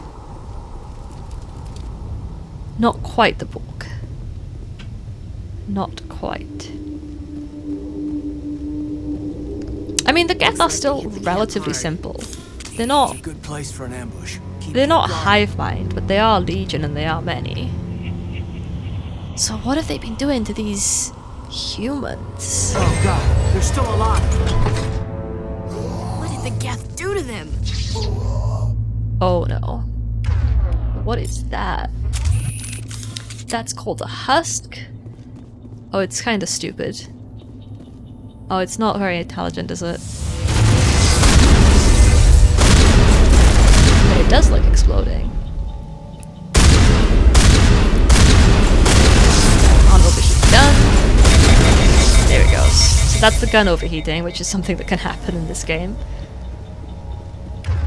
We don't have ammo, but we do have guns that overheat if you use them too much. So that's nice. That's far more annoying, and they get rid of that in the second game. We go to having ammo, but it's not called. Oh, I'm standing in fire. It's called heat sinks. Okay, let's see what we can loot from here. I'm taking all your stuff. Don't worry about me. They're totally gonna make me a Spectre, guys. They said I was gonna be made a Spectre after this. So, Security locks engaged. right, we can do some hacking now. So you know, as a Spectre, you can do whatever you want, right? Zombies time, exactly. Okay, so I need to remember the hacking system in this game. Humans, thank the Maker. Wrong game, that's Hurry, Dragon Age. Close the door before they come back. You're okay. Don't worry, we'll protect you. Thank you. I think we'll be okay now. It looks like everyone's gone. You're Dr. Warren, the one in charge of the excavation. Do you know what happened to the beacon? Where's the beacon? It was moved to the spaceport this morning. Manuel and I stayed behind to help His pack up legal the camp. abilities, exactly. When the attack came, the Marines held them off long enough for us to hide. They gave their lives to save us. No one is saved. The age of humanity is ended. Soon, only ruin and corpses will remain. You're a Warhammer player. Oh, Smugmug, are you Warhammer Fantasy or 40k? Let's see, what do we need to know? Why is he... What's wrong with your assistant? Unwell. Manuel has a brilliant mind, but he's always been a bit unstable. Oh, he's just a Genius normal and mad madness are two scientist. sides Sorry, of the okay, same I thought there coin. was something Is it alien. madness to see the future? To see the destruction rushing towards us? To understand there is no escape? No hope? See the beacon, guys. I am not mad. I'm totally the seen the only beacon. sane one left. I gave him an extra dose of his meds after the attack. Can't say I can shut him up. That's mean. Yeah, so we don't know Can what you the tell beacon me is. anything about the beacon? It's some type of data module from a galaxy-wide communications network. Could be very good Remarkably scientific well-preserved. discovery. It could be the greatest scientific discovery of our him, lifetime. no. Miraculous new A technologies, paragon. groundbreaking medical advances. Who knows what secrets are locked inside? We have unearthed the heart of evil, awakened the beast, unleashed the darkness. Manuel, please. This isn't the time. What can you say? The What else Geth, can you tell me where'd they about come the from? attack? Tell me about the attack. It all happened so fast. One second we were gathering up our equipment. The next we were hiding in the shed while the Geth swarmed over the camp. Agents of the destroyers, create the Daleks. bringers of darkness, heralds of our extinction. We could hear the battle outside. Gunfire, screams. I thought it would never end. Then everything went quiet. We just sat there, too afraid to move, until you came along. And what about Did our you friend? notice a Turian in the area? I saw him, the prophet. The leader of the enemy? He was here That doesn't sound like our before buddy. the attack. That's impossible. Nihilus was with us in the Normandy. What's before going on the here? attack. He couldn't have been here. I'm sorry. Manuel's still a bit unsettled. No, he's We clearly haven't seen our Turian. guy. We've been hiding in here since the attack. Yeah. Williams, take us to the Seemingly. spaceport. You can't stop it. Nobody can stop it. Night is falling. The darkness of He's seen eternity. some stuff. Hush, Manuel. Go lie down. You'll feel better once the Oh, medication kicks bloody in. ad break coming. Okay, on the ad break, I'm just gonna loot the I'm gonna loot the stuff from these guys. You're wasting your time. The age of humanity is over. Our extinction And is talk to inevitable. Manuel. Manuel, I need to ask you something. It's probably best if you just leave him alone. I don't have time for this. Apparently I don't have time for Our this. time is over. Wasn't there like, you can loot the stuff in here? Am I mistaken? Yes? Is there something you need? We better get moving. Good luck, Commander. Luck won't save you. Luck won't save you. Perhaps I'm mistaken. Okay, so there's a little firefight here. So I'm just gonna take care of this firefight on the ad break. Oh, first we have. Oh no! Wait. Quickly dismiss the ad break. Dismiss the ad break. No, I tried to snooze it. Never mind. I missed. Saren. Cutscene. Nihilus. This isn't your mission, Saren. What are you doing here? His friend. The Council thought you could use some help on this one. Okay. They didn't I wasn't tell expecting us. to find the Geth here. The situation's bad. Don't worry. I've got it under control.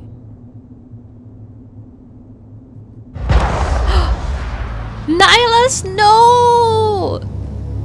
He was too hot to die. What is that? Off in the distance. It's a So, Look at the look at that. Where's Axel's? Come look at the claw. What does that look like?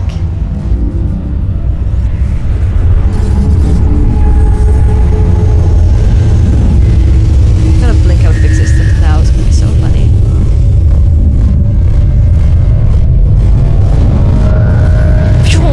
Off it goes. Oh, Smug, I actually am really into Warhammer Fantasy, but I've never got into 40k, but I did recently download the Horus Heresy. Start reading. So, Nihilus got shot in the back of the head by a guy that he thought was his friend. Oh, I forgot how useless anything with a shotgun is against these guys. That's not a good sign, generally. So, where's the other guys? Yeah, that's a little suspicious, I believe.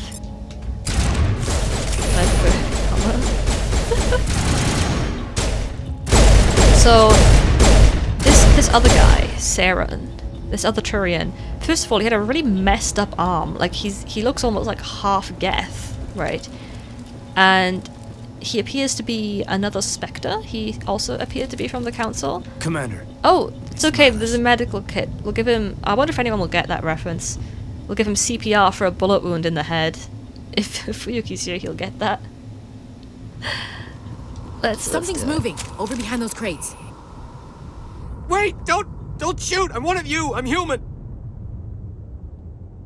Sneaking up on us like that nearly got you killed. That was not a I'm good sorry, strategy, I was my hiding friend. from those creatures. My name's Powell. I saw what happened to that Turian. The other one shot him. What other one? What the hell are you talking about? There were two Turians here. Your friend and another one he called Saren. I think they knew each They other. were boyfriends. Your friend seemed to relax. He let his guard down. And Saren killed him. Shot him right in the back. I'm just lucky he didn't see me behind the crates.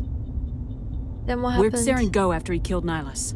He jumped on the cargo train and headed over to the other platform. The beacon! Probably Now we going have after a the beacon. murder mystery thing? Well, it's not really a beacon was mystery. Saren killed him. It's gone to hell since we found it. First that damn mothership showed up, then the attack. They killed everyone. Everyone.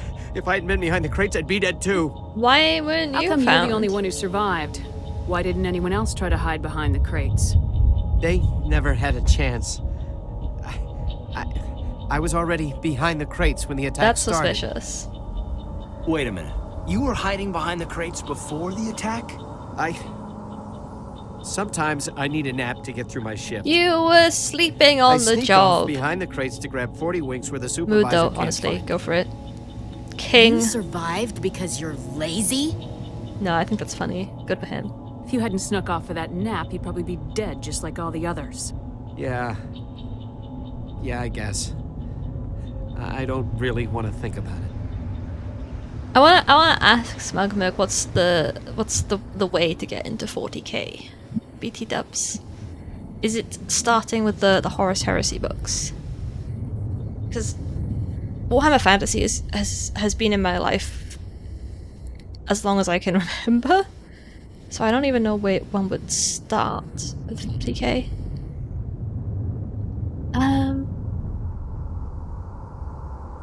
I think we have the information that we need. What is going on with the freaky ship? Mothership you saw. I've never seen anything like it before. It was huge. What's it called? It's a cephalopod, isn't it? That's what it looks like. The whole place got dark as it came down. And it was making this noise, this sound that bored right into your brain. That noise. That's what woke me up. The attack came a few minutes later. Okay. We need to find that beacon before it's too late. Take the cargo train. That's where the other Turian went. Will do. I can't stay here. I need to get away from all this. Yeah, this has not been a good day for Eden Prime. Okay, there's bad guys around the corner. But I want what's in this box first.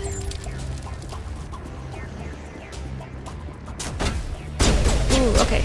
That's good. Yeah, shooting through that. Oh, hey, hello. No, we can just give him bullet wound. We can just give him CPR for a bullet wound in the head. Ah, okay.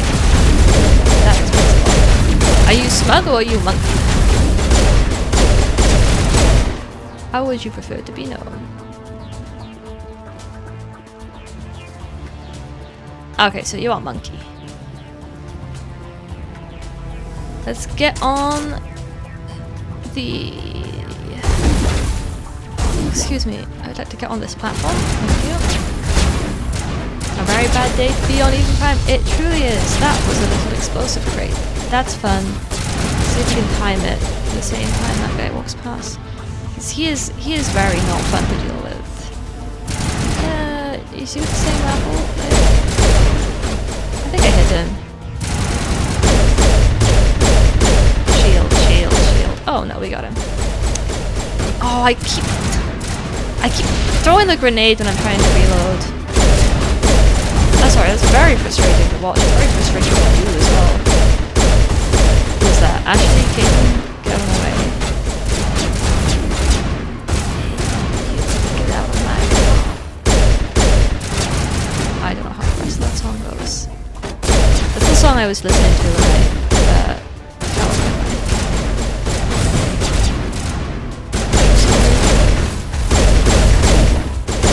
Caden, I swear, oh my god, Caden, and his bum is just in my face. Sorry, I'm fine. I want to open this med. This is far more important right now. I have shields, so go back. What? No way. Vanguard, yes, and Vanguard.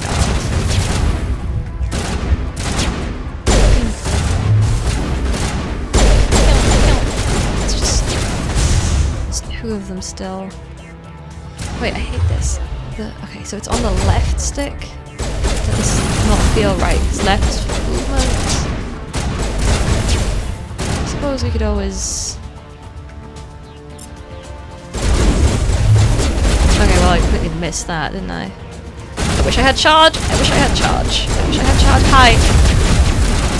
I have no... Don't shoot me, I have no shields.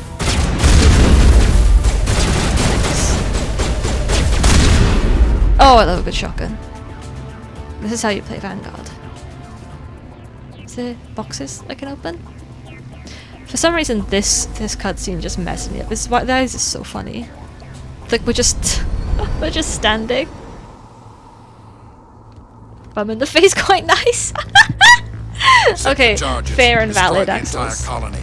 Leave no evidence that we were here. Gath, but working for Sarah now. Why? Why is his arm so messed up? Face also. Little robot eyes. What kind of space magic is that? Okay, he's gonna blow this place apart. Oh, I wish I had charge. Didn't I get 11 with charge in this game? There's no charge in this game. Let's do this though. There's no charge in this game.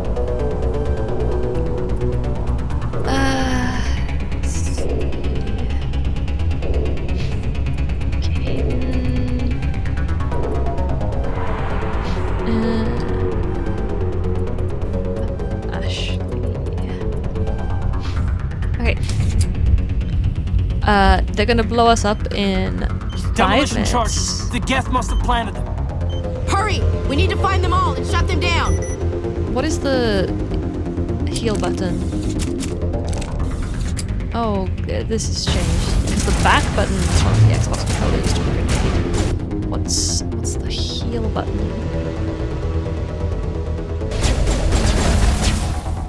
Can anyone tell me what the heal button is on the newest?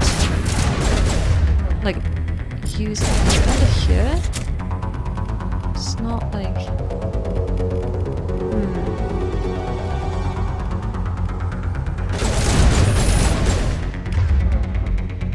The trauma hit her hard character development. It's gonna be... Okay. It's none of those. It's not that. Can someone please Google this for me? Oh no, I don't want to exit the main menu. Controls, key bindings. Okay. What I'm thinking. Shoot fire cannon. Prepare jump jets, boosters, exit. None of these is helpful. Okay, here we go. Yes, these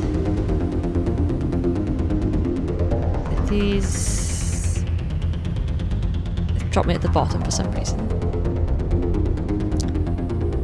This is not helpful. Well, V. Okay. Y apparently. Oh. Hey, it worked. Thank you. Right, we'll go this way first. This is where I would charge. If I had Vanguard charge. Best ability in the games. Caden, oh my goodness. He is doing my head in. Alright. We do actually have to disarm this so we get a game over.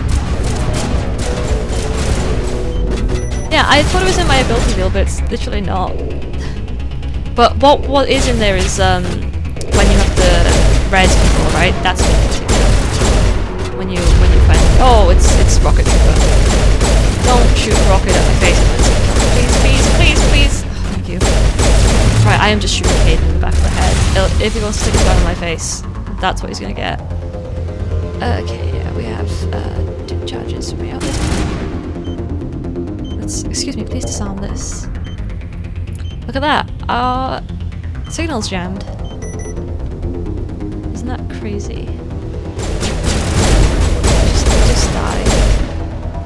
Thanks. Appreciate it.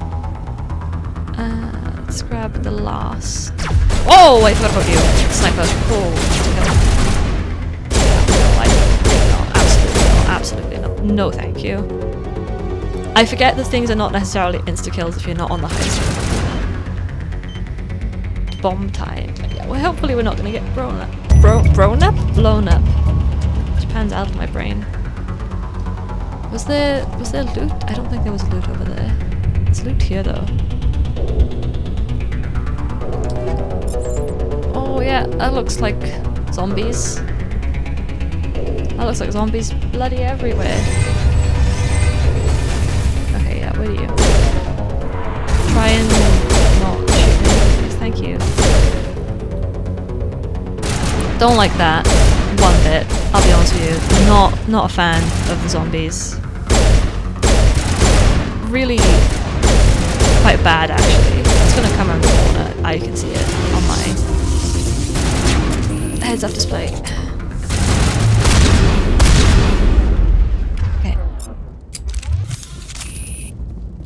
That was a little bit stressful. But it's fine. We lived. Nothing of value was lost. Let's open the storage locker. So, like that. I'll take those. Thank you very much. Isn't that a safe on the wall there that we can open? I think. No. Excuse me while I just use all the Halo controls. It is. And it's all the same. Okay.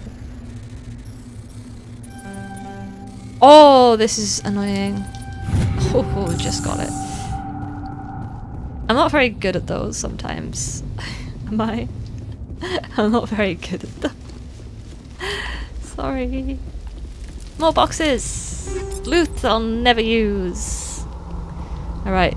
This is it. This is what we've come looking for. This beacon. It's like someone dropped a bomb. That is not good. That must be where the Geth ship landed.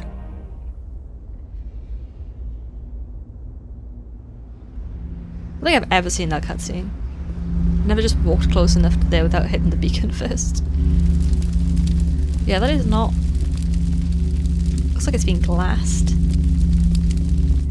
Yeah, it is a confusing item, so let's approach it haphazardly. Or rather, let's have Caden approach it haphazardly because we're playing as Femshep. The beacon is secured. Normandy, the beacon is secure. This is amazing. Actual working Prothean technology. Unbelievable. It wasn't doing anything like that when they dug it up. Something must have activated it. Roger, Normandy. Standing by.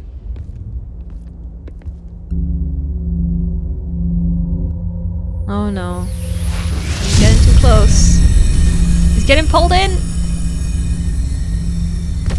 Oh, save the ass man. Yeet! Oh, we're getting pulled in.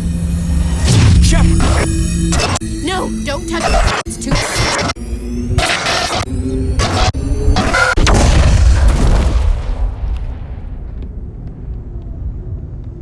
Well, it's exploded. It's gone now.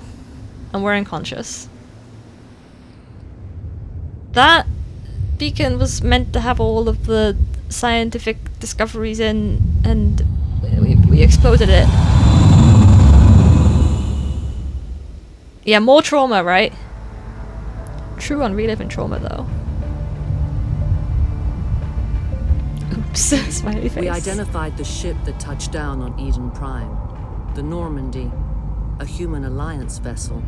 It was under the command of Captain Anderson. Who They is she all managed of to a sudden? save the colony. And the beacon.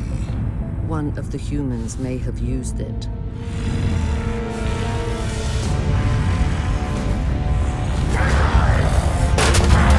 Oh, like that.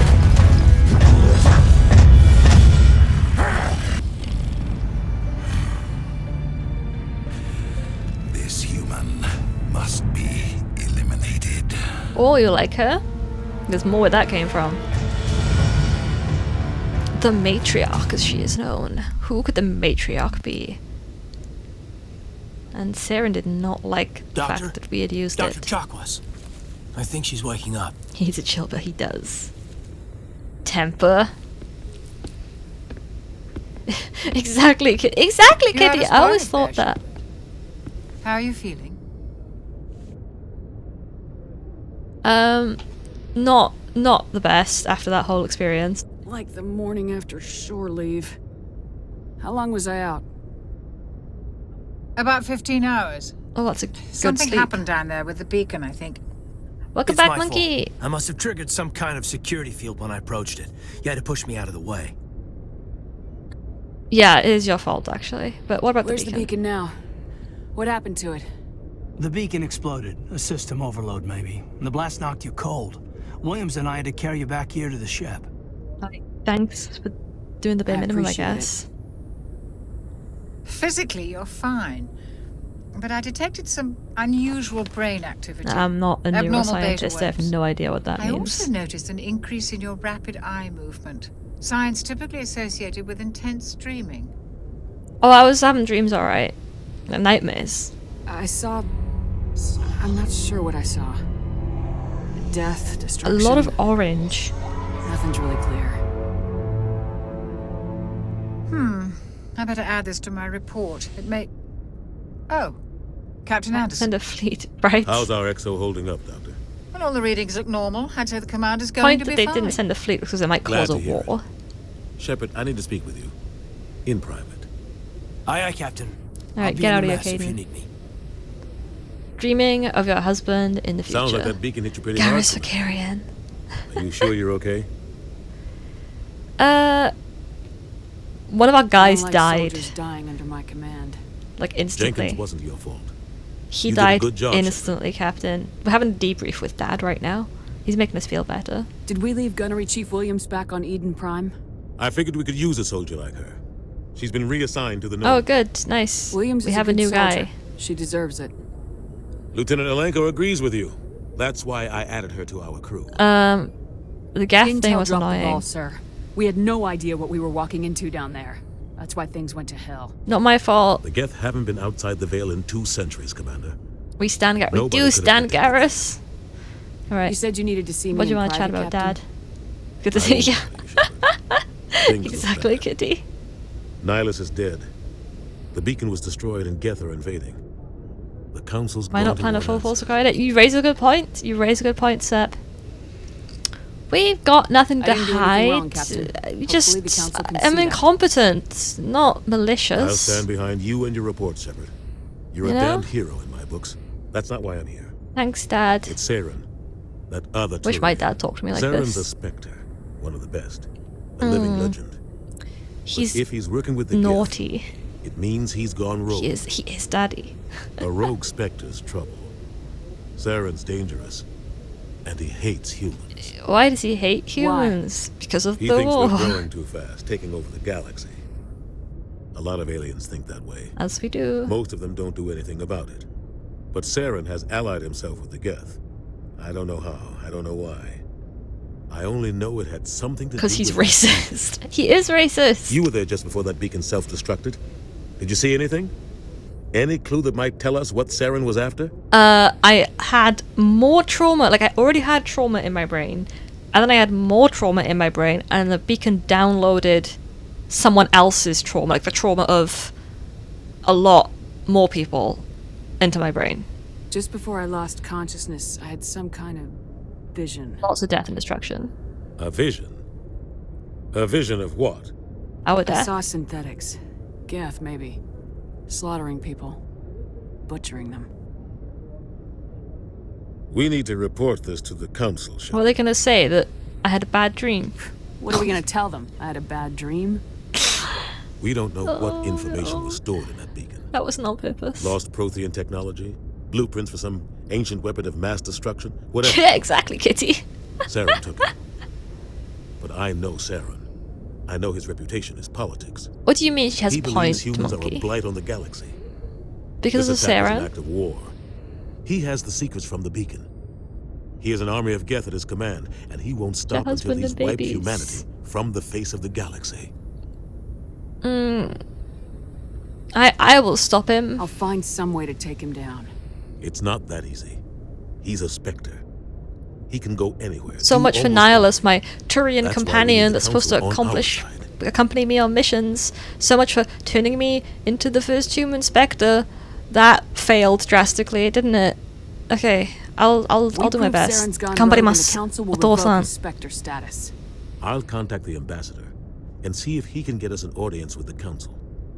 He'll want to see us. Ah as soon yes, as we reach the city. Ambassador Udina, We should be getting close. the representative Head up of to the bridge and humanity in tell Citadel Joker to bring us space. into dock. The most stable and well-adjusted person that we could possibly elect to represent us. Am I right? Let's explore the ship some then. So this is where Dr. Chakwas does science. This is her little med bay. This is where she sits and does medicals. Let's grab some Medigel. Oh, the council doesn't care about humanity. True. Not long to see my movie. I know, I can't wait. I think I'm gonna get Tally first, though. I'm not sure.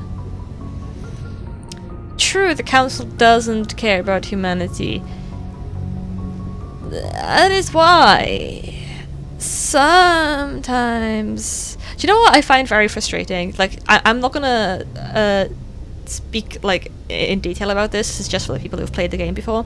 Is how if you make that decision at the end of Mass Effect 1, or rather if you don't make that decision at the end of Mass Effect 1, you would expect to get a bit more respect for the Council in Mass Effect 2, but it is absolutely a slap in the face, right? It's like, especially like saying that they don't respect humanity.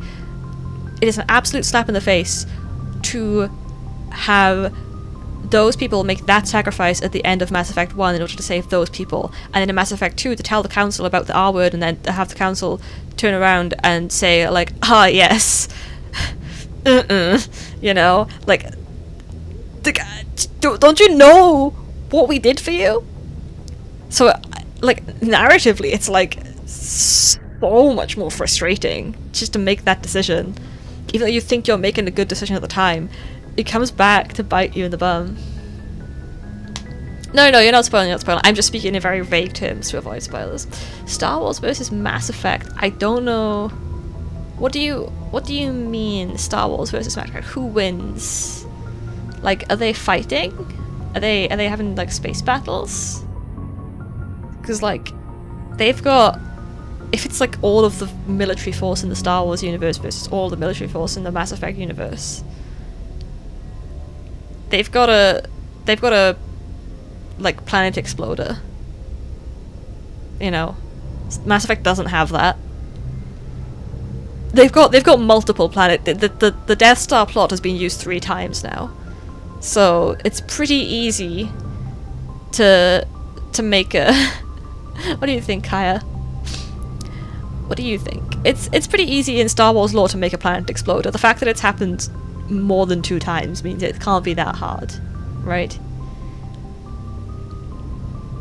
So yeah, probably then what Mass Effect really lacks is lightsabers. Like the like Omni-tool thing does not do it. I'm sorry. I mean, I know it's very cool, but I'd rather have a lightsaber at the end of the day. Now, what does have lightsabers for some reason is Guild Wars 2, which is a fantasy game. They do also have lightsabers. Oh, do you know what I'd like to play on stream at some point is the Old Republic. Knights of the Old Republic, sorry, not the Old Republic, the MMO. Knights of the Old Republic. I'm playing on PC right now, Liverpool. Yeah, I'd like to play KOTOR on stream. That game, I haven't played that for a very long time. That game?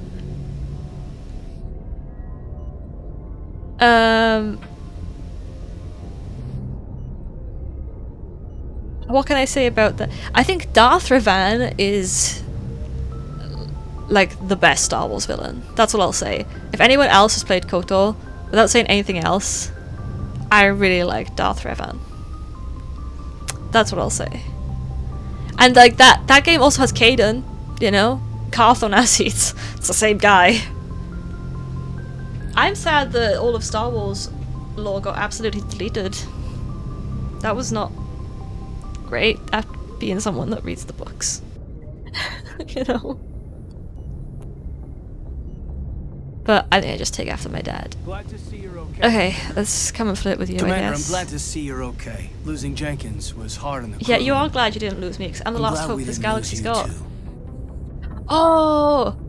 Expedition 33. I really want to play that game. I have no money this month, but I want to play it so bad. Darth Nihilus. Yes. How is it, Kaya? How are you finding it? Old Republic's my favorite game in the Star Wars universe. Oh, wait, the MMO? Old Republic? Soto? How are you doing, Kaden? Things were pretty rough down there. Are you okay? Yeah, you never get used to seeing dead civilians. Doesn't seem right somehow. But at least you stopped Saren from wiping out the Galactic whole Empire, Old Republic, you pick versus Mass Effect to make it fair. The Old Republic just have too many things. Yeah, the Old Republic wins instantly. I mean, the Republic. Oh yes. Star Wars versus Warhammer. I get. What is it? Is this like preference or who wins? Because I don't know enough 40k lore. The smidgen I know about 40k lore though is 40k wins in terms of strength. If it's just like, well, I like I said, I have yet to get into 40k. Almost finished, but it's such a good game. Everything was done so well. First game actually finishing in a long time. Is that Knights of the Old Republic, Kaya? Or Star Wars The Old Republic? 'Cause I've actually never played Star Wars The Old Republic. I played KOTOR. I played KOTOR 2 ostensibly, but I can't remember anything that happens in it. It is 3 AM here in Japan, Liverpool. Star Wars beats 40k. Explain, Kitty. Sorry, Expedition 33. Yes, I really want to play that. I've heard such good things about it. I desperately want to play. Yeah, it seems like it, Monkey. I think what would be a good match? It would have to be the Empire, right? Because the Republic is too fragmented in Star Wars. Even after they beat technically they beat the Empire, that doesn't mean they're stronger than the Empire. In an all-out war situation, in a war scenario, head-to-head, galaxy to galaxy, it would be the Empire of, like, Darth Vader time Empire, right? Versus, like, it would be Emperor Palpatine's forces versus the Systems Alliance. Systems Alliance, the like Citadel space, like the whole, like everyone in Mass Effect.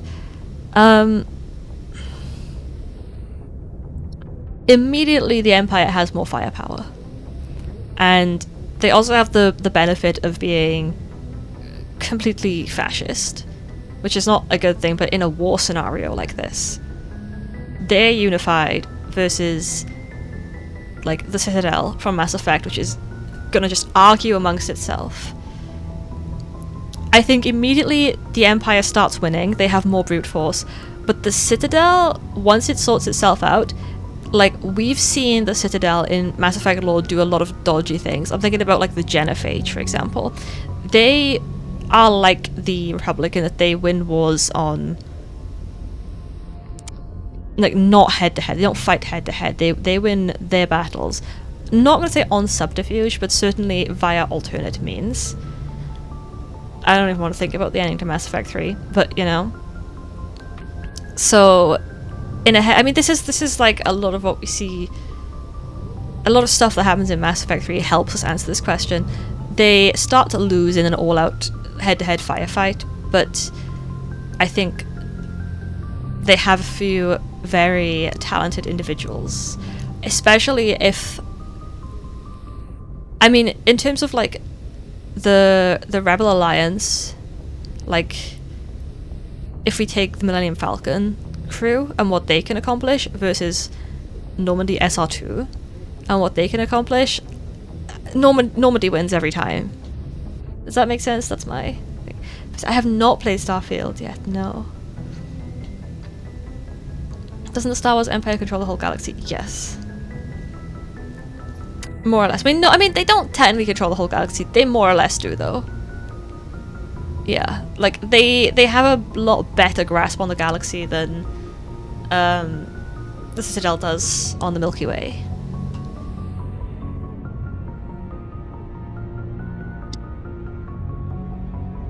You helped. Done it without you. We're Marines. We stick together. We're Marines. I'm just sorry that we lost. You're Marines. I'm Commander Shepard. Actually. Okay, just write that down for later. Yes, we all miss Jenkins. He was my favorite character. It's just bad luck. It's been a hell of a shakedown cruise. Our first mission ends with one Spectre killing another. Yes. The Citadel Council's not going to be happy about that. Probably use it to lever. They'll make it our fault somehow because they're racist. That's how it works. Oh. You got a good grasp of the situation. What's You a your career background, Yeah, a lot of biotics sir? are unrestricted. Biotic. I'm a biotic as well. Oh my goodness. Biotic is the enhanced Besides, my humans, the father wizards. served. I made him proud when I enlisted. Eventually. Oh my god, please stop bringing it Is that up. why you're here? Because Right. of your family? But like everyone I know and love is dead. My family were homesteaders. You have to on explain Main this Farm. every 2 seconds. I'm the only one left. But I've moved beyond that. Oh, that's right, a cruise. I imagine that bought you any post in the fleet. Actually, Word like, is we're heading for the Citadel. what do you mean it booked me any post to the guy? Everyone I know and love died. Oh my god, that's so cool. I imagine after that you could just get whatever job you wanted. Everyone died, Caden. We all died. I am a shell of the woman I once was. Even though I lived with such a burden of guilt that did I truly survive myself? Oh, but that was so cool. You could get any job you wanted. Anyway, we have to go talk to Captain these hopes the ambassador can get an audience smelly with the council members. Tell them what Saren's been up to. Makes sense. They'd probably like to know he's not working for them anymore. Yeah, Happens, you'd we'll be hope, ready you'd to think. I don't know. I don't know why I got so animated. Super soldiers, yeah. Warhammer is just a bunch of racists fighting each other. Fantasy is like there are some. I mean, I'm a Skaven apologist. I'm a rat boy lover till the day I die. I don't think the Skaven are racist. I think they just want to like eat people, you know? Like they don't have it in them to be racist. They're not smart enough to think about race. They just want to kill and eat everyone. So you know they're fine. The elves, they're super racist. Humans and dwarves depends on the season. Vampires, I don't think they're racist. I think they're chill. Skaven, hell yeah, let's go! Yes, man thing. Let's go. Let's go. Yeah, we have. Do you know the Tomb Kings? They're just chilling most of the time. I think they're quite chill. Who else is there? Oh, there's a lot of other guys. There's the Greenskins. Again, are they racist or are they mushrooms? Skaven would eat race if it's possible, but Monkey is right when it comes to 40k. Is it true for Yuki? I'm playing the Skaven as my first faction. I'm so happy that Ryuki's just snapped back in as soon as Warhammer's mentioned. I don't know anything about 40k. Tomb King's just trying to have a little sleep. Yeah. Fuyuki should come in here. Fuyuki's the big Warhammer guy. I was gonna say in the family. My dad's also the big Warhammer guy. Fuyuki's the big Warhammer guy. Also. And I'm also Warhammer Fantasy. Necron's just the 40k version. So I actually know nothing about 40k. Okay, if you have to align yourself with the demon, what faction of chaos are you aligning yourself with? Because I think I would be Tzeentch. Actually. Oh look, it's Dr. Chakwas. Hi. Yes, Commander? Is there something Hi, you need? hi. How did you end up serving on an Alliance ship? I enlisted right out of med school. Corn. Oh, we need Earth one will person to seem say Nurgle boring now. to me. Too safe, too secure. I figured the colonies Who would would want to be teem aligned with with Nurgle exotic though? adventure. I wanted to travel the stars, tending the wounds of tough soldiers with piercing eyes. Oh, she's so valid. Souls. She's so right Turns out though. military life isn't quite as romantic as I'd imagined. She's But so real for humanity that. needs the Alliance if we want to keep expanding through the Traverse, and the Alliance always needs good doctors. So I stayed on to do my part. Ever think you made the wrong choice? Sometimes I think about opening a private practice back on Earth, or maybe taking a position at one of the new med centers out in the colonies. But there's something special about working on soldiers. Monkey. If I left the Alliance now, I'd feel like I was abandoned. Oh, we love Dr. Chakwas. What do you think of my What do you know dad? about Captain Anderson? I've served with him for a few tours now. Mm-hmm. He knows when to let things slide and when to crack the whip. The crew knows he's seen pretty much anything they'll ever run into. She's mom. And he cares about the people under his command. What do you think How well about do you know the lieutenant? Caden? I'd never worked with him before this mission. But he has an impressive service record. Over a dozen special Yeah, I'm commendations. special. Tends He's to keep just to a guy. himself, though. Okay, Maybe I'm because of the gonna be headaches. the next Spectre. It's not easy being an L2. What does that have to do with it? Oh. Well, most biotics now use the L3 implants. Lieutenant He's Alenko got was wired the for the old old L2 implant. configuration. Sometimes there are complications. He's just a little bit of insane. Severe mental disabilities, insanity, crippling physical pain. There's He's a just long list of spicy. horrific side effects. Caden's lucky. He just gets migraines. Just a little spicy. Goodbye, As a treat. Command. Not everyone can be Commander Shepard after all. I'm glad No. you're okay, Commander. The crew could use some good news after Nurgle what is smelly, happened but to I did Jenkins. catch that. That was so funny. Shackles should have been romanceable. Yes! Yes! Monkey, you're so right. Speak your truth. Grandpappy Nurgle do be caring.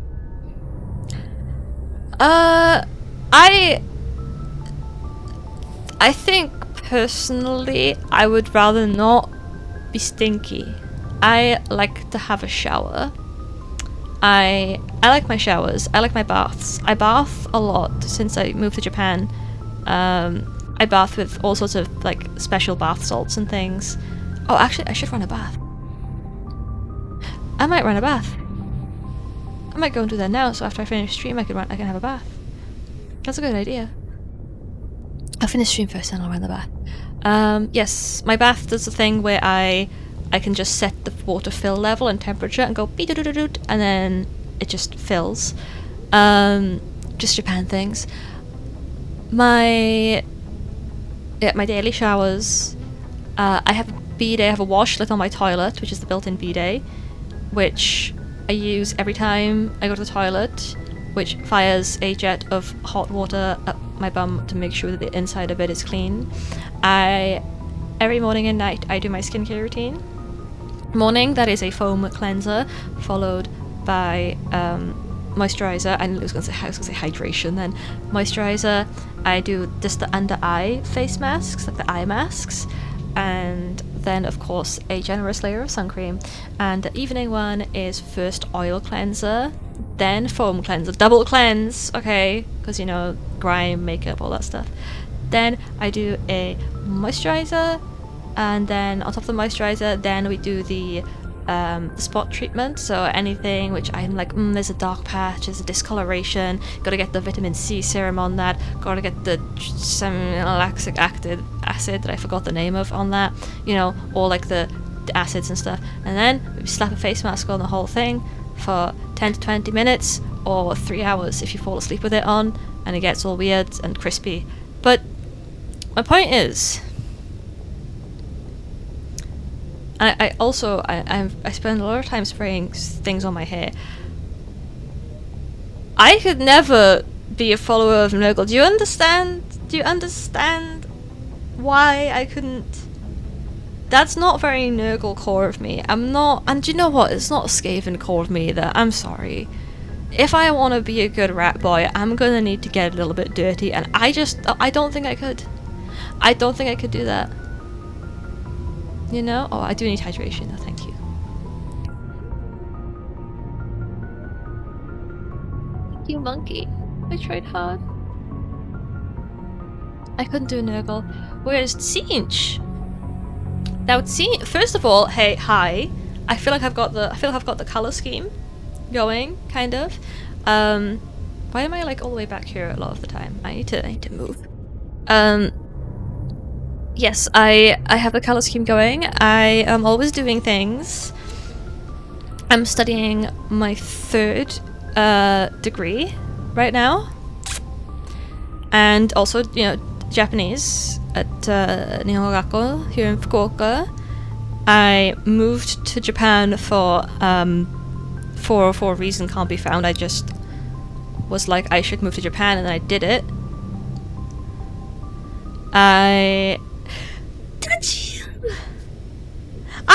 I'm saying, Kuma, how you doing? I'm saying I'm a Tzeentch person. What is he gonna do to me?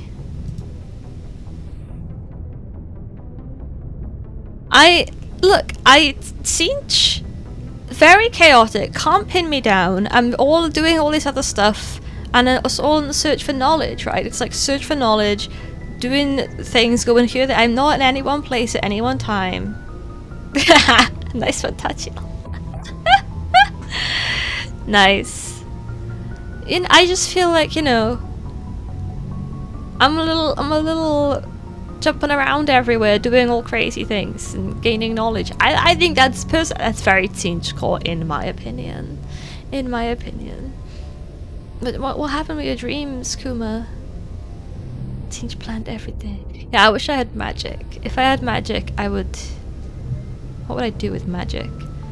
I'd probably just get more time so I could do more, like, studying, honestly. Interesting you say corn, though. I actually, Tatcha, I said a bad word earlier. I did say a swear word. I got really angry because of this girl in my class. I don't like... Because since I've been moved to this new class, there's a girl that just stares at me constantly. And I think it's because of a few reasons, but I think one of the reasons is that she used to be the only girl in the class, and she's not the only girl in the class anymore. I was really... I just want to kill... I want to punch her in the face. That's what I was like. I'm actually so mad because I used to love school when I was in class with Jisan and everyone, and now I just hate it, and she just stares at me all class. She just stares. Like, in my peripheral vision, she's always staring. I had to be moved out of the classroom on Friday because I complained about it so much. Oh my goodness, Kuma! Oh, bless you. Hang in there.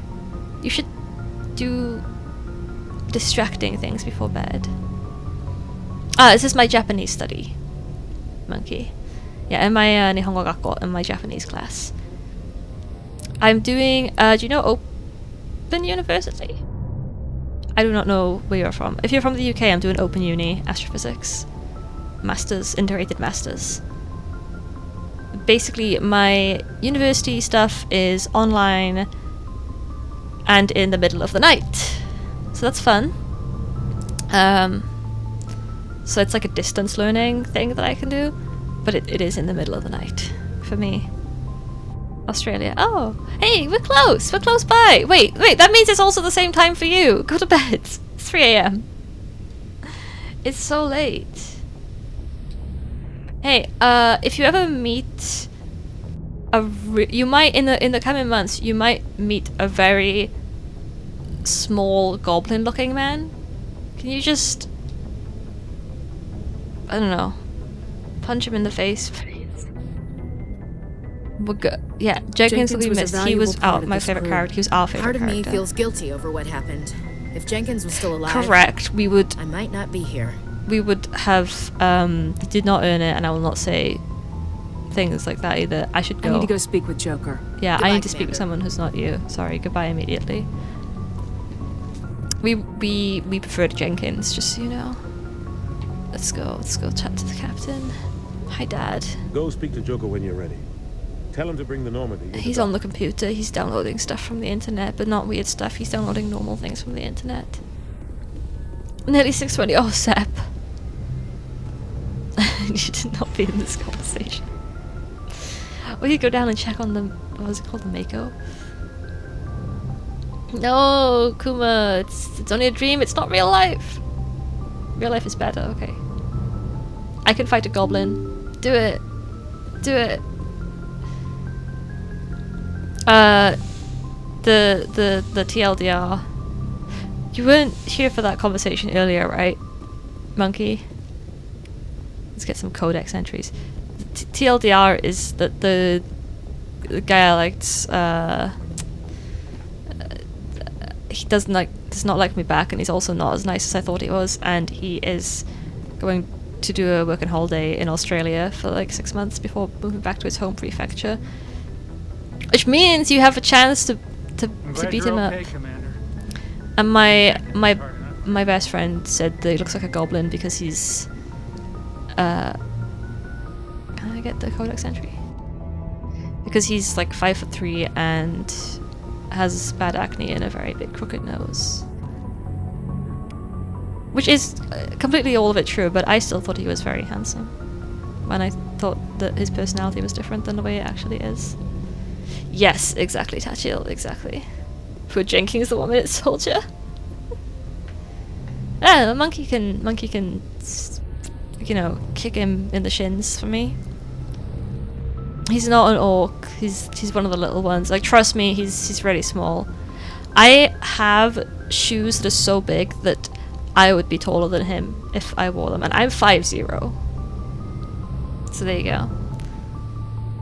What do you mean you can't fight a goblin? It's a little gobbo. You just sort of drop kick it into the sun. Yeah, I believe in Kuma's happiness. Self-evident, no? Oh, I can fight a goblin. Okay, better. Thank you, thank you. Let's chat. Let's get stuck here. I kind of want to leave the.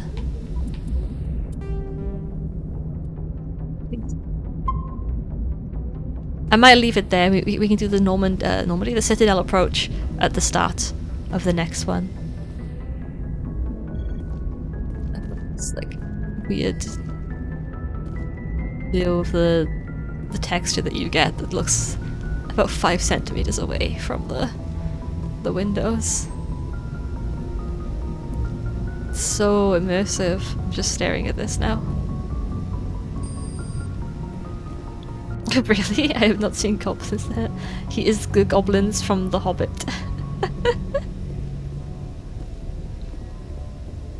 Oh! Did you send pics, Kuma? Right. That's what we're calling it tonight, I think.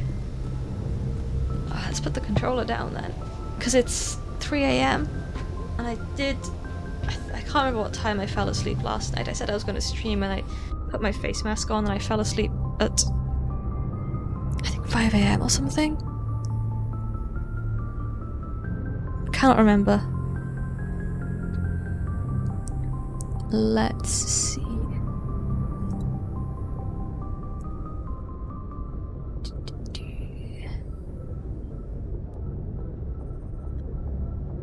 Right, okay, yes. We're gonna end the stream here tonight. Oh, I haven't been online actually in like a while. I would like to stream again. I think tomorrow. I don't know what time I'm back, but I'm gonna go and see M-chan after work. M-chan is my best friend here in Fukuoka, and she sometimes comes here on the streams, and she wants to start streaming herself, so that's M-chan. I'm gonna go see her after work, I think. But it looks like I will be on the last stream. Now we might go and see. He should not be. We might go and see the goblin himself, because we usually go to his bar where he works. So I'll keep you updated on if he's still a nasty little goblin. I will miss you. Oh, that's so sweet. That means nothing to me, Kuma, but I'm interested because it does sound interesting. Thank you, Kaya.